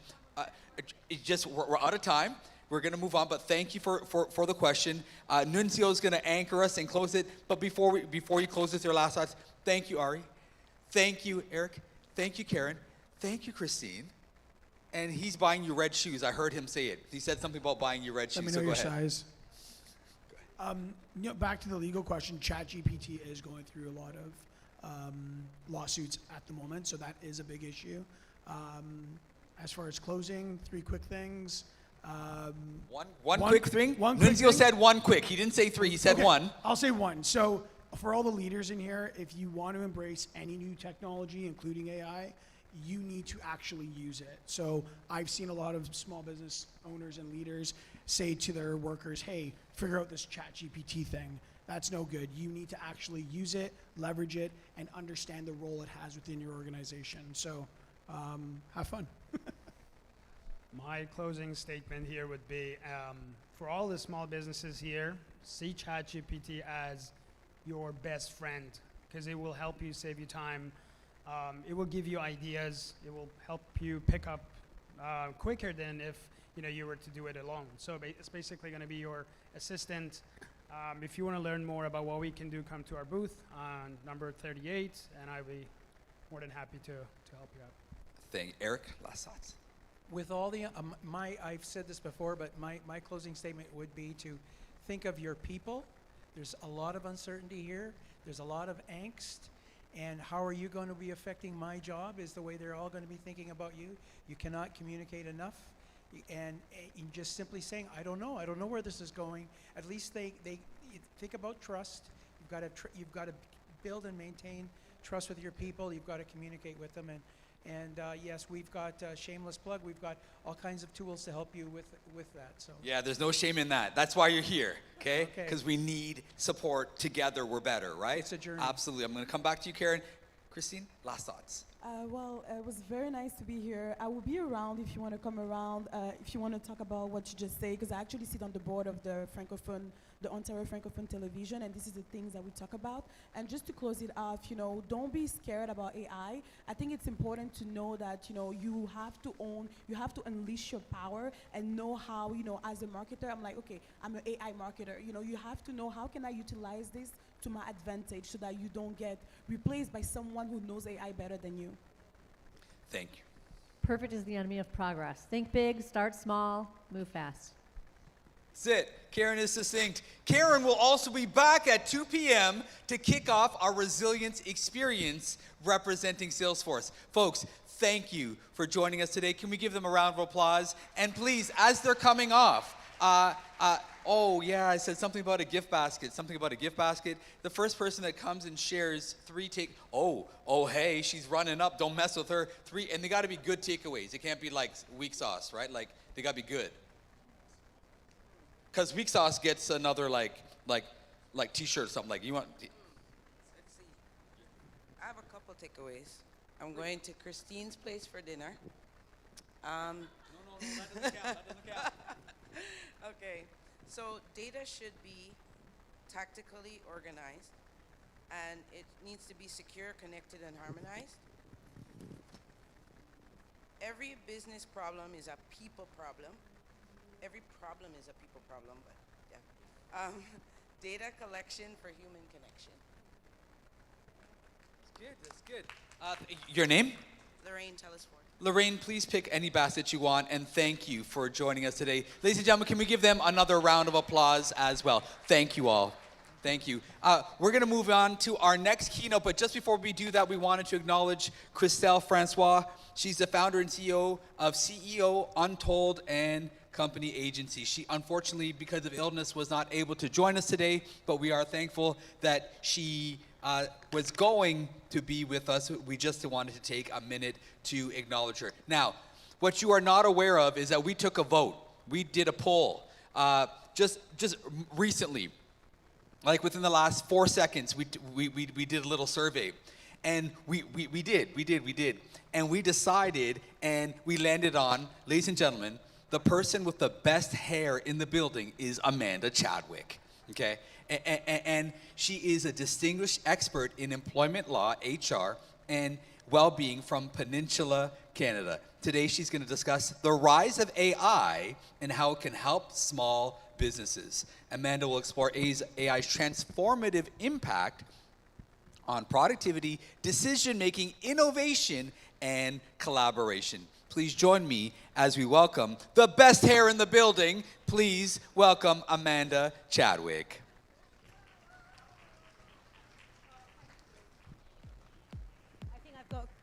I'm okay with this. I just said earlier on, give me a mic and I'll start singing a terrible song. So is that one better? Do you want the podium or do you want to be I can. I'm fine. I'll stand. I can move out. Yeah, thank you. Oh, hello. I don't know if I have got the best hair, but I've got a lot of hair. So I'm lucky enough to be have been around actually since. How do I change the slides actually? Do I have a clicker for the slides? I've been around since actually when landlines existed and mobile phones didn't exist, and actually if I had to look something up, I'd go to a library or I'd use microfiche or a teletext, and a lot of people won't even know what that is. But time has changed now. Brilliant, okay. And if you don't know me, I'm just going to introduce myself first of all. My name is Amanda Chadwick. I'm a speaker, writer, presenter, expert in HR, employment law, health and safety and well-being. I speak for lots of different associations and federations globally. And I found myself before the pandemic, about 5 years before the pandemic in the UK. I was called into a meeting. I had an invitation to a meeting with the Ministry of Defence, Airbus, who you may be familiar with, and some governing and enforcing authorities in the UK. And I was there as a speaker and to join in the conversation about artificial intelligence in the workplace and the impact it will have on the way we work, the way we can work, and also the dark side, if you like, of artificial intelligence as well. And since then, I've worked with some innovative agencies where, you know, there's artificial intelligence in retail where you can walk into a changing room now and they'll know you straight away. They'll know your past purchases. And you don't even have to take your clothes off now. The mirror can even put the clothes on you while you're stood there. There's amazing things happening in artificial intelligence, and it really will help businesses. People don't like change. And I've known that all along since the landline started and mobile phones. People are not keen to change their way they work, but we need to embrace this. So artificial intelligence in the small business is very, very important. The slide's not moving. Apologies here. Okay. So how has the workplace changed? Technology has brought significant changes in the workplace, transforming the way businesses operate and employees carry out their tasks. And technology has changed the workplace through the years. As I said, from pagers to mobile phones to computers. AI helps in automation and task acceleration. The industries that I find that it's worked with the most and made the most impact is the healthcare sector. So in the past, we'd have to rely on paper records, but now the nurses in the health sector of today can have your details on their iPhone, on their iPads, and see actually what medication you're on and what treatments you've got. And before you leave the hospital, you can actually see when your next appointment is and what your next treatment is. And all your healthcare providers, I know in the UK, I don't know about Canada, but they all use this artificial intelligence. It's brilliant. I live on a small farm in the UK, and for health and safety and to spot the errors and mistakes, artificial intelligence is wiping the floor with agriculture. It is helping that old-fashioned industry to prevent mistakes and accidents occurring. It monitors crops. It's great in transportation, where you can predict and look at the weather. And you can, and the first time I think I used AI in transport was the AA route planner. I don't know if you have that. It was called that over here. But a route planner, before that, I used to have maps and A to Zs of little cities and countries to find out where I was going. But then suddenly there was mapping. And mapping changed, and then we had route planners, then we had the TomTom Go, and now it's inbuilt into our cars. It's transformed the way we work in transport. The other thing is education, which is, even as a small business that's in education, writing programs, the way pupils work, the way the pupils educate themselves is different. Every person is different in the way they learn.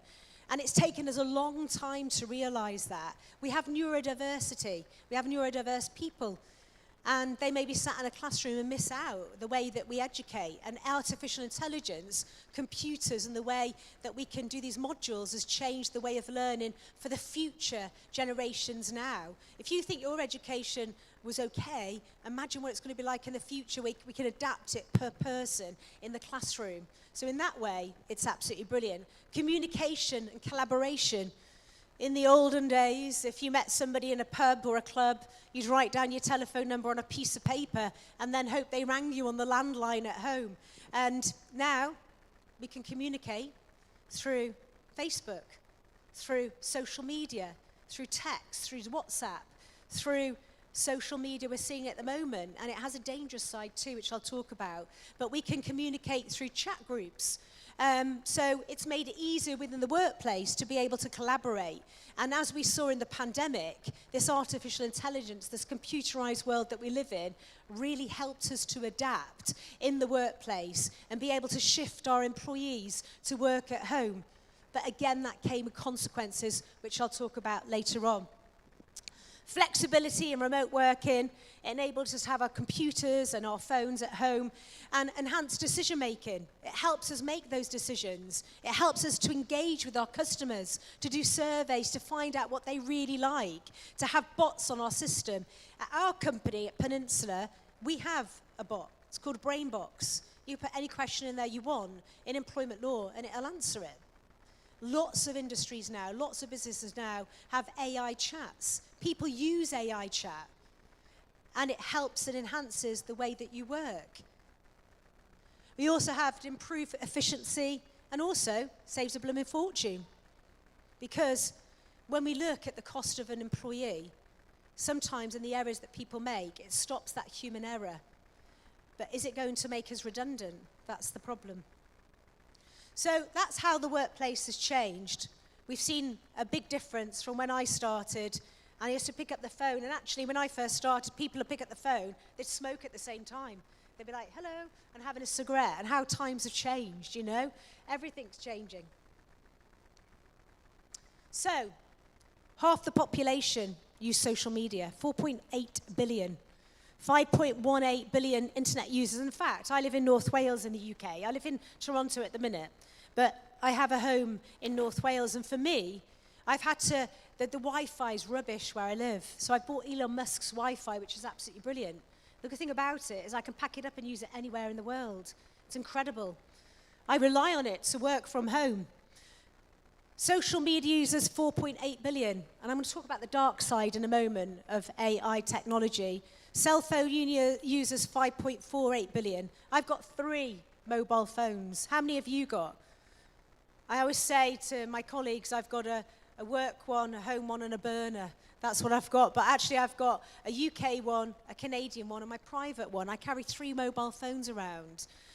But how many mobile phones have you got? How many laptops have you got?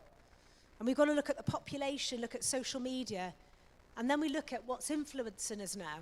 And actually, if you ever catch, there's a brilliant video on the internet. It's a bit old now. It's by Socionomics. And it talks about the impact of social media that it's having on us and our mental health.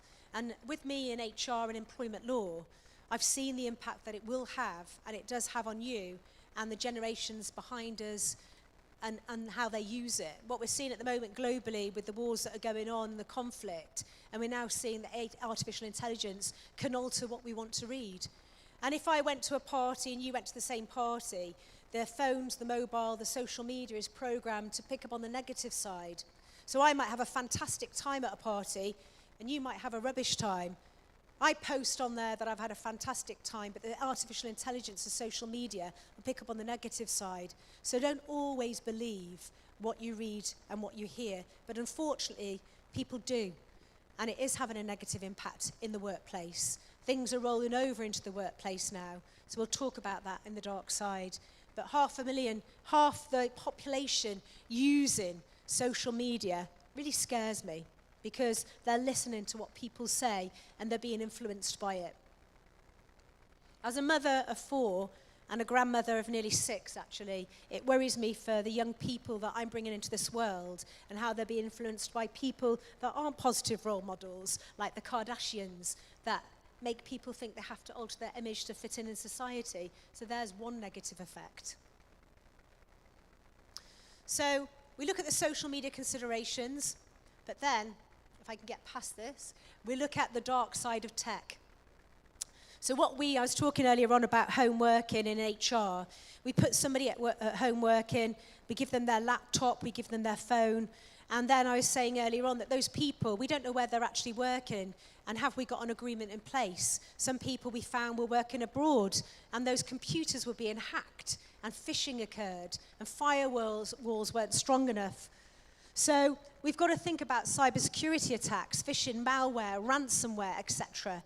The social media backlash. I talk about brand when I'm talking about HR and employment law, and I talk about protecting your brand and making sure the journey in employment is positive, the way people meet you, because people speak about you on the internet.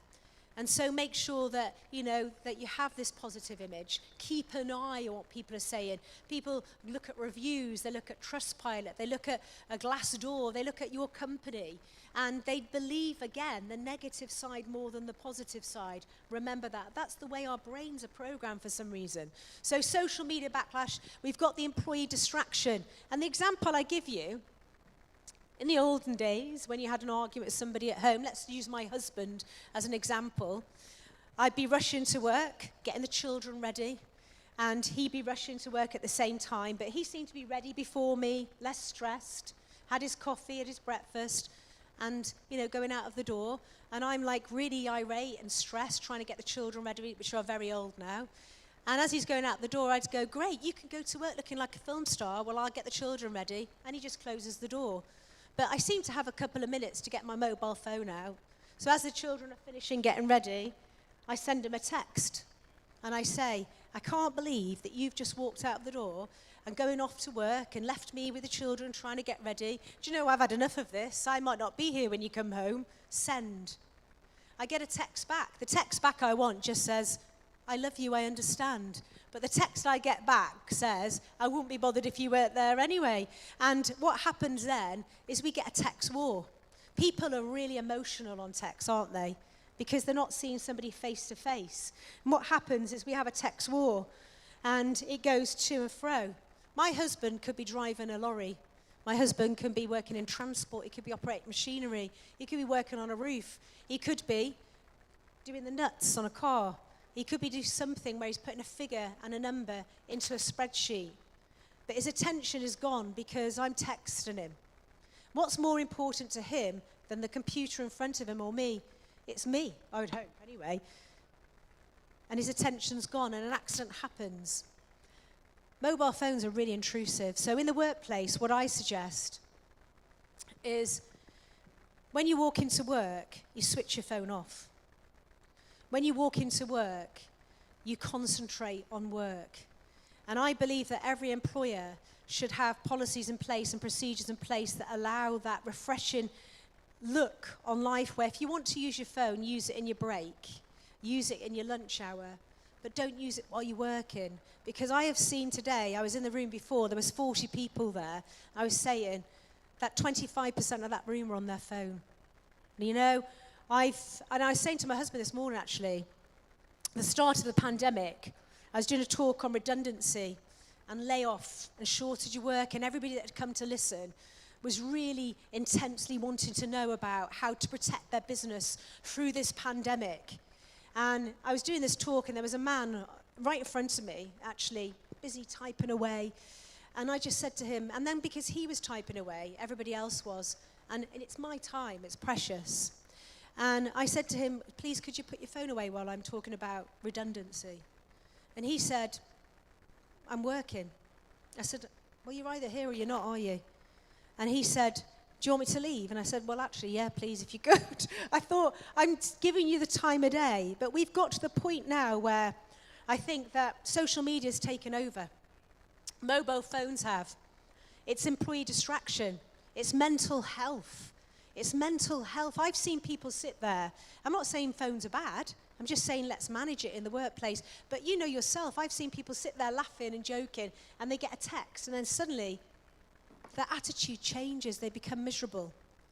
So let's put in place things at work that say, you know, computer policies, mobile phone policies, but also, when I talk about brand, what about outside of the workplace? At this moment in time, we have a global crisis. We have lots of things going on, don't we?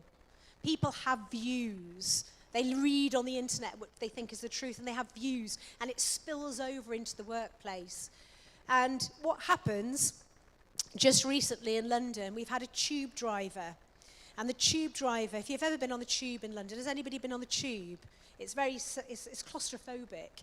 And the tube driver, in his job, has suddenly started chanting on the tube.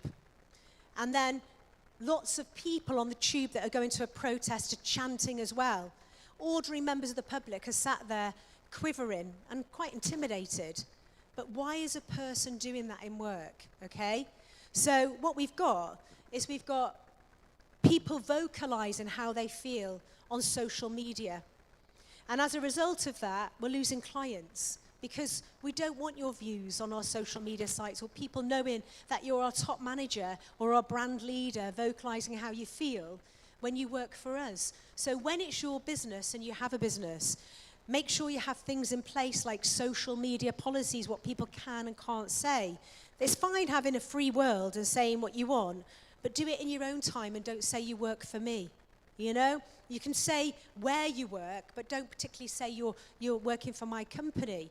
And we've seen this with schools, we've seen it in education, we've seen it in loads of industries. I had a gentleman who placed a car for an Aston Martin, a contract for a car, an Aston Martin car. And then he saw the view of the manager that worked there on social media and cancelled his contract. Because he said, if that's your views, I don't want to deal with that company. And it halted a contract. So be very careful of that as a small business, that you need to make sure that you're aware of the dark side and make sure that you have those policies and procedures in place as you start out. Your business will evolve. Artificial intelligence is great. Artificial bias, sexist recruitment, tools and harassment. We've seen in recruitment, people are using artificial intelligence, but it's becoming biased and it's not adapted for neurodiversity. It's not adapted in some conditions. It actually takes into consideration years of historic use and can be discriminatory in many ways, especially sexual. Job elimination and employee reduction. AI could replace the equivalent of 300 million full-time jobs. That's reported by Goldman Sachs. So what have we got as a plan B? So for me, starting from the beginning to the end, I think artificial intelligence is very positive. I think change is very positive. It's how we manage it within the workplace. It's how we make sure that we protect what we've built and we protect our reputation. I think that health and safety, it's great. I think in education, farming, and a smaller business, I wrote down actually 2 things that I think are brilliant for smaller businesses, and I don't know if you use them, but Canva is a brilliant artificial intelligence app. It's fantastic if you've got a business because it helps you do your presentations, it helps you post out on social media, it helps you get the right message out there. Teachable is another one. And I asked my sister-in-law that lives in France, she's a designer, and she does pattern cutting. She does it for all the top designers. And she said it's like having an assistant.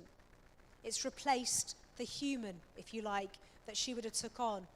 But it's brilliant. Canva and Teachable. Now, years ago, I worked in a casino. Many, many years ago, I worked in, as a croupier. I had a break from doing what I did, and I took a few years out to travel. And then I ended up working in HR in a casino. And what I can say to you is I remember standing at the table in a casino, and the staff there saying, "You'll never get computers replace this, will you?" Guess what? They have. Has anybody been to a casino recently? And they have roulette tables that are AI and computer generated. So we can see it in every industry.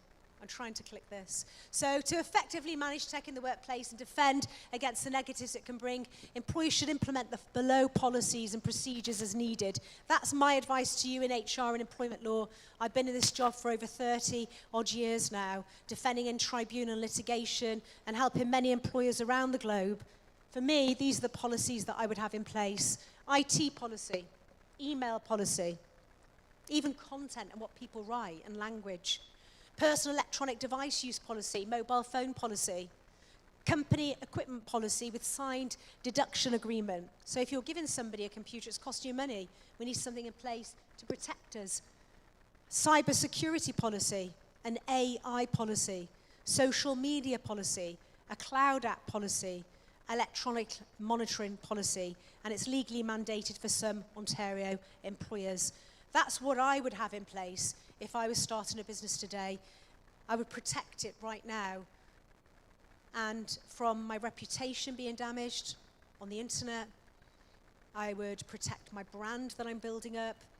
But I would use really good AI as well. Like I said, Teachable and Canva to help me grow my business and to help me understand things, and especially in health and safety. We use a lot of AI in our company. We've been around for over 40 years, helping global companies, still a family-run business, working with, we work with Canadian Tires, for example. We work with Louis Vuitton, Harley Davidson.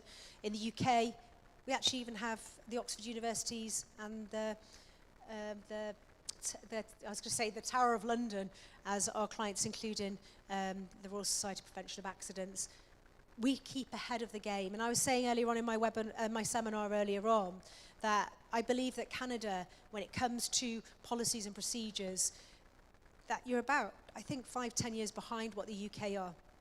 And I think we're in a great place to learn from what they've learned, the type of policies you need in place to protect your business.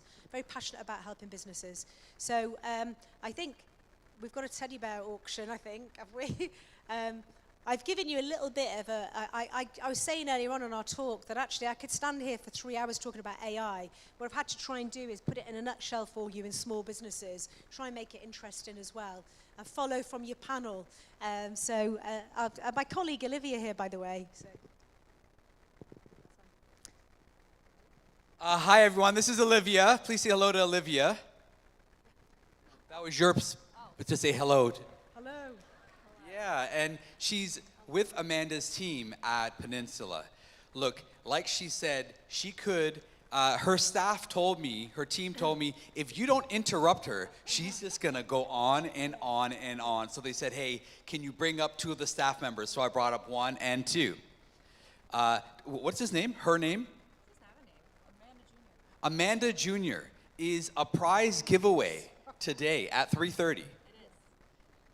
Hello all. So we are at Peninsula Canada. Our booth is booth number 28. We are currently having a quiz. It is kind of like Are You Smarter Than a Fifth Grader, but it is Are You Smarter Than One of Our HR Experts? So please feel free to come up. Even if you get the question wrong, it will enter you into the draw to win either Amanda Jr., a $250 Amazon gift card, or a gift basket. And we also have a popcorn machine. So stop by and yeah, that's it.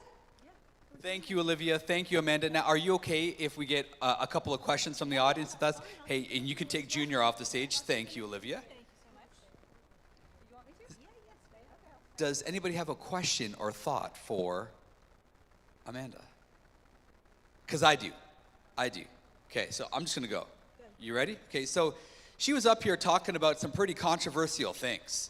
She's not pulling punches. She's like, look, this is just how it is. Face it. Deal with it. Did you want wokeness? Did you want political correctness? You ain't going to get it. I'm just going to give it to you straight. And so appreciate that. Thank you. Just for speaking truth. Was anybody challenged or bothered by the way that she was representing truth? And this is, I'm getting to my question. Unless you deal in the currency of truth, of what really is happening, how do you make change if it's not real? God knows. So how do I make change if it's not real? Yeah, support the position with data. I just think in the workplace, and I don't know if this answers your question, in the workplace for me, that we have a lot of baggage and influenced by, like you say, data, influenced by social media. And I think that we need to be impartial within the workplace. Is this what you're asking me? And to walk in, and when we walk through that door, to work together cohesively, to get the best out of the business. And that's where we need to manage what we see on social media, what's said in the workplace, and how we use artificial intelligence as well, I think. Is that what you're asking me? I didn't know I was pulling punches, actually. Yeah. Thank you. Can we just give Amanda some love? Thank you for investing in us today. And Olivia, thank you for bringing Amanda Jr. to the stage. We appreciate that. Folks, again, popcorn just down the middle aisle. You can hang out with Peninsula Popcorn, a $250 gift card and a gift basket. And you get to hang out with all of their hair. Like the whole team has just amazing hair. Up next, we have Anderson. Before I introduce Anderson is with one of our long-standing partners, Zoho. That's an amazing platform. If you haven't heard of Zoho, or you need to find out. Literally, one tool can manage your entire business, and it's called Zoho. Anderson is so powerful that he does not have a first name or a last name. He just has one name, literally, legally. His name is Anderson. That's it. He is with Zoho. He's a seasoned marketer for over 8 years. He's a regional marketer for Canada, and he's worked closely on business intelligence marketing platforms as they leverage automation to engage customers effectively. Please join me in welcoming Anderson.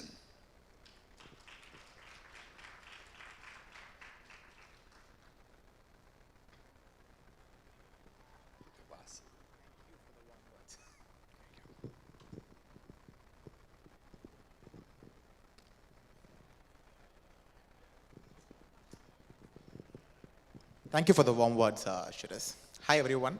I am Anderson. I'm the regional marketer of Zoho Canada. Today, now that we are in the small and medium business event, I thought I'll talk a little bit about how you can engage with your audience.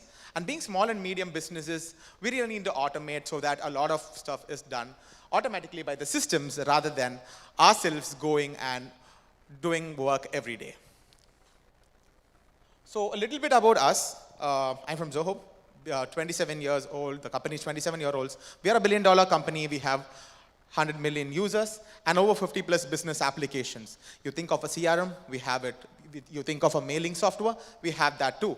Invoicing, if you need finance solutions, we have all of that. So anything and everything that you need to run a business, we have it.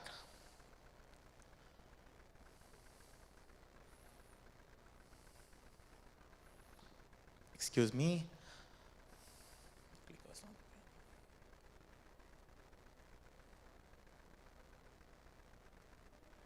Okay. So these are some of the list of the applications that we have, including contracts, shifts, data prep, recruit, and all of that. So we are present in 150 plus countries, and we have our data centers across the globe. One interesting thing is that by Q4 of this year, we are going to have our data centers here, which means that all of your data is going to be just in Canada and not going to be shared with any other country. Okay, starting off with customer engagement. I wanted to go one step before that, wherein we talk about how do we acquire the customers. So there is a funnel that we all go through. Excuse me, the clicker is giving me a hard time, but yes. Yeah, so there is an awareness stage wherein we try to get users to know about the business. Then there is a consideration phase wherein users evaluate us, conversion happens, and then the loyalty and advocacy. I'm going to primarily talk about the loyalty and the advocacy stage because that is where we get most of the upsells or the cross-sells. Thank you.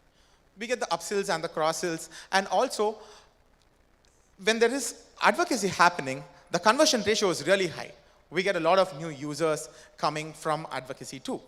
So given that, those are two main phases for us. Sorry? Okay.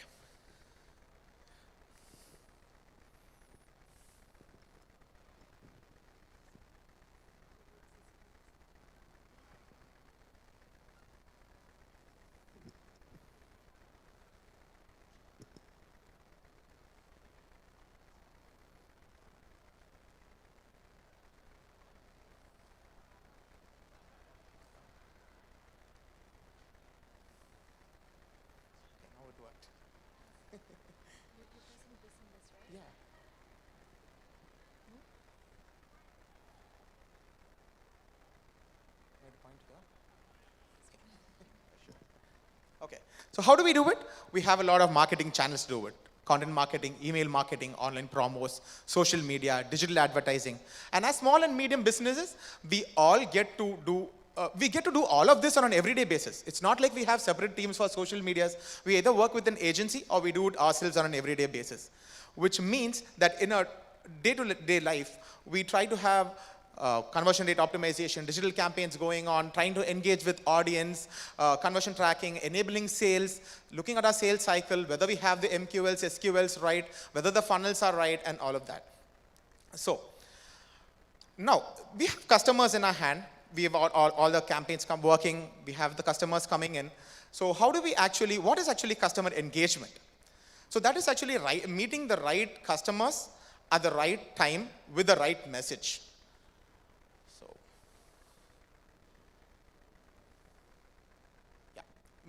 Giving the right message at the right time to the right person. So how do you do that? Like, first of all is personalized messaging. This is something that people have been talking for a really long time. A lot of automation tools are up here. Every email campaigning solution or every SMS solution probably has a personalized message. But the personalization is probably limited to just a name. Like we all get, hi. Again, if it's me, it's Anderson. And again, whoever you are, like you get this in a name, but what kind of other personalization do we really need to do to engage with the audience? Segmentation is one thing that I really feel that we have to do. Though we have customers, we send them personalized messages. Customer segmentation is one thing that we really need to concentrate. Like country-wise, what kind of, what product are they using? How frequently have they been coming to our website? And then apart from segmentation, workflow creations is something that we have to really manage for our campaigns. So how do we do all of this? One is segmentation by lists, right? You have different lists where you segment them, and also you can have pop-ups coming on the website. When a user comes up again to your website, you can have pop-ups coming up over there showing them the different kinds of advertisements or the product specifications or how-tos on how they actually have to use the product. So here is a sample builder that I would like to show you, which shows a journey on how you can actually, Mahin, excuse me.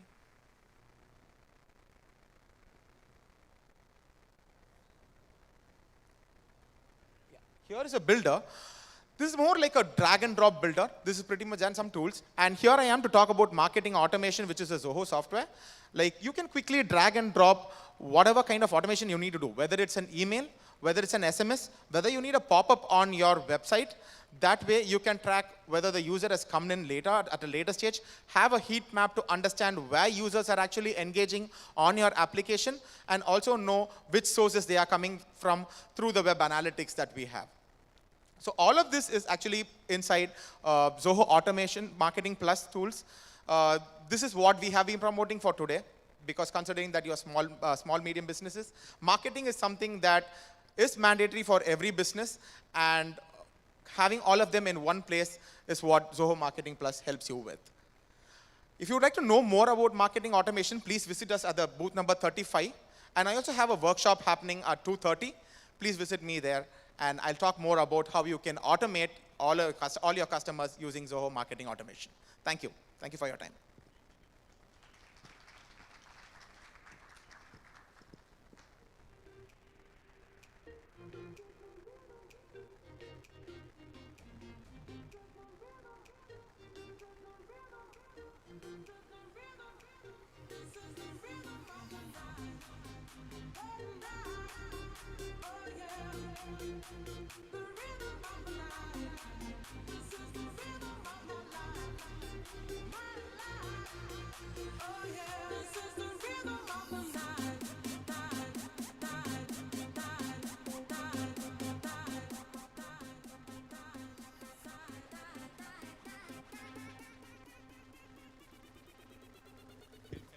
Hello? Ladies and gentlemen, we'll take a short break and we'll be right back here with our Resilience Experience keynote starting at 2 p.m. ET. Thank you.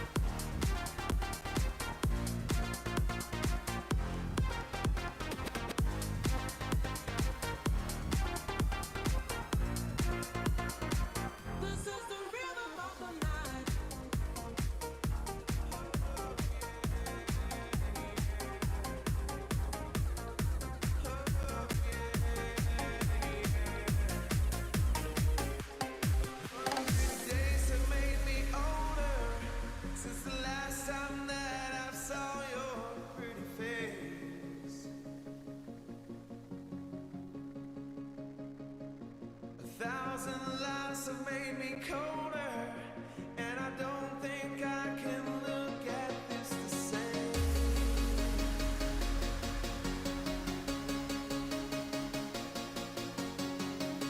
There are the miles that separate, disappear now when I'm breathing of your face. I'm here without you, baby. Still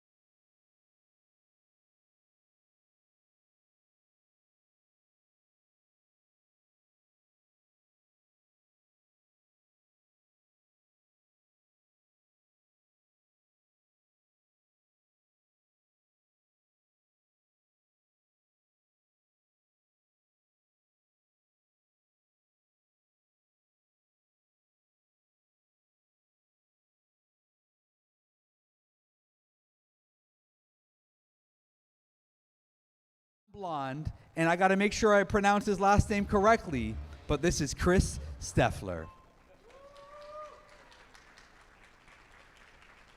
Thank you very much. Great job. Fantastic. Thank you. Thank you, Shiraz. Well, I first of all have to thank Shiraz for his beautiful, you can pull down the audio, guys. I want to thank Shiraz for that beautiful introduction, and to everyone here that had the wherewithal and the energy to come down and check out what's happening with small business and the things that kind of go on with, resiliency and hurdles that you may kind of endure over the period of your business. Some of them, like various bands I was in, didn't do much, right? You just, gigs here and there, and then all of a sudden I'm a homeless teenager living in Toronto, 17 years old, walking around trying to figure out what to do. And then I bumped into this young fella, Mark, our singer, and he was 17 years old at the time. And we would hang out at his parents' place. He was living with his mom, a single mom. And they were watching TV one night, and he saw this incredible movie called Platinum Blonde. And he thought, man, that's a good name for a rock band. Why don't we do like a rock band with that name, right? And I thought, Mark, in my head I'm going, he's 17, you know what I mean? Like, okay, buddy. And he was talented. And long story short, I continued with other bands, but I saw this interesting energy that he had. And then when he was 19, he was interested in having another band. It was a funny story, but he got kicked out of his band, Platinum Blonde. He had a band called Platinum Blonde, and then he got kicked out of it. They had an agent. They were doing colleges, universities, high schools, club. And we just started playing, and it just kept going, and then we would have hurdles, like the first record came, and then we were like, oh, this is great. I said, Mark, I'm gonna leave my gig teaching, but do you think we can make $200 a week? Like, that'd be really cool. And then can you pay for sticks and heads and strings and shit for, Serge, because Serge, our guitar player, So how about, do you think we can pull $200 off? He says, yeah, man. And I'm going, okay. And half the time he never did. But it was the guts of him saying, yeah, man, we can do it. And it was just like, because he needed a band, but it was mostly that I saw a spark in this guy, like I see with Visual Sound Ascension, an incredible new company that is trying to put together a fantastic concept of virtual reality, Visual Sound Ascension, virtual reality with back catalog artists. So in other words, you would see like a really cool Michael Jackson video or something from the day, something really cool, Bruce Springsteen, and all of a sudden you feel like you're in this virtual reality of the concert. So a fantastic idea.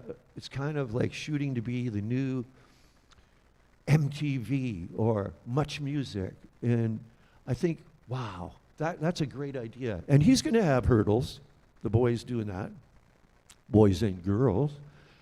And I would remember, okay, after our first record, it was like, holy mackerel, we couldn't get a record deal. No one wanted us. We had a good agent, and he was kind of a manager as well. He was older than us. He was like 19, Mark was 19 or 20, 21 when we got our first record.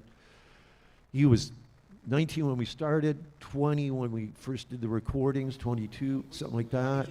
Then it took off, and we were really happy that, we enjoyed playing clubs, but, we want to open up for some cool bands, like Billy Idol and do the Rebel Yell tour across Canada, and just Bryan Adams and across Canada, all through the States, and you know, all these things. And then, oh my God, after a show, our bass player dies.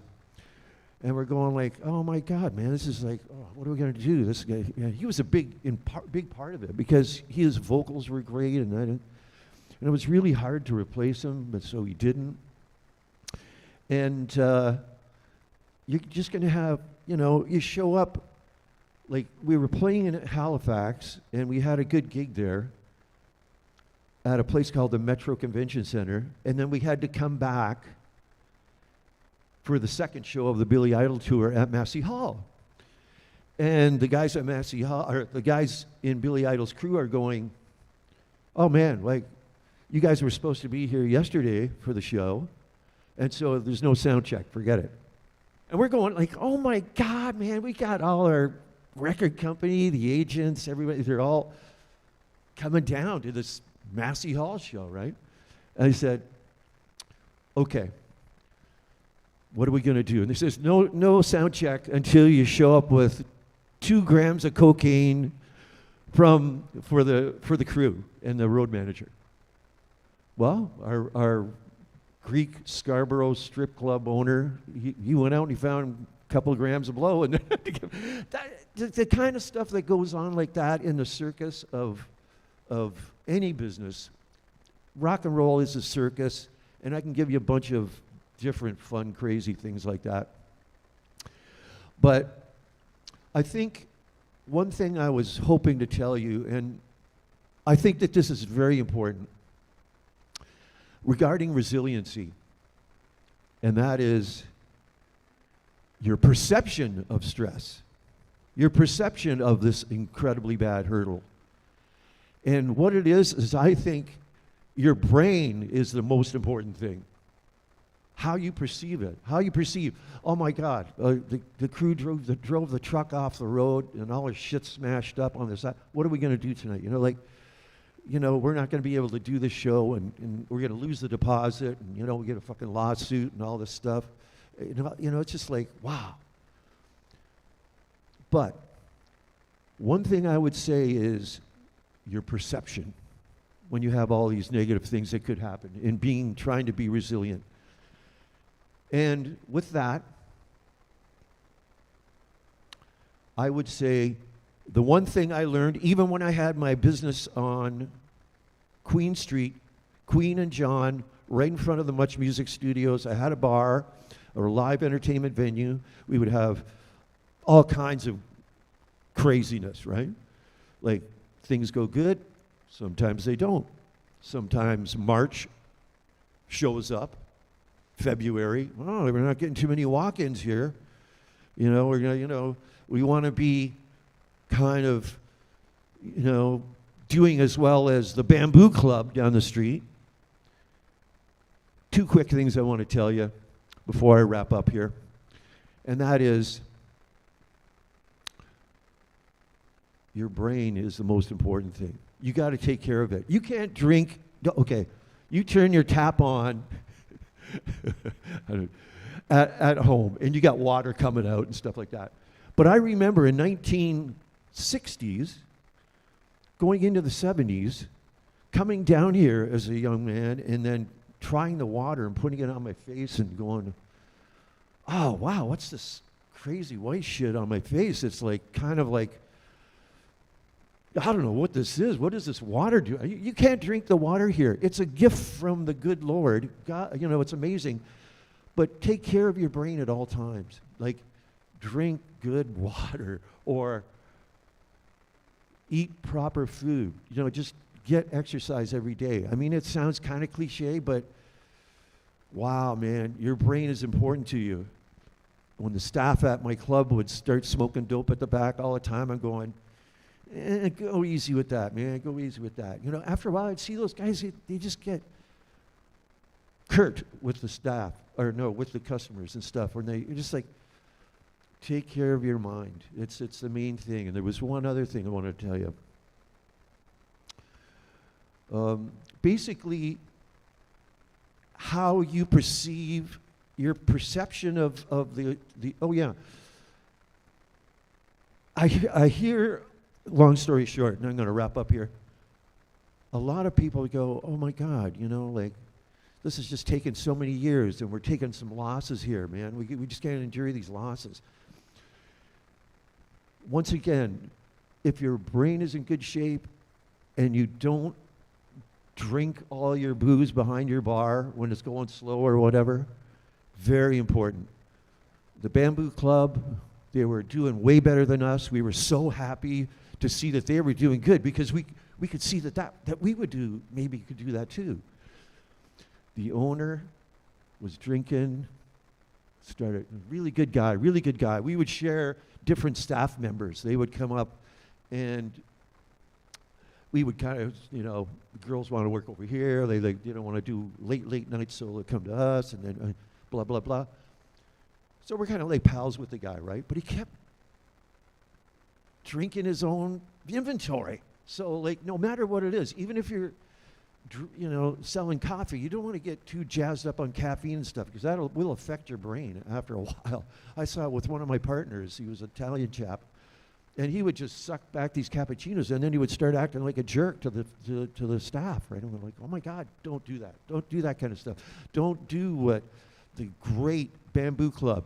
How are we doing for time? Can I go one more minute? 20 seconds? Okay. Long story short, the owner of the Bamboo, Gary, was doing so much coke when he went up to his cottage, he was coming back with his wife in the car, he dies in the car. And she has to drive him. She didn't want to like dump him out at way up 4 hours north of here. So she drove with him in the car all the way home because she didn't want to endure any charges like having to have him shipped down or whatever. But see, the cocaine and the glory that we saw with the incredible Bamboo Club. And some of the guys doing the board here stuff probably know the Bamboo Club. It's a great DJ place and stuff. Very admirable, but he didn't protect his brain. And in a long story short, thank you very much for your time today, guys. Just watch your brain and enjoy your weekends, though. And thank you, Cherise.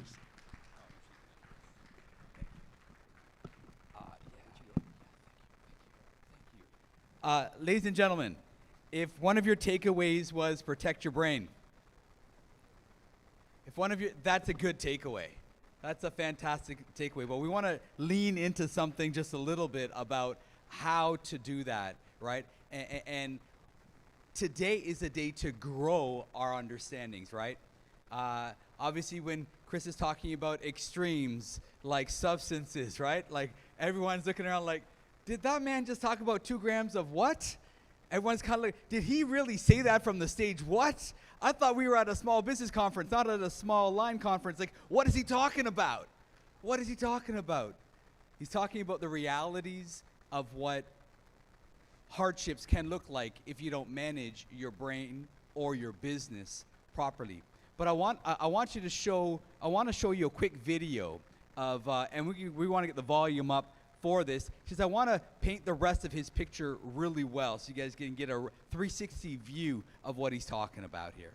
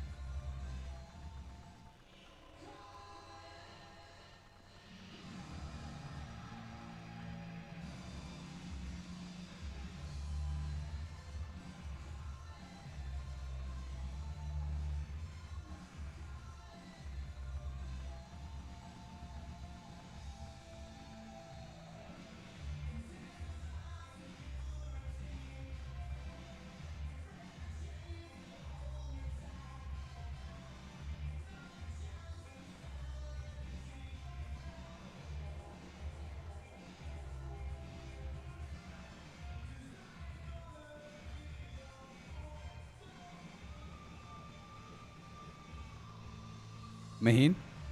Maheen? Why did we want to show you that clip? Is because what he did as part of a Canadian legend rock band is now being reinvigorated with VSA. See, don't think that anything that you've done in the past is wasted. It can all build and serve greater purposes. So now what they've done is when he mentioned that anything that's on back catalog, he's partnered with VSA, and Sam is here today, and what they're doing is they're reimagining every single music video that you grew up with in the 80s and 90s in a virtual reality world. That's why we felt it was important to have Chris here today to tell the story of what was, and you heard some wild stories. You heard about XYZ, right? You heard about all those things. I mean, you still can't get enough of it. You were giggling the whole time, like, I can't believe he said those things. He did, but those are the realities in that space. But what about the uglies that live in your space? You see, for them, their addiction could have been substances. Is the addiction that we deal with in our space today too much time on social media? Is that an addiction eroding your capacity? What else is it that's taking away from your ability to press on and keep going on when you feel like maybe I should just take a day off, take a play off, maybe just relax a little bit? And when you spend time with Chris, you'll get to know that, hey, wait a second here. You were able to get past all that? No. He'll tell you he didn't get past it. He went through it. So what are you going through right now that could act as a roadblock or a trampoline? That's up to you to decide. That's up to you to make a decision. How are you going to use your obstacles as something to get over or something to get on top of to give you better sight lines of what lies out there for you? And that's the challenge that we want to throw out to everyone today. No matter what you've been facing, no matter what you've been dealing with, there's this opportunity to don't look at it as a roadblock keeping you out. Look at it as a height that you can elevate to, stand on, and be able to conquer the industries that you are in. So once again, Chris, thank you. Thank you, Sam, for being here with us from Visual Sound Ascension. Now, there was a second part of what we were going to do today, and unfortunately, it's not going to happen yet. The second part of what was supposed to happen right now was the captain of the Toronto Argonauts, Enoch Mwamba, was supposed to be here. And unfortunately, he won't be here till 5 o'clock.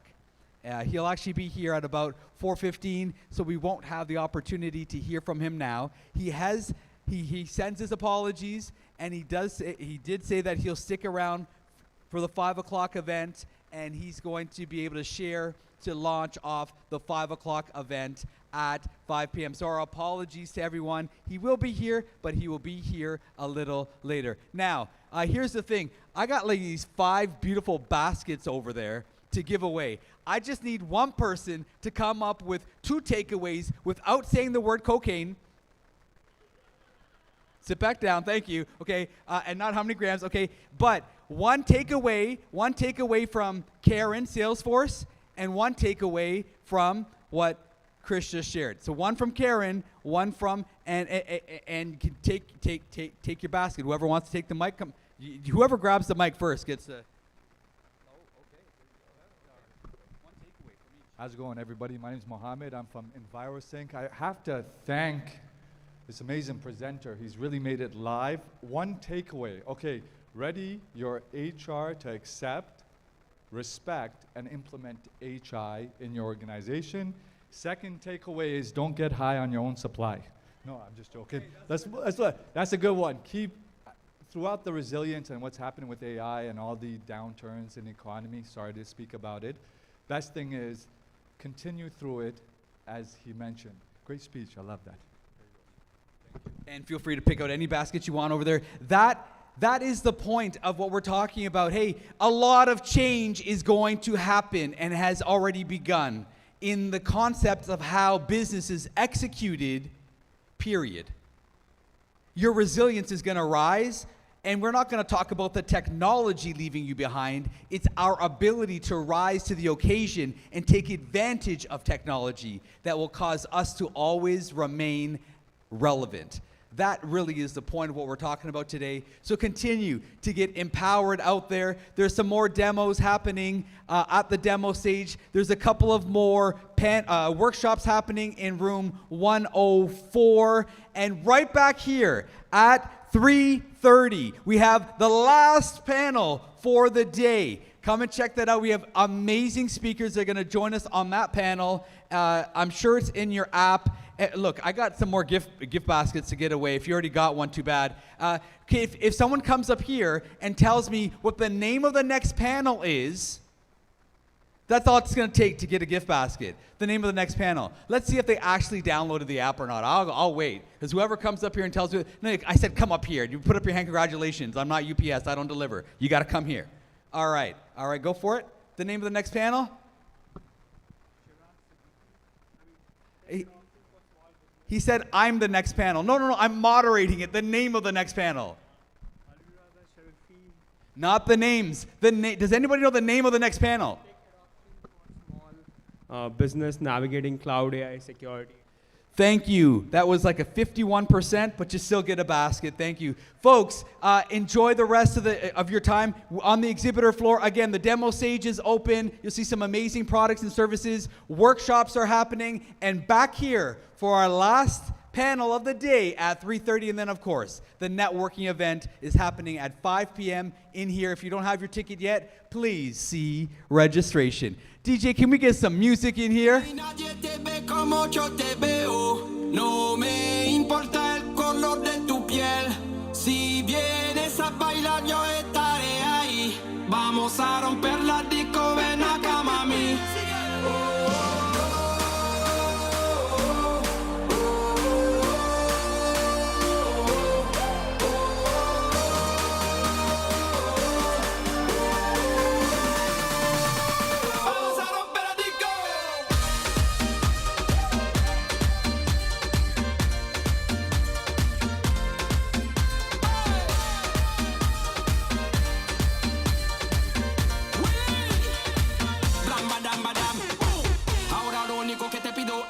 Que tu bandera de la. Te lo digo muy rápido, no estoy aquí para romperme la cabeza, besa. Sabe que muy bien para la mente. Bailar un concepto muy simple. A mí me gusta rápidamente.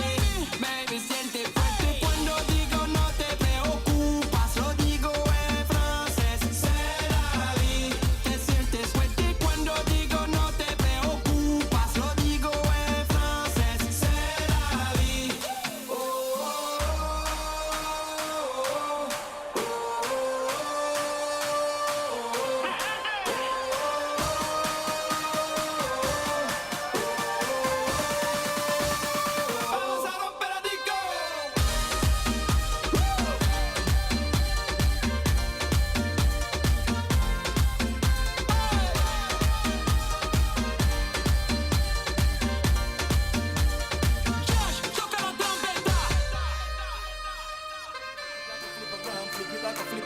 Make your bumper flip like a flippergram, flip it like a flippergram, flip it like a flippergram. You deaf, y'all wind up on my body, girl.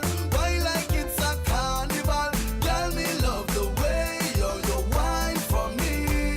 Girl, your whine is so emotional. So wind up on my body, girl. Me while you come whine your waistline for me. Baby, you're bubbling, you're bubbling, you're bubbling, baby.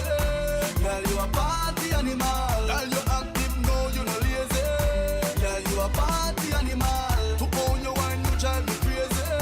Girl, you a party animal. You wine so good, you just so good. Girl, me love how you party. She take 1 shot, 2 shot, 3 shot, 4. After 9 minutes, she come back for more. She take off the shoes and pound the dance floor. Then she start to broke out like a sword. Then she approach me just like a cure. Me know that she like it when I be a score. She said,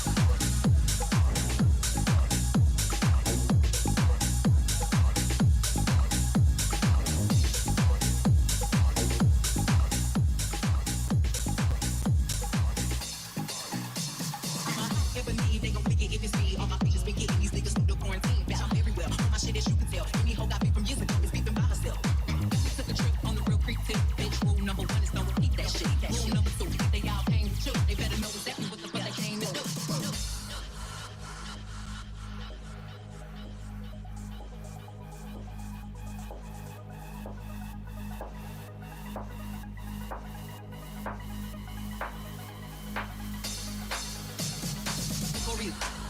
way it's sitting. That ratio so control that waste that ass that waste. If I were me, I would see myself, I would have bought me a drink. Took me home, made me loan, ate it with the pennies on. I could build a house without a brick I got. Bitches spend a lifetime trying to get this high. And if her head's too big, I can make that pop. I'm not the one to play with, like a touch me not.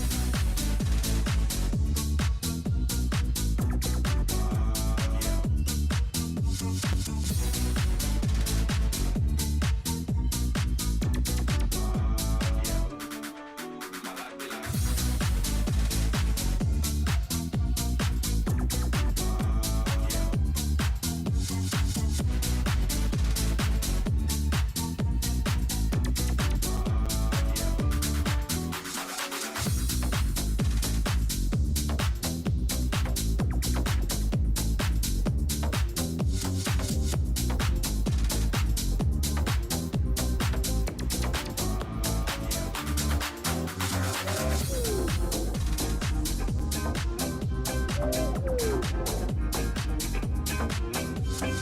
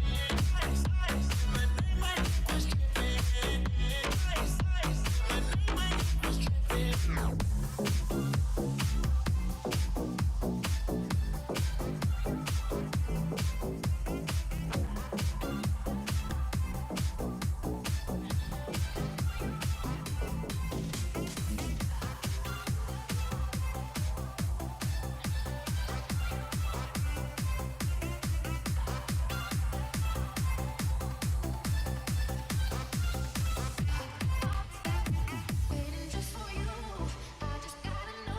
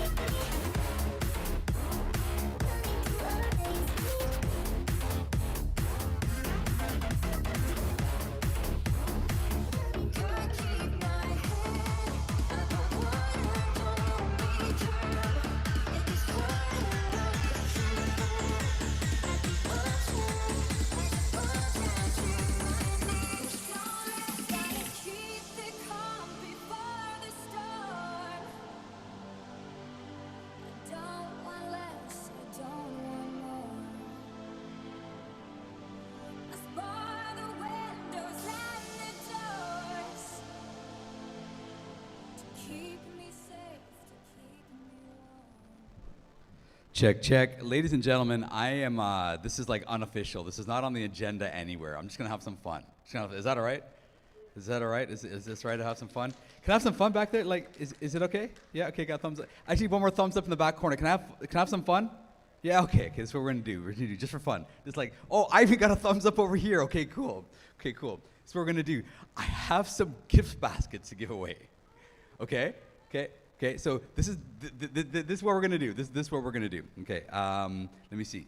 There is a fantastic service called Roam. Okay, it's your opportunity to fractional ownership of a car. Literally, you can. It's so easy to rent a car from Roam. Okay, so that's one. Are you guys ready? Okay, that's one. I got a couple of more. They're right here. Here we go. Does anybody know who Yeti is? What Yeti is? York Entrepreneurship Development Center. They're giving away these amazing little mints here, right? Like, that's awesome. So that's two. Okay, so you got Roam and you got Yeti. Now I got a third one here. Let's see. Does anybody know what Uber is? Yes. Does anybody know what Uber for boardrooms is? Did you know that you could literally rent out boardrooms the same way that you can use your Uber app? Isn't that freaking awesome? Okay, so this is what's up. I just need one person crazy enough to just have some fun, right? He's already getting up. He's already getting up. And don't worry, the people beside him, they've already won, so don't worry. They don't qualify. If you can just get me 3 business cards, one from Rome, one from Yeti, and one from Just Boardrooms. I think we got one crazy. Here we go. And the funny thing is, here's the thing. He just left. He doesn't realize that he's competing against himself. He actually thinks there's somebody else running behind him. And you know what would be funnier if we hid the gift baskets and like, oh, you lost. Should I, just for fun? Yeah, just put him under the table. I don't know if I'm that mean. I'm not that mean, but he is. I'm just filling time and killing time. We will begin at 3:30, right back in here, and it is 3:16. Oh, he's not playing. He literally just hit all the gift baskets. We're going to have some fun. That was the deal this morning. We said we're going to have some fun. He literally just hit the gift baskets. That's awesome. Ladies and gentlemen, thank you for attending. We will be back at 3:30 with the last panel of the day. And then, of course, the networking event brought to us by MasterCard. Thanks. Sheesh. You know I came in for the cake. Looking the money ain't the only thing I chase down. She ain't see the stars in the race. Soon as she got in that motherfucker, had her face down. That my type, my sweetie. Go be wifey, if she freaky. I love a night, blowin' money like Monopoly. I'm a dog, kill a kitty, no apology. I know that you wanna get crazy. Shawty, take it slow, then chitty. Come on, baby, be my jalebi, baby. Hey, baby, let me see it. I just wanna eat it. Baby, let me see it. Oh, I really need it. Oh, baby, let me see it. I just wanna eat it. Jalebi, I know the things that you like.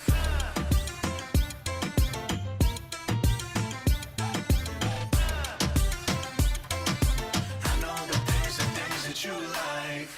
Tell me how you feel. Looking like a movie star, doing it for reals. Looking like a snack, looking like a whole meal. Gucci and Chanel with your red bottom heels. Ice drip like Bonnie, Barney Jack Ready Donnie. Shawty bad, she my divani Mastani. Light it up from Hollywood to Mohali. Tasha and Derulo, it's a worldwide party. I know that you wanna get crazy. Shawty, take it slow, then chitty. Come on, baby, be my jalebi, baby. Say, hey, baby, let me see it. I just wanna eat it. Baby, let me see it. Oh, I really need it. Oh, baby, let me see it. I just wanna eat it. Jalebi, I know the things that you like. Baby, let me see it. 'Cause I just wanna eat it. Baby, let me. You know I really need it. Oh, baby, let me see it. I just wanna eat it. Baby, let me see it. I know the things that you like.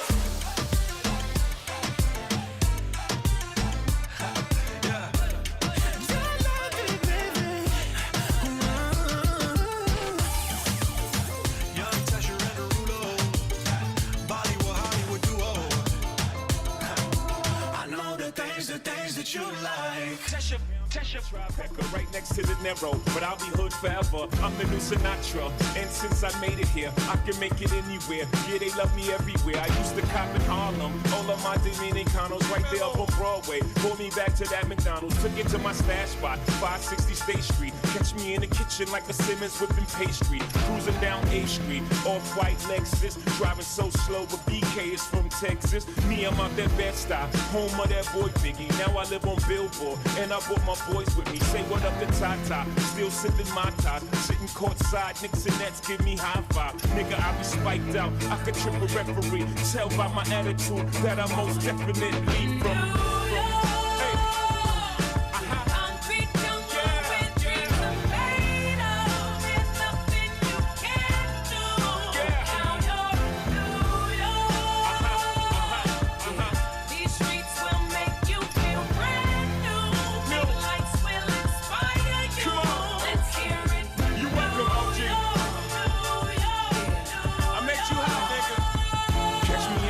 With OG at a Yankee game. Shit, I made the Yankee hat more famous than the Yankee king. You should know I bleed blue, but I ain't a crypto. But I got a gang of niggas walking with my click though. Welcome to the melting pot. Corners where we selling rock. Africa been by the shit. Home of the hip hop. Yellow cap, gypsy cap, dollar cap, holla back. For foreigners, it ain't fair. They act like they forgot how to act. 8 million stories out there in the naked city. It's a pity half of y'all won't make it. Me, I got a plug special ed, I got it made. If Jesus paying LeBron, I'm paying Dwayne Wade. 3 dice CeeLo, 3 card Marley. Labor Day parade, rest in peace, Bob Marley. Statue of Liberty, long live the World Trade, long live the King, yo. I'm from the Empire State, that's...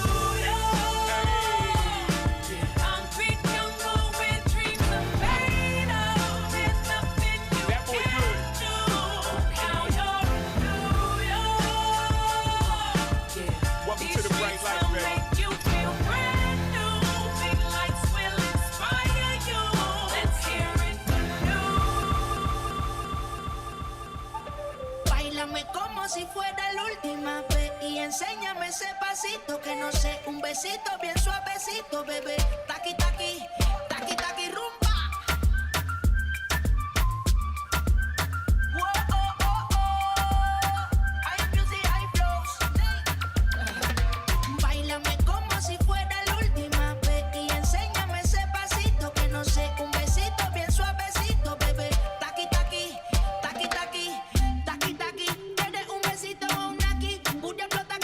Saki. Prende los motores Kawasaki. En la discota Jenny llegaron los Anunnaki. No le baje, el puri sobresale de tu traje. No trajo panticito pa' que el nene no trabaje. Es que yo me sé lo que ella cree que ya se sabe. Cuenta que no quiere pero me tiene espionaje.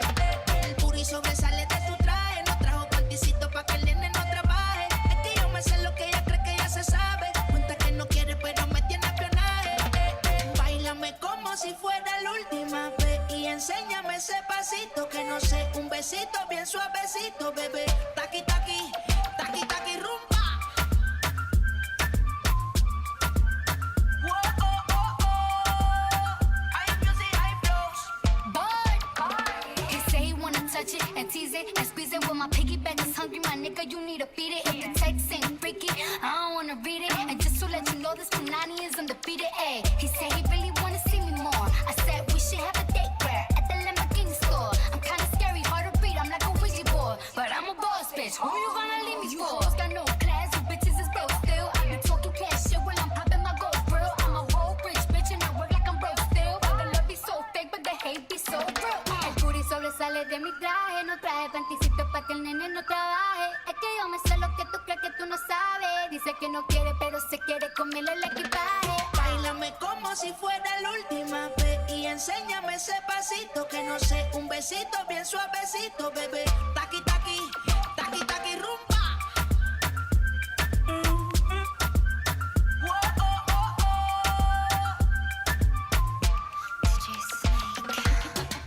Careful when you come through. Si el ritmo te lleva a mover la cabeza, ya empezamos como es.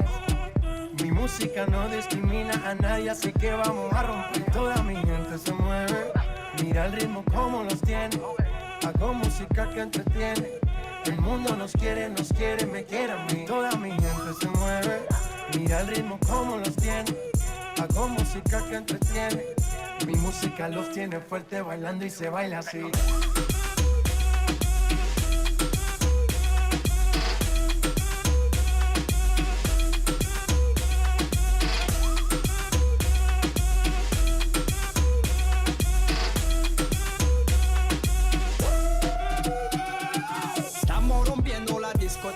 La fiesta no para, apenas comienza.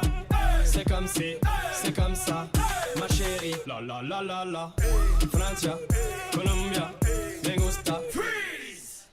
Y Balvin, Willy William, me gusta. Freeze. Los DJ no mienten, le gusta a mi gente y eso se fue mundial. No les bajamos, mas nunca paramos, es otro palo y blanco. ¿Y dónde está mi gente? Me fait bouger la tête. ¿Y dónde está mi gente? Say yeah, yeah, yeah. 1, 2, 3, Lego.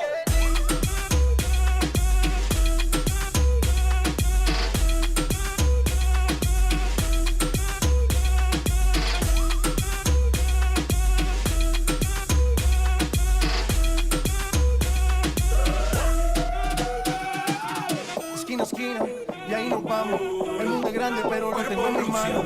Estoy muy duro, sí, ok, vamos. Y con el tiempo nos seguimos.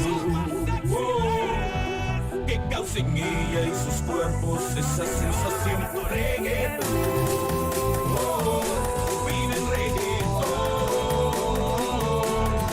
El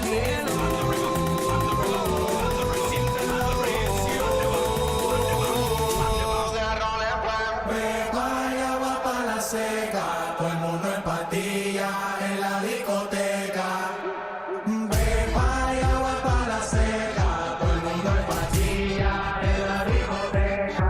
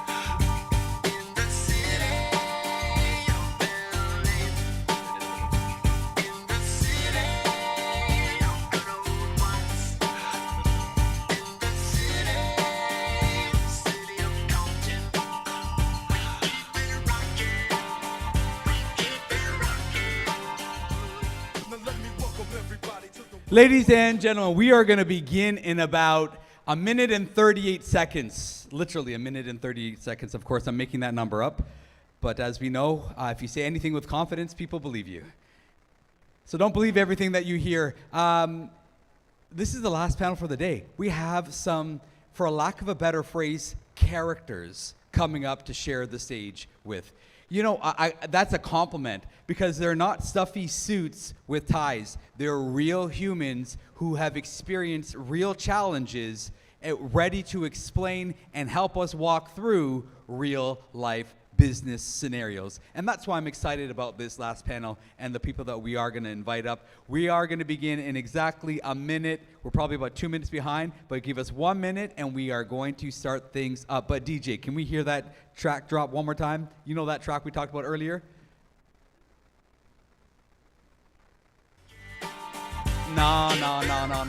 No West Coast stuff. Let's go like something else. Let's go something else.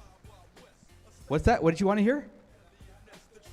Oh, he wants, yeah, he's all about Dre. Okay, we'll be right back in 30 seconds. We in that sunshine state where the bomb ass hip be. The state where you never find a dance floor empty and pimp speed. On a mission for them greens. Lean, mean, money making machines, serving fiends. I've been in the game for 10 years making rap tunes. Ever since Honeys was wearing Sassoon, now it's 95 and they clock me and watch me diamond shining, looking like a Rob Liberace. It's all good from Diego to the Bay. Your city is the bomb if your city making pain.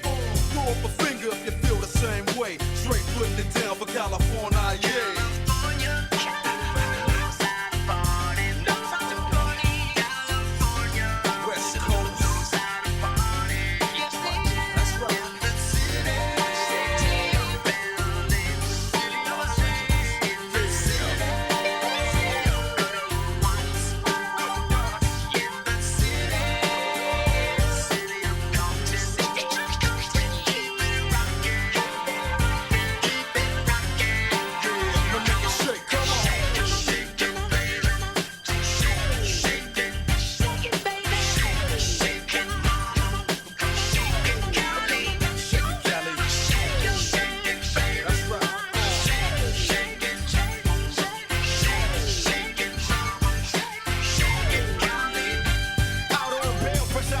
Ladies and gentlemen, I love giving away stuff, especially when I didn't have to pay for it. But I have another amazing giveaway. This is a surprise box brought to us by Raised 80s, but they're rebranding as Butterfly. And we're really excited about their presence at the show today. These are amazingly curated items in this surprise box, majority of which are Canadian made. So we're talking about artisanal products. We're not talking about manufactured products. These are handmade, hand-painted. Even, I'm not exaggerating, even the chocolate is hand-painted in here. Edible paint, don't worry, right? Edible paint, yeah. So we're just trying to figure out a way to figure out who wants this amazing package from Butterfly. Okay, raising your hand, like, oh, me, pick me. Isn't that like a TikTok thing? They're pick me personalities. No, we're not talking about you. We're talking about somebody that can say, come up here and say, hey, these are my 3 main takeaways from the event so far. Overall, these are my 3 main takeaways. So if you want, the box and the mic are right here. While we're waiting for whoever that brave soul who's going to come up, they're debating it over there. I'm scared. You don't have to be scared. It's okay. I would like to invite my guests up as they make their way up to the stage. Come on up, folks. No, your hand doesn't work. Remember, I'm not UPS. You got to come here. All right. 3 takeaways from the event so far. And you got to tell them your name? Sylvie. No, tell them. My name is Sylvie. Takeaway: say what you do and do what you say. Say what you do and do what you say. All right, we can work this out together. You should co-host soon. Okay. The next takeaway. Sure. Loading. She's using ChatGPT. Is that what somebody just said? It's an AI conference. She's allowed. It's actually website textfx.com. com. That's right, and that's a site that our friend from Salesforce, Karen, uses quite a bit, so that's amazing. Good plug, that's amazing. One last takeaway, and you get to take away the butterfly blocks. And you're right there, like you got to go shake her hand as well, get a picture with her as well. Very important to create space for people to work together. Aha, did you? Collaboration is very important. And the bonus question, are you ready? Okay? Who's your favorite host?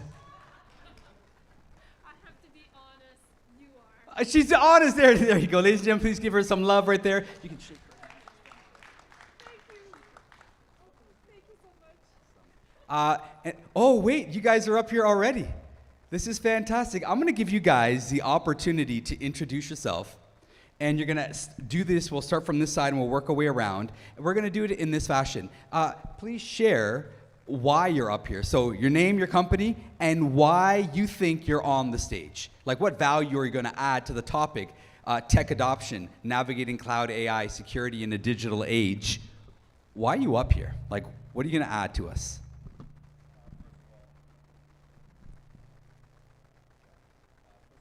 Yeah, so let's adopt a mic that works. There we go. Okay, thanks. Okay, first of all, thank you for having us. So my name is Waleed. I'm a VP of product at Pluto. Check. Pluto has a mission of helping businesses save time and cost by automating the payments. In my experience, I've been in tech for over 20 years. I started working with the banks, building financial service products. Launching credit cards, and building payment solutions for consumers and retailers. 5 years ago, I decided to venture into the tech startup world. I joined a AI-focused tech company where I built AI products, and then I joined a fintech in Toronto that offers financing to e-commerce businesses. So over my 20 years, I worked both on the side of the business and I worked on the side of technology. I've been through multiple tech revolutions, and I see how technology gets adopted and creates benefit to the businesses. So I'm excited here to share my experiences. So you've been through this once or twice before? Yes. Through waves of technology, and you've learned a couple of things about best practices of how to adopt newer waves. Absolutely. And Fantastic. I continue to learn that. Name, company, and why are you up here? Thanks. Thanks, Shiraz, for having me here.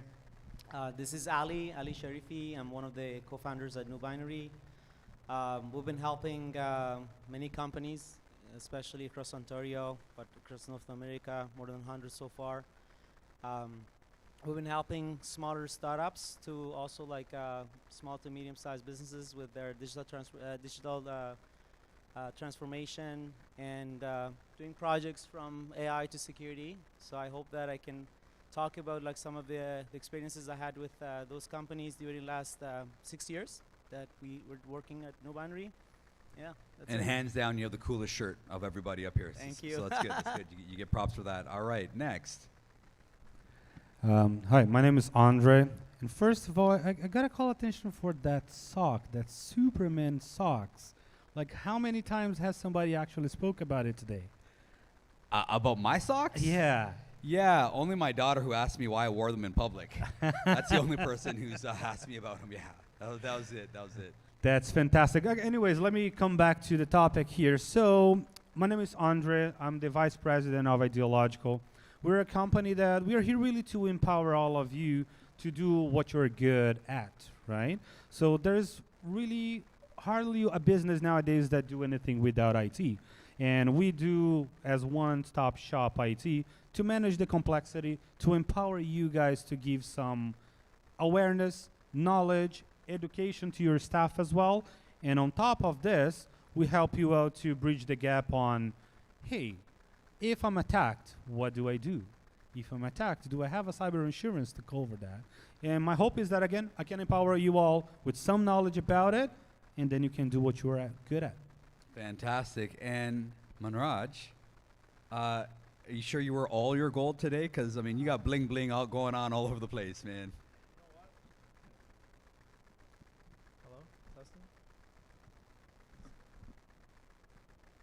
believe it or not, this is in fact not all my gold, but I took Okay. it a little. I figured I should be a little conservative today. Well, I'm Punjabi. We know Punjabis. We love our gold. So if you ever see a Punjabi guy, there's a good chance I'll have a lot of gold on. But that being said, guys, my name is Manraj. I am the managing director of MAD Consulting Group and Watchdog Security. And we're essentially on a mission to make enterprise quality cybersecurity services and solutions accessible to startups and small businesses. For far too long, we have seen a really underserved market segment only kind of being given subpar products and kind of seeing just not the level of quality that you would expect at an enterprise level. So we're really on a mission to change that. In terms of my own experience, I am an ethical hacker who was once unethical. So there's a funny story behind that. I think I made a post about it in the app as well as a small biography if you want to read it. But long story short, started hacking at a young age, got arrested, FBI and Interpol showed up. It was a whole case. In fact, Kenrick Bagnall is taking pictures right now. He was actually one of the arresting officers on the case. Now we work together, which is hilarious. But that being said, all the charges were withdrawn, thank God, and I've obviously since channeled my energy into a much more productive path. What an event. We heard about cocaine earlier, and now we're hearing about our arrest records. This is just a fantastic, we love real people here at Canadian SME, apparently. This is awesome. And they say the best police officers were former crooks anyways, and what? Did I say that out loud? No, what I am getting at is when you know how to manipulate the system, you can figure out the best protection is from somebody who used to be a hacker potentially, right? And so that's our reason we celebrate that, right? We're not trying to hide anything. We're saying, okay, so there's a tech adoption that needs to happen. We can talk about security, and we'll lean into security to start things off right away. And here it is. You heard from a couple of different people here that, hey, yeah, we specialize in cybersecurity. So why would we put them on the same panel? Isn't that like competition? No. When there's 1.3 million small businesses in Canada, and we know that majority have not taken the right steps to protect themselves, there is enough business for everybody. But the reason why they're on the stage, sharing the same stage, is to share the ideas behind why it's important and what you can do to adopt security for your business. So I'm going to start right here. Okay. Sure. Watchdog. Fantastic name. Thank you. Okay. Basic question, then I'm going to level up. Why does somebody need cybersecurity? Basic question. So I think everybody needs cybersecurity, but more important than ever, it's the startups and small businesses. Because if we take a look at the statistics, everybody thinks, oh, my business is too small. My business isn't, affected by these threats. But if you take a look at the statistics, all of them are readily available online. In 2021 alone, 61% of all cyber attacks were against small, medium businesses. You think it's against... Sorry, what percentage? 61%. And if you take that into the consideration with the fact that small business in particular face 350% more phishing emails compared to enterprises, you have a real problem on your hands. You have attackers targeting small businesses because they know you guys are underprepared and understaffed, and most of the time, and I don't mean any offense to anybody here, but sometimes even ignorant to the problem. Because let's be real, not everybody wants to spend extra money every month for a product that they don't see the value of. Cybersecurity is one of those hidden things. It's like insurance, right? You hope you never need it, but God forbid there's ever a situation. You want to make sure you have somebody in your corner that can take action on behalf of your organization and keep you secure and your customers' data secure. So thank you, Manraj. Andre, I saw you nodding your head that's, you're either going to pay it for the front end or the back end, because it's just a matter of it's not a matter of if, but it's a matter of when. You're nodding your head. What got you going when he was chatting? I can't agree enough with this statement. A lot of people don't want to part ways with their money upfront because they really are hesitant to either get the cybersecurity insurance or to put the layered approach in place.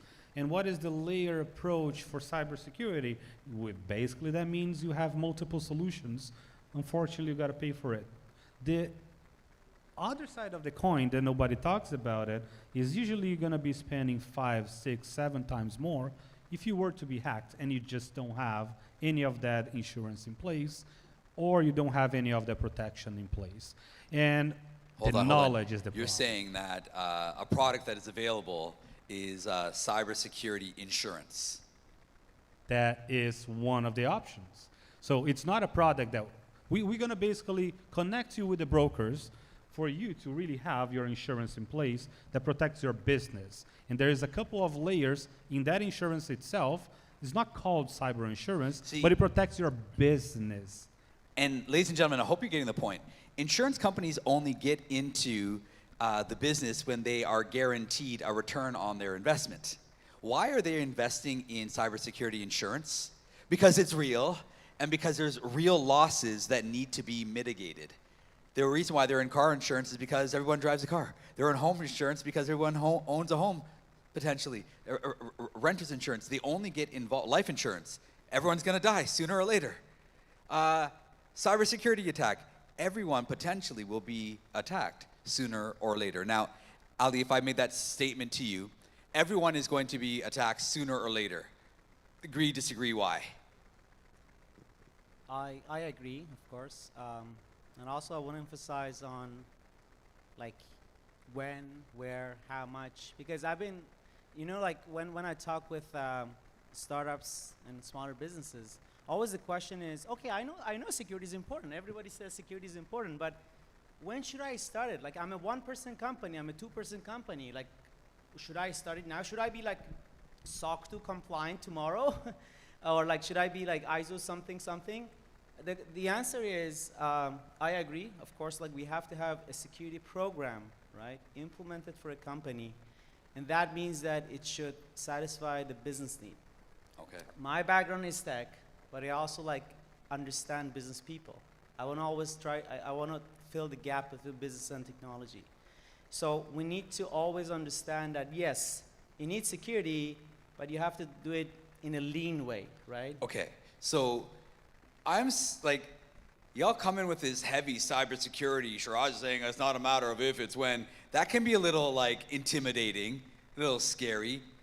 How do you guys manage those conversations when you're asking somebody to adopt or adapt a firewall, literally and figuratively, to separate themselves from the threat without freaking them out? How do you manage those conversations?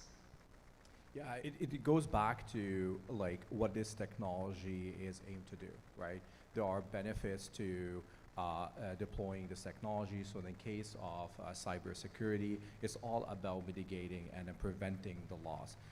And you talk about the risks that the cybersecurity attacks that could cause to the business, from loss of data, from loss of trust that is hard to get back. But I connect this conversation related to the investments that a business needs to make to a step back and look at what technology can benefit the business. And if you look at throughout the different technology waves that happen, you see that technology can bring a lot of efficiencies to the business, and that come from really simplifying the things that employees do and businesses. So today, if you want to protect yourself from cybersecurity, there's going to be a lot of manuals. You need to go through and check everyone's access from time to time.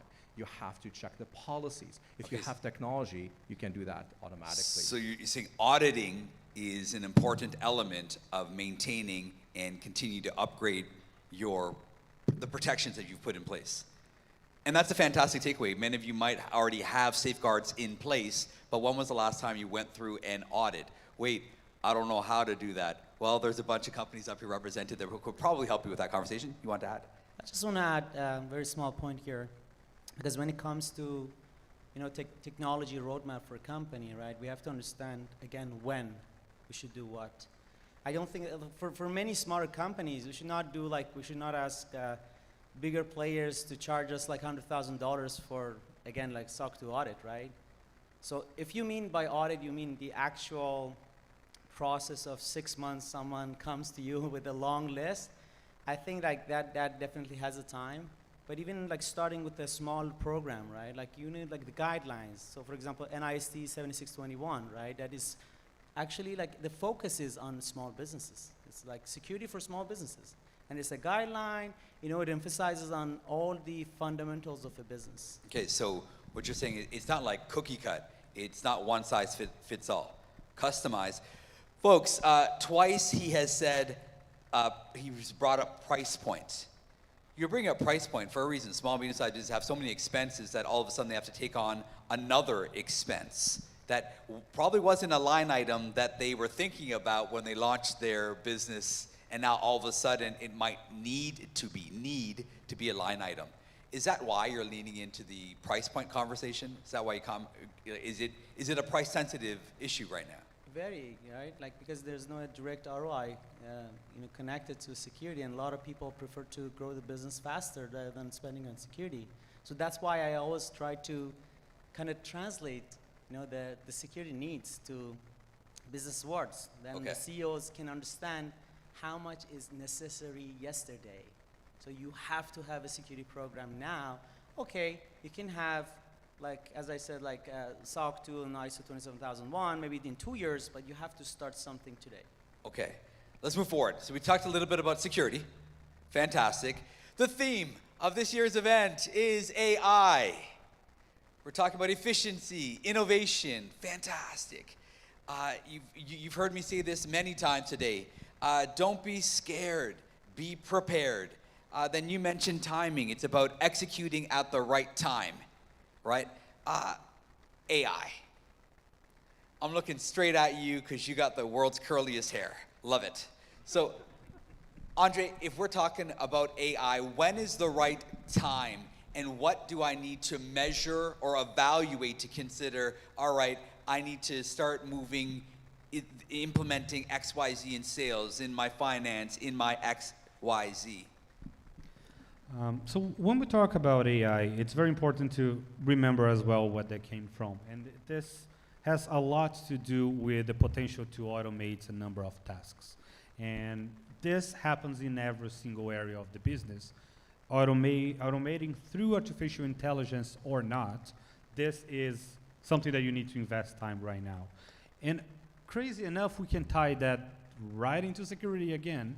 And the reason is, there are even some platforms that monitor your network, that monitor your business, that monitors the activity, and can correlate some data for you. And that data point that it correlates to you is really AI driven a lot of times to try to say, hey, there's something going on here that you should be paying attention to, and why.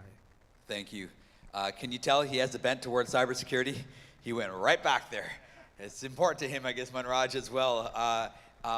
From this perspective, AI, one of my mentors is always reminding me and reinforcing, hey, spell it IA, and call it an intelligent assistant. Just to simplify it, because it can be overwhelming. Like, what is this AI thing? Wait, I don't understand. Wait, what is this? Where do I begin? Where do I end? How far, how deep do I really go? How much do I let it impact my day-to-day operations? But if you were to view it as an intelligent assistant, how does that then reframe the concept of what AI can be to the everyday small business? Manraj, your thoughts? Yeah, so for sure. I think just in general, AI is going to not be, it's really up to you if it's going to be your friend or your enemy at the end of the day, right? As you were kind of saying earlier, it's all about, don't be scared of it, be ready to embrace it. And at the end of the day, your competition is going to be using AI. Your competition is probably already finding ways to use AI right now. But that's not a bad thing, because there are no experts as of yet on it's such a dynamic, new, shifting field that there's nobody that can truly call themselves an expert on all things AI. Maybe certain aspects, but there's just so much with it, right? So that being said, now is especially for small businesses, AI can really help you boost the productivity of not just yourself, but of all your employees. I know we personally at Watchdog Security, we encourage the use of ChatGPT and AI learning language models, and it's helped our developers ship code faster. It's helped our marketing people make social media posts faster and blogs faster. It's helped us go through technical documentation much quicker, and even help out in the pen testing reporting process when you're kind of asking, ChatGPT to write you some, findings and something to put in a report. So really, I think it also just comes down to the efficiency of how you use it, right? Because at the end of the day, I feel like businesses, maybe it's because, you know, it's such a new topic, everybody maybe does like sort of generalized AI prompts, but the more specific you get, the better answers you'll get. I've noticed some small businesses use AI and then quickly turn away from it because they don't get the results that they've heard such great things about. The reality is AI is only as good as you feed it, whether that's your prompts or your input. And something that you guys can even do today, you know, after this conference when you go home, look up prompt engineering or prompts for marketing, prompts for sales, for ChatGPT. And you'll find a lot of people that have actually taken the time to put together much more specific ways that you can ask AI to help you achieve, you know, way more in a much less time. I'm definitely doing that Google search when I get off the stage. That is really good. So far, you heard about being cost efficient. Thank you, Andre. Now we're hearing about being time efficient over here.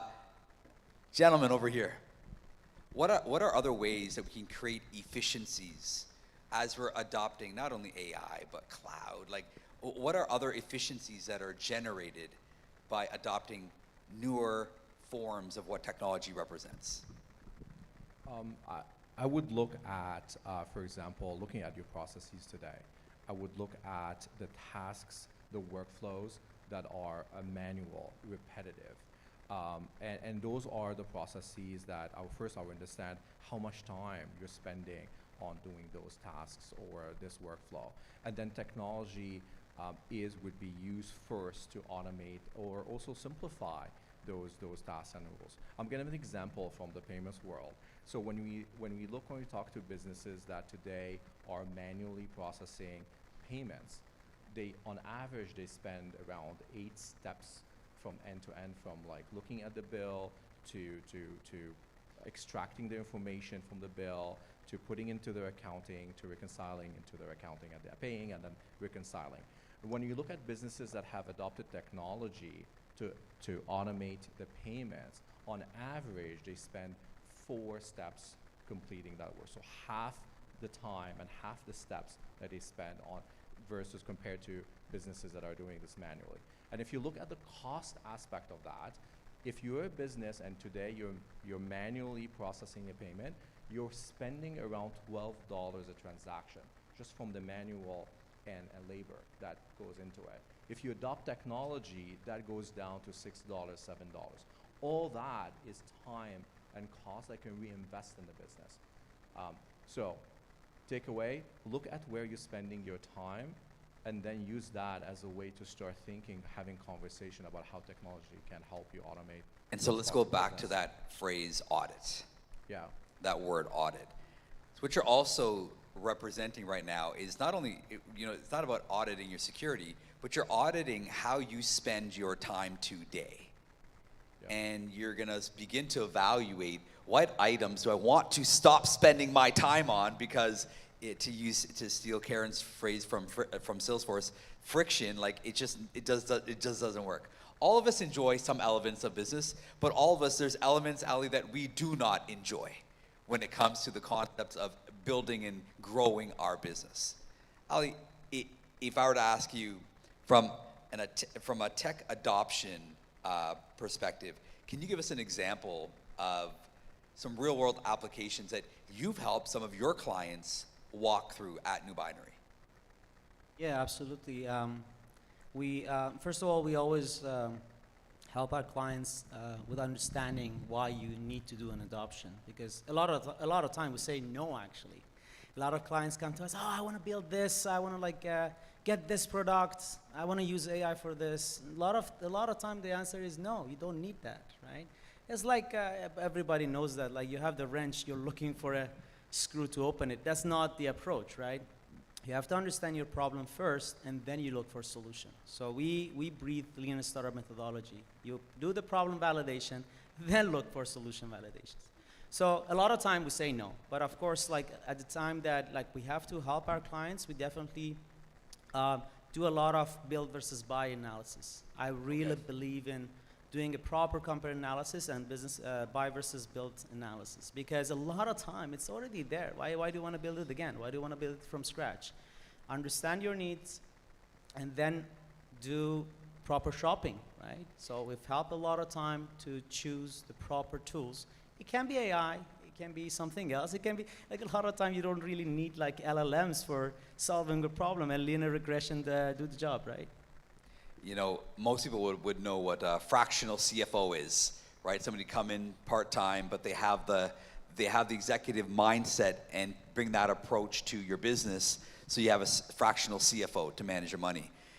What you guys do is bring that same concept, but fractional CTOs, to not only simply plug and play the first thing that you found at, you know, a technology store, and like, oh, I saw this online, let me plug it in. I saw this online, let me plug it in. Oh, this app can really help. You guys actually build a comprehensive plan to say, hey, don't just insert here. Let's figure this out. Why are we doing what we do? Why is it important to challenge people with the whys of the bigger picture before you plug in small little elements, patchwork? I think that's a brilliant question, because at the end of the day, you have to understand where you're going, right? It's like I drive my car like in a highway for 1,000 kilometers that I don't know where I'm going, right? So I have to understand where I'm going, and we try to help, we help our clients with that. I have had like clients that they have built for 4 years. The guy had spent like millions of dollars on a product that he did not even like a basic market research and doing a business development, and they've been like busy with just development. So as a CTO, we sit between business and technology. Like we're CTOs, we build startups, we build like unicorns even in our team. So we know the technology. I love the technology. I'm not saying that I have a software engineering background, right? We've been hearing this all day. It's not just about the technology, it's about the human element. It's about the ability. You can't hand it over. It assists you. It doesn't do it for you. Exactly. And that is what always business people like tell us. They tell us, oh, I thought that these guys are building A, but this is B. What happened? I say, okay, like it's a miscommunication, right? That between business and technology, and happens like every day. Trust me, like maybe 4 times of what it should be built is built every day, so it's just going to waste. So Andre, I know it's a couple of times your mic went up. Oh, I want to add, go for it, man. What I want to add is exactly what he's talking about. Like if we go to our doctors and we say, well, I have some pain here, and then the answer is, okay, let's just schedule some surgery and start cutting. Nobody's going to like that, right? You want to do some tests. You want to understand where the problem is, so then you can try to fix it and put in a roadmap towards it. This is exactly the point about planning where you're going to go, and then you do the next steps. So a simple example, let's imagine that we just put in our house all the state-of-art security, right? Alarm systems, cameras, and everything. But you didn't actually educate your partner to close the front door and lock it. This is what you need to do with your user base. You need to educate everyone, and it's not only about the technology aspect of let's install things, let's implement solutions to get ourselves more secure. A lot of it is really in your user base that needs to be educated to. That's fantastic. Thank you. We are going to begin to wrap up. So if anybody has any questions, or you don't agree, I'd love for somebody to disagree with my friends here on stage and challenge them and say, wait a second, I don't agree with you.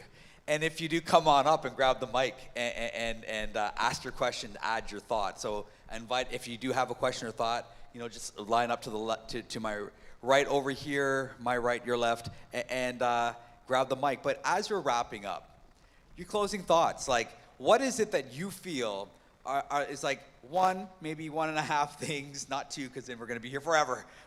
What are a couple of things that you think are important for our audience to know? I think the one thing that I would say is that as part of you figured out what you're going to do with your technology and the adoption, I think it's important for you to think what's going to make your business unique, right? How are you going to gain that advantage in the market, right? And from that, figured out what you want to do from a technology standpoint, supporting your business and what's going to gain that advantage. Technology is expensive. Technology is also, there's a long road ahead for that. So it's good for you to focus and pick the things that can make your business unique and win in the business. Yeah, absolutely love that. It's not about adopting technology. It's about leveraging it to serve your purpose, to serve your mission, to support your vision. That's the point. Thank you. That is awesome. Thank you. Yeah, I really like the idea too. I think like again like I really believe in security. Actually, it's my background too. But if you don't have a business, like who cares, right? Like we have to make sure that we understand our business in a big picture and the needs of the business. And when it comes to technology, right? Like we have a good understanding of the big picture. So what to look for, right? It's all about priorities. So what I do is like when I help my clients from early stage startups to 100, 200 people companies, right? Like either like technology is an enabler of the company or technology is the core. It's all about like finding the priorities. And in a lot of cases, security is very important. But again, we have to understand like how much to implement, where to implement. And when it comes to even other sides of technology, we talked about AI. I just want to make sure that we understand like which part of it is hype and which part of it is actually like fundamental, and we can use it, we can make business out of it. So get a plan, prioritize, and execute. Thank you. Andre. The one word of advice I'd give is rely on your partners, because they have learned already something that you don't need to, so you can actually spend your time on what you're great at in your business. I've seen a lot of small businesses that the owner plus a handful of people, turns out that they're spending 25, 40% of their time trying to get the technology together so they can actually operate their business. And it turns out that a lot of them end up in the rabbit hole, as in, what happened that I'm not spending my time with my vision anymore?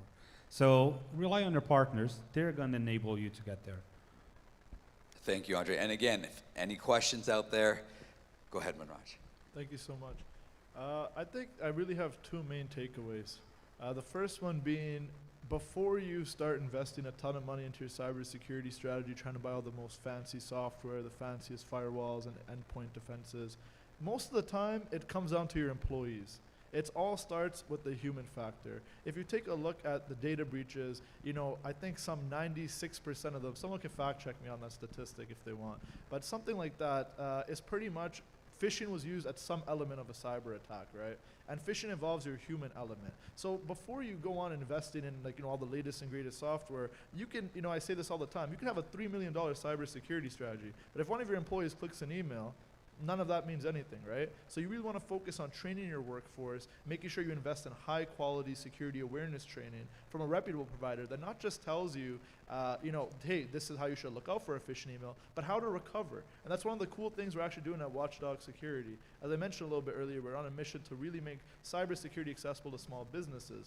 And this is a part of the way we actually do it. Through our in-house training, that's included at our earliest package, you can actually get access to you know, amazing training that is that's scenario focused, not really theoretical focus, that'll drive real value. I think the last piece of knowledge I have is, if you're adopting the cloud today, whether it's AWS, Azure, GCP, or any other one, don't have the misconception that you are automatically secure because you're in the cloud. There's a lot of people that think, oh, well, I'm on the cloud, you know, what do I have to worry about, right? AWS is going to handle it, Azure is going to handle it. Well, you want to see something, look up cloud name, whether it's AWS and Google, type shared responsibility model after that. You'll actually see there's a ton of responsibility that falls on the consumer. And if you take a look at the statistics around, I'm a statistics guy, if you can't tell, you know, I love stats, I'm full of them. But yeah, about 67% of all cloud environments have at least one misconfiguration present. Because at the end of the day, that's when the biggest mistakes happen, during deployment. So it's very crucial to, you know, if you're on the cloud, invest in a quality cloud security posture management tool that'll audit and flag these issues, not just across your cloud, but across your SaaS applications and everything else. And I think we're getting to the point, Watchdog knows what they're talking about, okay? And if we don't, I need to pull the leash on Watchdog over here a little, tighten the leash a little bit. I'll put the Watchdog on. Right, but so does Ideological. So does New Binary, right? Pluto as well. We bring people up here, have these conversations when they get off the stage. It's really important. So we have a question over here. Hello there. I'm really thankful for this really good conference and stuff. So my question is, we see like business and technology really intercept nowadays, right? And does it really matter for CEO to, in technological fields, right, to have a really good technological background and really know what the business is heading to, and know like some fundamentals and maybe some more in-depth stuff? Because I think like in enterprise companies, as you said, like, right, there are people that are good at business, right? But as they come to technological companies, you also have to have really fundamental, I think, understanding, right, of the field that they come to. So is it important? Thank you. Great question. To my experience, in smaller companies, like called startups or small businesses, the CEO should be the subject matter expert to me, like, and not necessarily technology expert. Because CEO role, again, is like the, you know, like the leader of the company, like should understand the business that they want to run and make money out of that specific sector, right? So you can still take people to help you. Of course, like it's really good if you have a co-founder as a technology leader, but if not, you can have tech leaders as part of your company. If you grow and like you're scale up or like you're an enterprise, yeah, then the CEO is an actual job, right? You have to hire a CEO. That's the hardest part of a company to me. Like I've seen like big company CTOs. They're like, honestly, they're like superhuman. Thank you. Check. Thank you for your response. Does that kind of answer your question, though? Kind of, sort of? Yeah, that definitely answers my question. Yeah, okay, good. Thank you. And we have another question. You asked somebody to come up and challenge, so I'm going to do a bit of that. Yeah, get him. It's an AI conference, and I think we can't ethically leave here today without talking about the risk of AI. Not, Terminator 2 risk, but ChatGPT had a massive breach in June. People are putting product information, IP information, personal information, non-disclosure information through an open source ChatGPT engine, and it's out there on the dark web. We haven't even talked about that risk and the fact that technology is moving so quickly and humans are just grabbing it and using it without thinking about security first. So I'm challenging you to talk about those risks. You know what? That's honestly a great observation. Oh. Yeah, if you didn't hear Amanda Lockett's talk earlier from Peninsula, she actually spoke to the dark side of technology a little bit as well. Not enough for you, so we need more. She's saying we need more. Go for it, Manraj. Sure, okay. And you know what? Those are totally valid concerns, and I totally hear that. If we just had this, we could have a whole panel discussion for 3 hours on all the risks with emerging technology. But she is 100% correct. There is 100% the risk with using ChatGPT. And with ChatGPT, the way I say it is, don't put anything in ChatGPT you wouldn't be comfortable with anybody else seeing. Now, that doesn't mean necessarily that you don't have to put some of your critical stuff. But if, say, example, it's like a legal agreement you're trying to review, just change the names up, right? You can just put placeholder X or Y. I think the biggest thing is as long as you redact personal information, and as long as you can still reap the benefits of AI without it kind of biting you in the back a little bit later on. But that being said, it's totally a valid concern because a lot of businesses have really seen their data on there. And believe it or not, that's why actually a lot of large enterprises have banned the use of generative AI in their own company. So some large enterprises like Time Warner, Disney Company, and others, they don't allow AI at all at their company, generative AI. Because of the fact that their data can be leaked. Thankfully, if privacy and security is something that really matters to you, there are private ChatGPT and OpenAI instances available. Azure actually came out with a really cool Azure OpenAI service that's all done private. None of the traffic leaves your VPC endpoints on the cloud. And all the data is kind of retained local to you, right? So it depends on your use case. Obviously, that's going to be significantly more expensive and more complex to set up than just using ChatGPT. But that's obviously the preferred approach if security is at the top of your mind. Now that being said, we are at a small business conference, so for a construction company that's just trying to send a couple of emails or help with the business plan and stuff like that, chances are you guys are okay. But the bigger enterprise and people with a lot of proprietary information, source code, that's when we run into some of those troubles. Sorry, I'm going to go Waleed first, and then we'll come to you, Andre. But I just want to acknowledge for everybody, just so everybody knows, that Amanda Jr. is in the building. When you say hello, Amanda Jr., just Amanda Jr., just, okay, there's Amanda, just, sorry, go ahead. That's the great point, and the point I would add is that the regulatory framework and the laws have not kept up with the technology innovation with AI yet, and then we need to just give it a bit more time for that to keep up, and really put a framework around controlling and creating a secure experience for the users, and also be able to respect the privacy of our users and the data that the AI is using.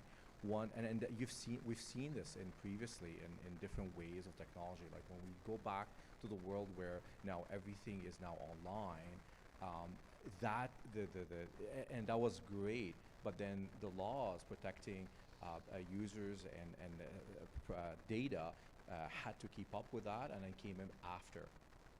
In the case of AI, the biggest challenge right now is going back to the whole theme of auditing, right?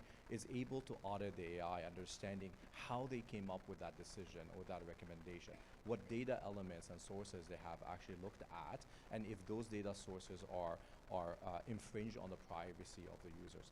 That part is still being worked on, and once it exists, it's going to provide users and everybody who's using AI the comfort that their privacy and their data is not being used for other than really helping and then also producing, being effective. Thank you, Ali. Then we're going to wrap up with Andre getting the last word. Thank you. What I would add to this is the education component again, right? And the reason is exactly what was mentioned by all the panelists here, is we want to encourage the embracement of technology, but people need to be educated to understand the limitations of technology as well. So, in other words, if you want to open up the use of ChatGPT in your company, people need to understand what personal identifiable information is to make sure that a social security number is not making its way into that tool. And the same goes with a number of other examples that I could come up with. So again, rely on your partners to provide that education, because otherwise this panel is going to be a 4-hour-long panel just to try to give all the tips and word of advice, but rely on the partners to help you out. So I'll tell you who has 4 hours of time for you dedicated, and that's Ali in his time at New Binary, right? Ideological, Watchdog, and of course our friends from Pluto. There's no more time on the stage, but there's time in their organizations, and they will make the time for you. Their booths are still open for a little bit longer. Ladies and gentlemen, can we give them a round of applause, and thank you once again for sharing your thoughts. We are going to begin to wrap up the day, but before that, we have 3 amazing draw prizes to give away. Our friends from Peninsula are making their way up to the stage right now with Amanda Jr., because Amanda Jr. needs to find a new home. She's on her way up right now. That's her name. I don't know. I didn't come up with it. They did. But hey, it's a great name, isn't it? And they have 3 amazing prizes to give away. I will leave it to Olivia to speak on their behalf. Awesome. Thank you so much. Okay, so just quickly, we have 3 prizes from our booth. The first is this large bear, lovingly named Amanda Jr. And then we have the gift basket. We also have a $250 Amazon gift card. So number 1, the winner of the basket is Evelyn Chele, if she's here. If not, we will call you.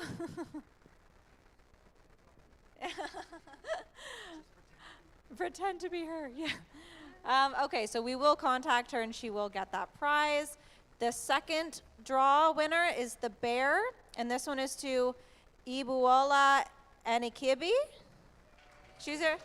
Yay! How are you gonna get that?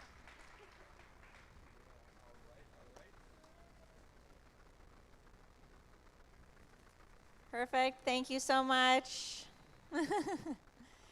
Okay, and then last but not least, the $250 Amazon gift card is going to, I'm so sorry if I mispronounce your name, Akinotomawa Oso. We'll give him a round of applause. We'll give him a round, and we will call him as well. Okay, thank you so much, everyone. Thank you to our friends at Peninsula for generously making those available. Thank you. That's Amanda Sr., by the way. That's amazing. We've come to the end of our programming. Hopefully you received what you needed out of this. Ultimately, at the end of the day, it doesn't matter what we did put on, didn't. It doesn't matter what the exhibitors did or didn't do. It didn't matter what our panelists said or didn't say. The most important thing is, did you get what you need? And I want to encourage you, if you don't think that you've got what you needed, keep seeking. Keep asking questions. Approach us at Canadian SME. Approach all the exhibitors. Hit up all these wonderful people who you know, if they're going to come up on stage and say that they think they know something, well then hit them up on LinkedIn and make them prove it to you. They're accountable. They want that smoke. Hit them up. Connect. Ladies and gentlemen, the networking event begins at 5 p.m. in this room right here. So if you don't have your ticket yet, please secure your tickets with registration. If you have any questions, the team is out at registration as well. Maheen's hanging out over here. Any questions, please ask them. We do ask at this time that everybody do make their way out of this hall right now. We do need to clear this hall out as we can set up, so we can make space to set up for the networking event. Thank you, everyone. Can we just get a round of applause for all of you? Thank you for joining us and making this. Yeah, music's good. Let's go. We like to party. We like to party.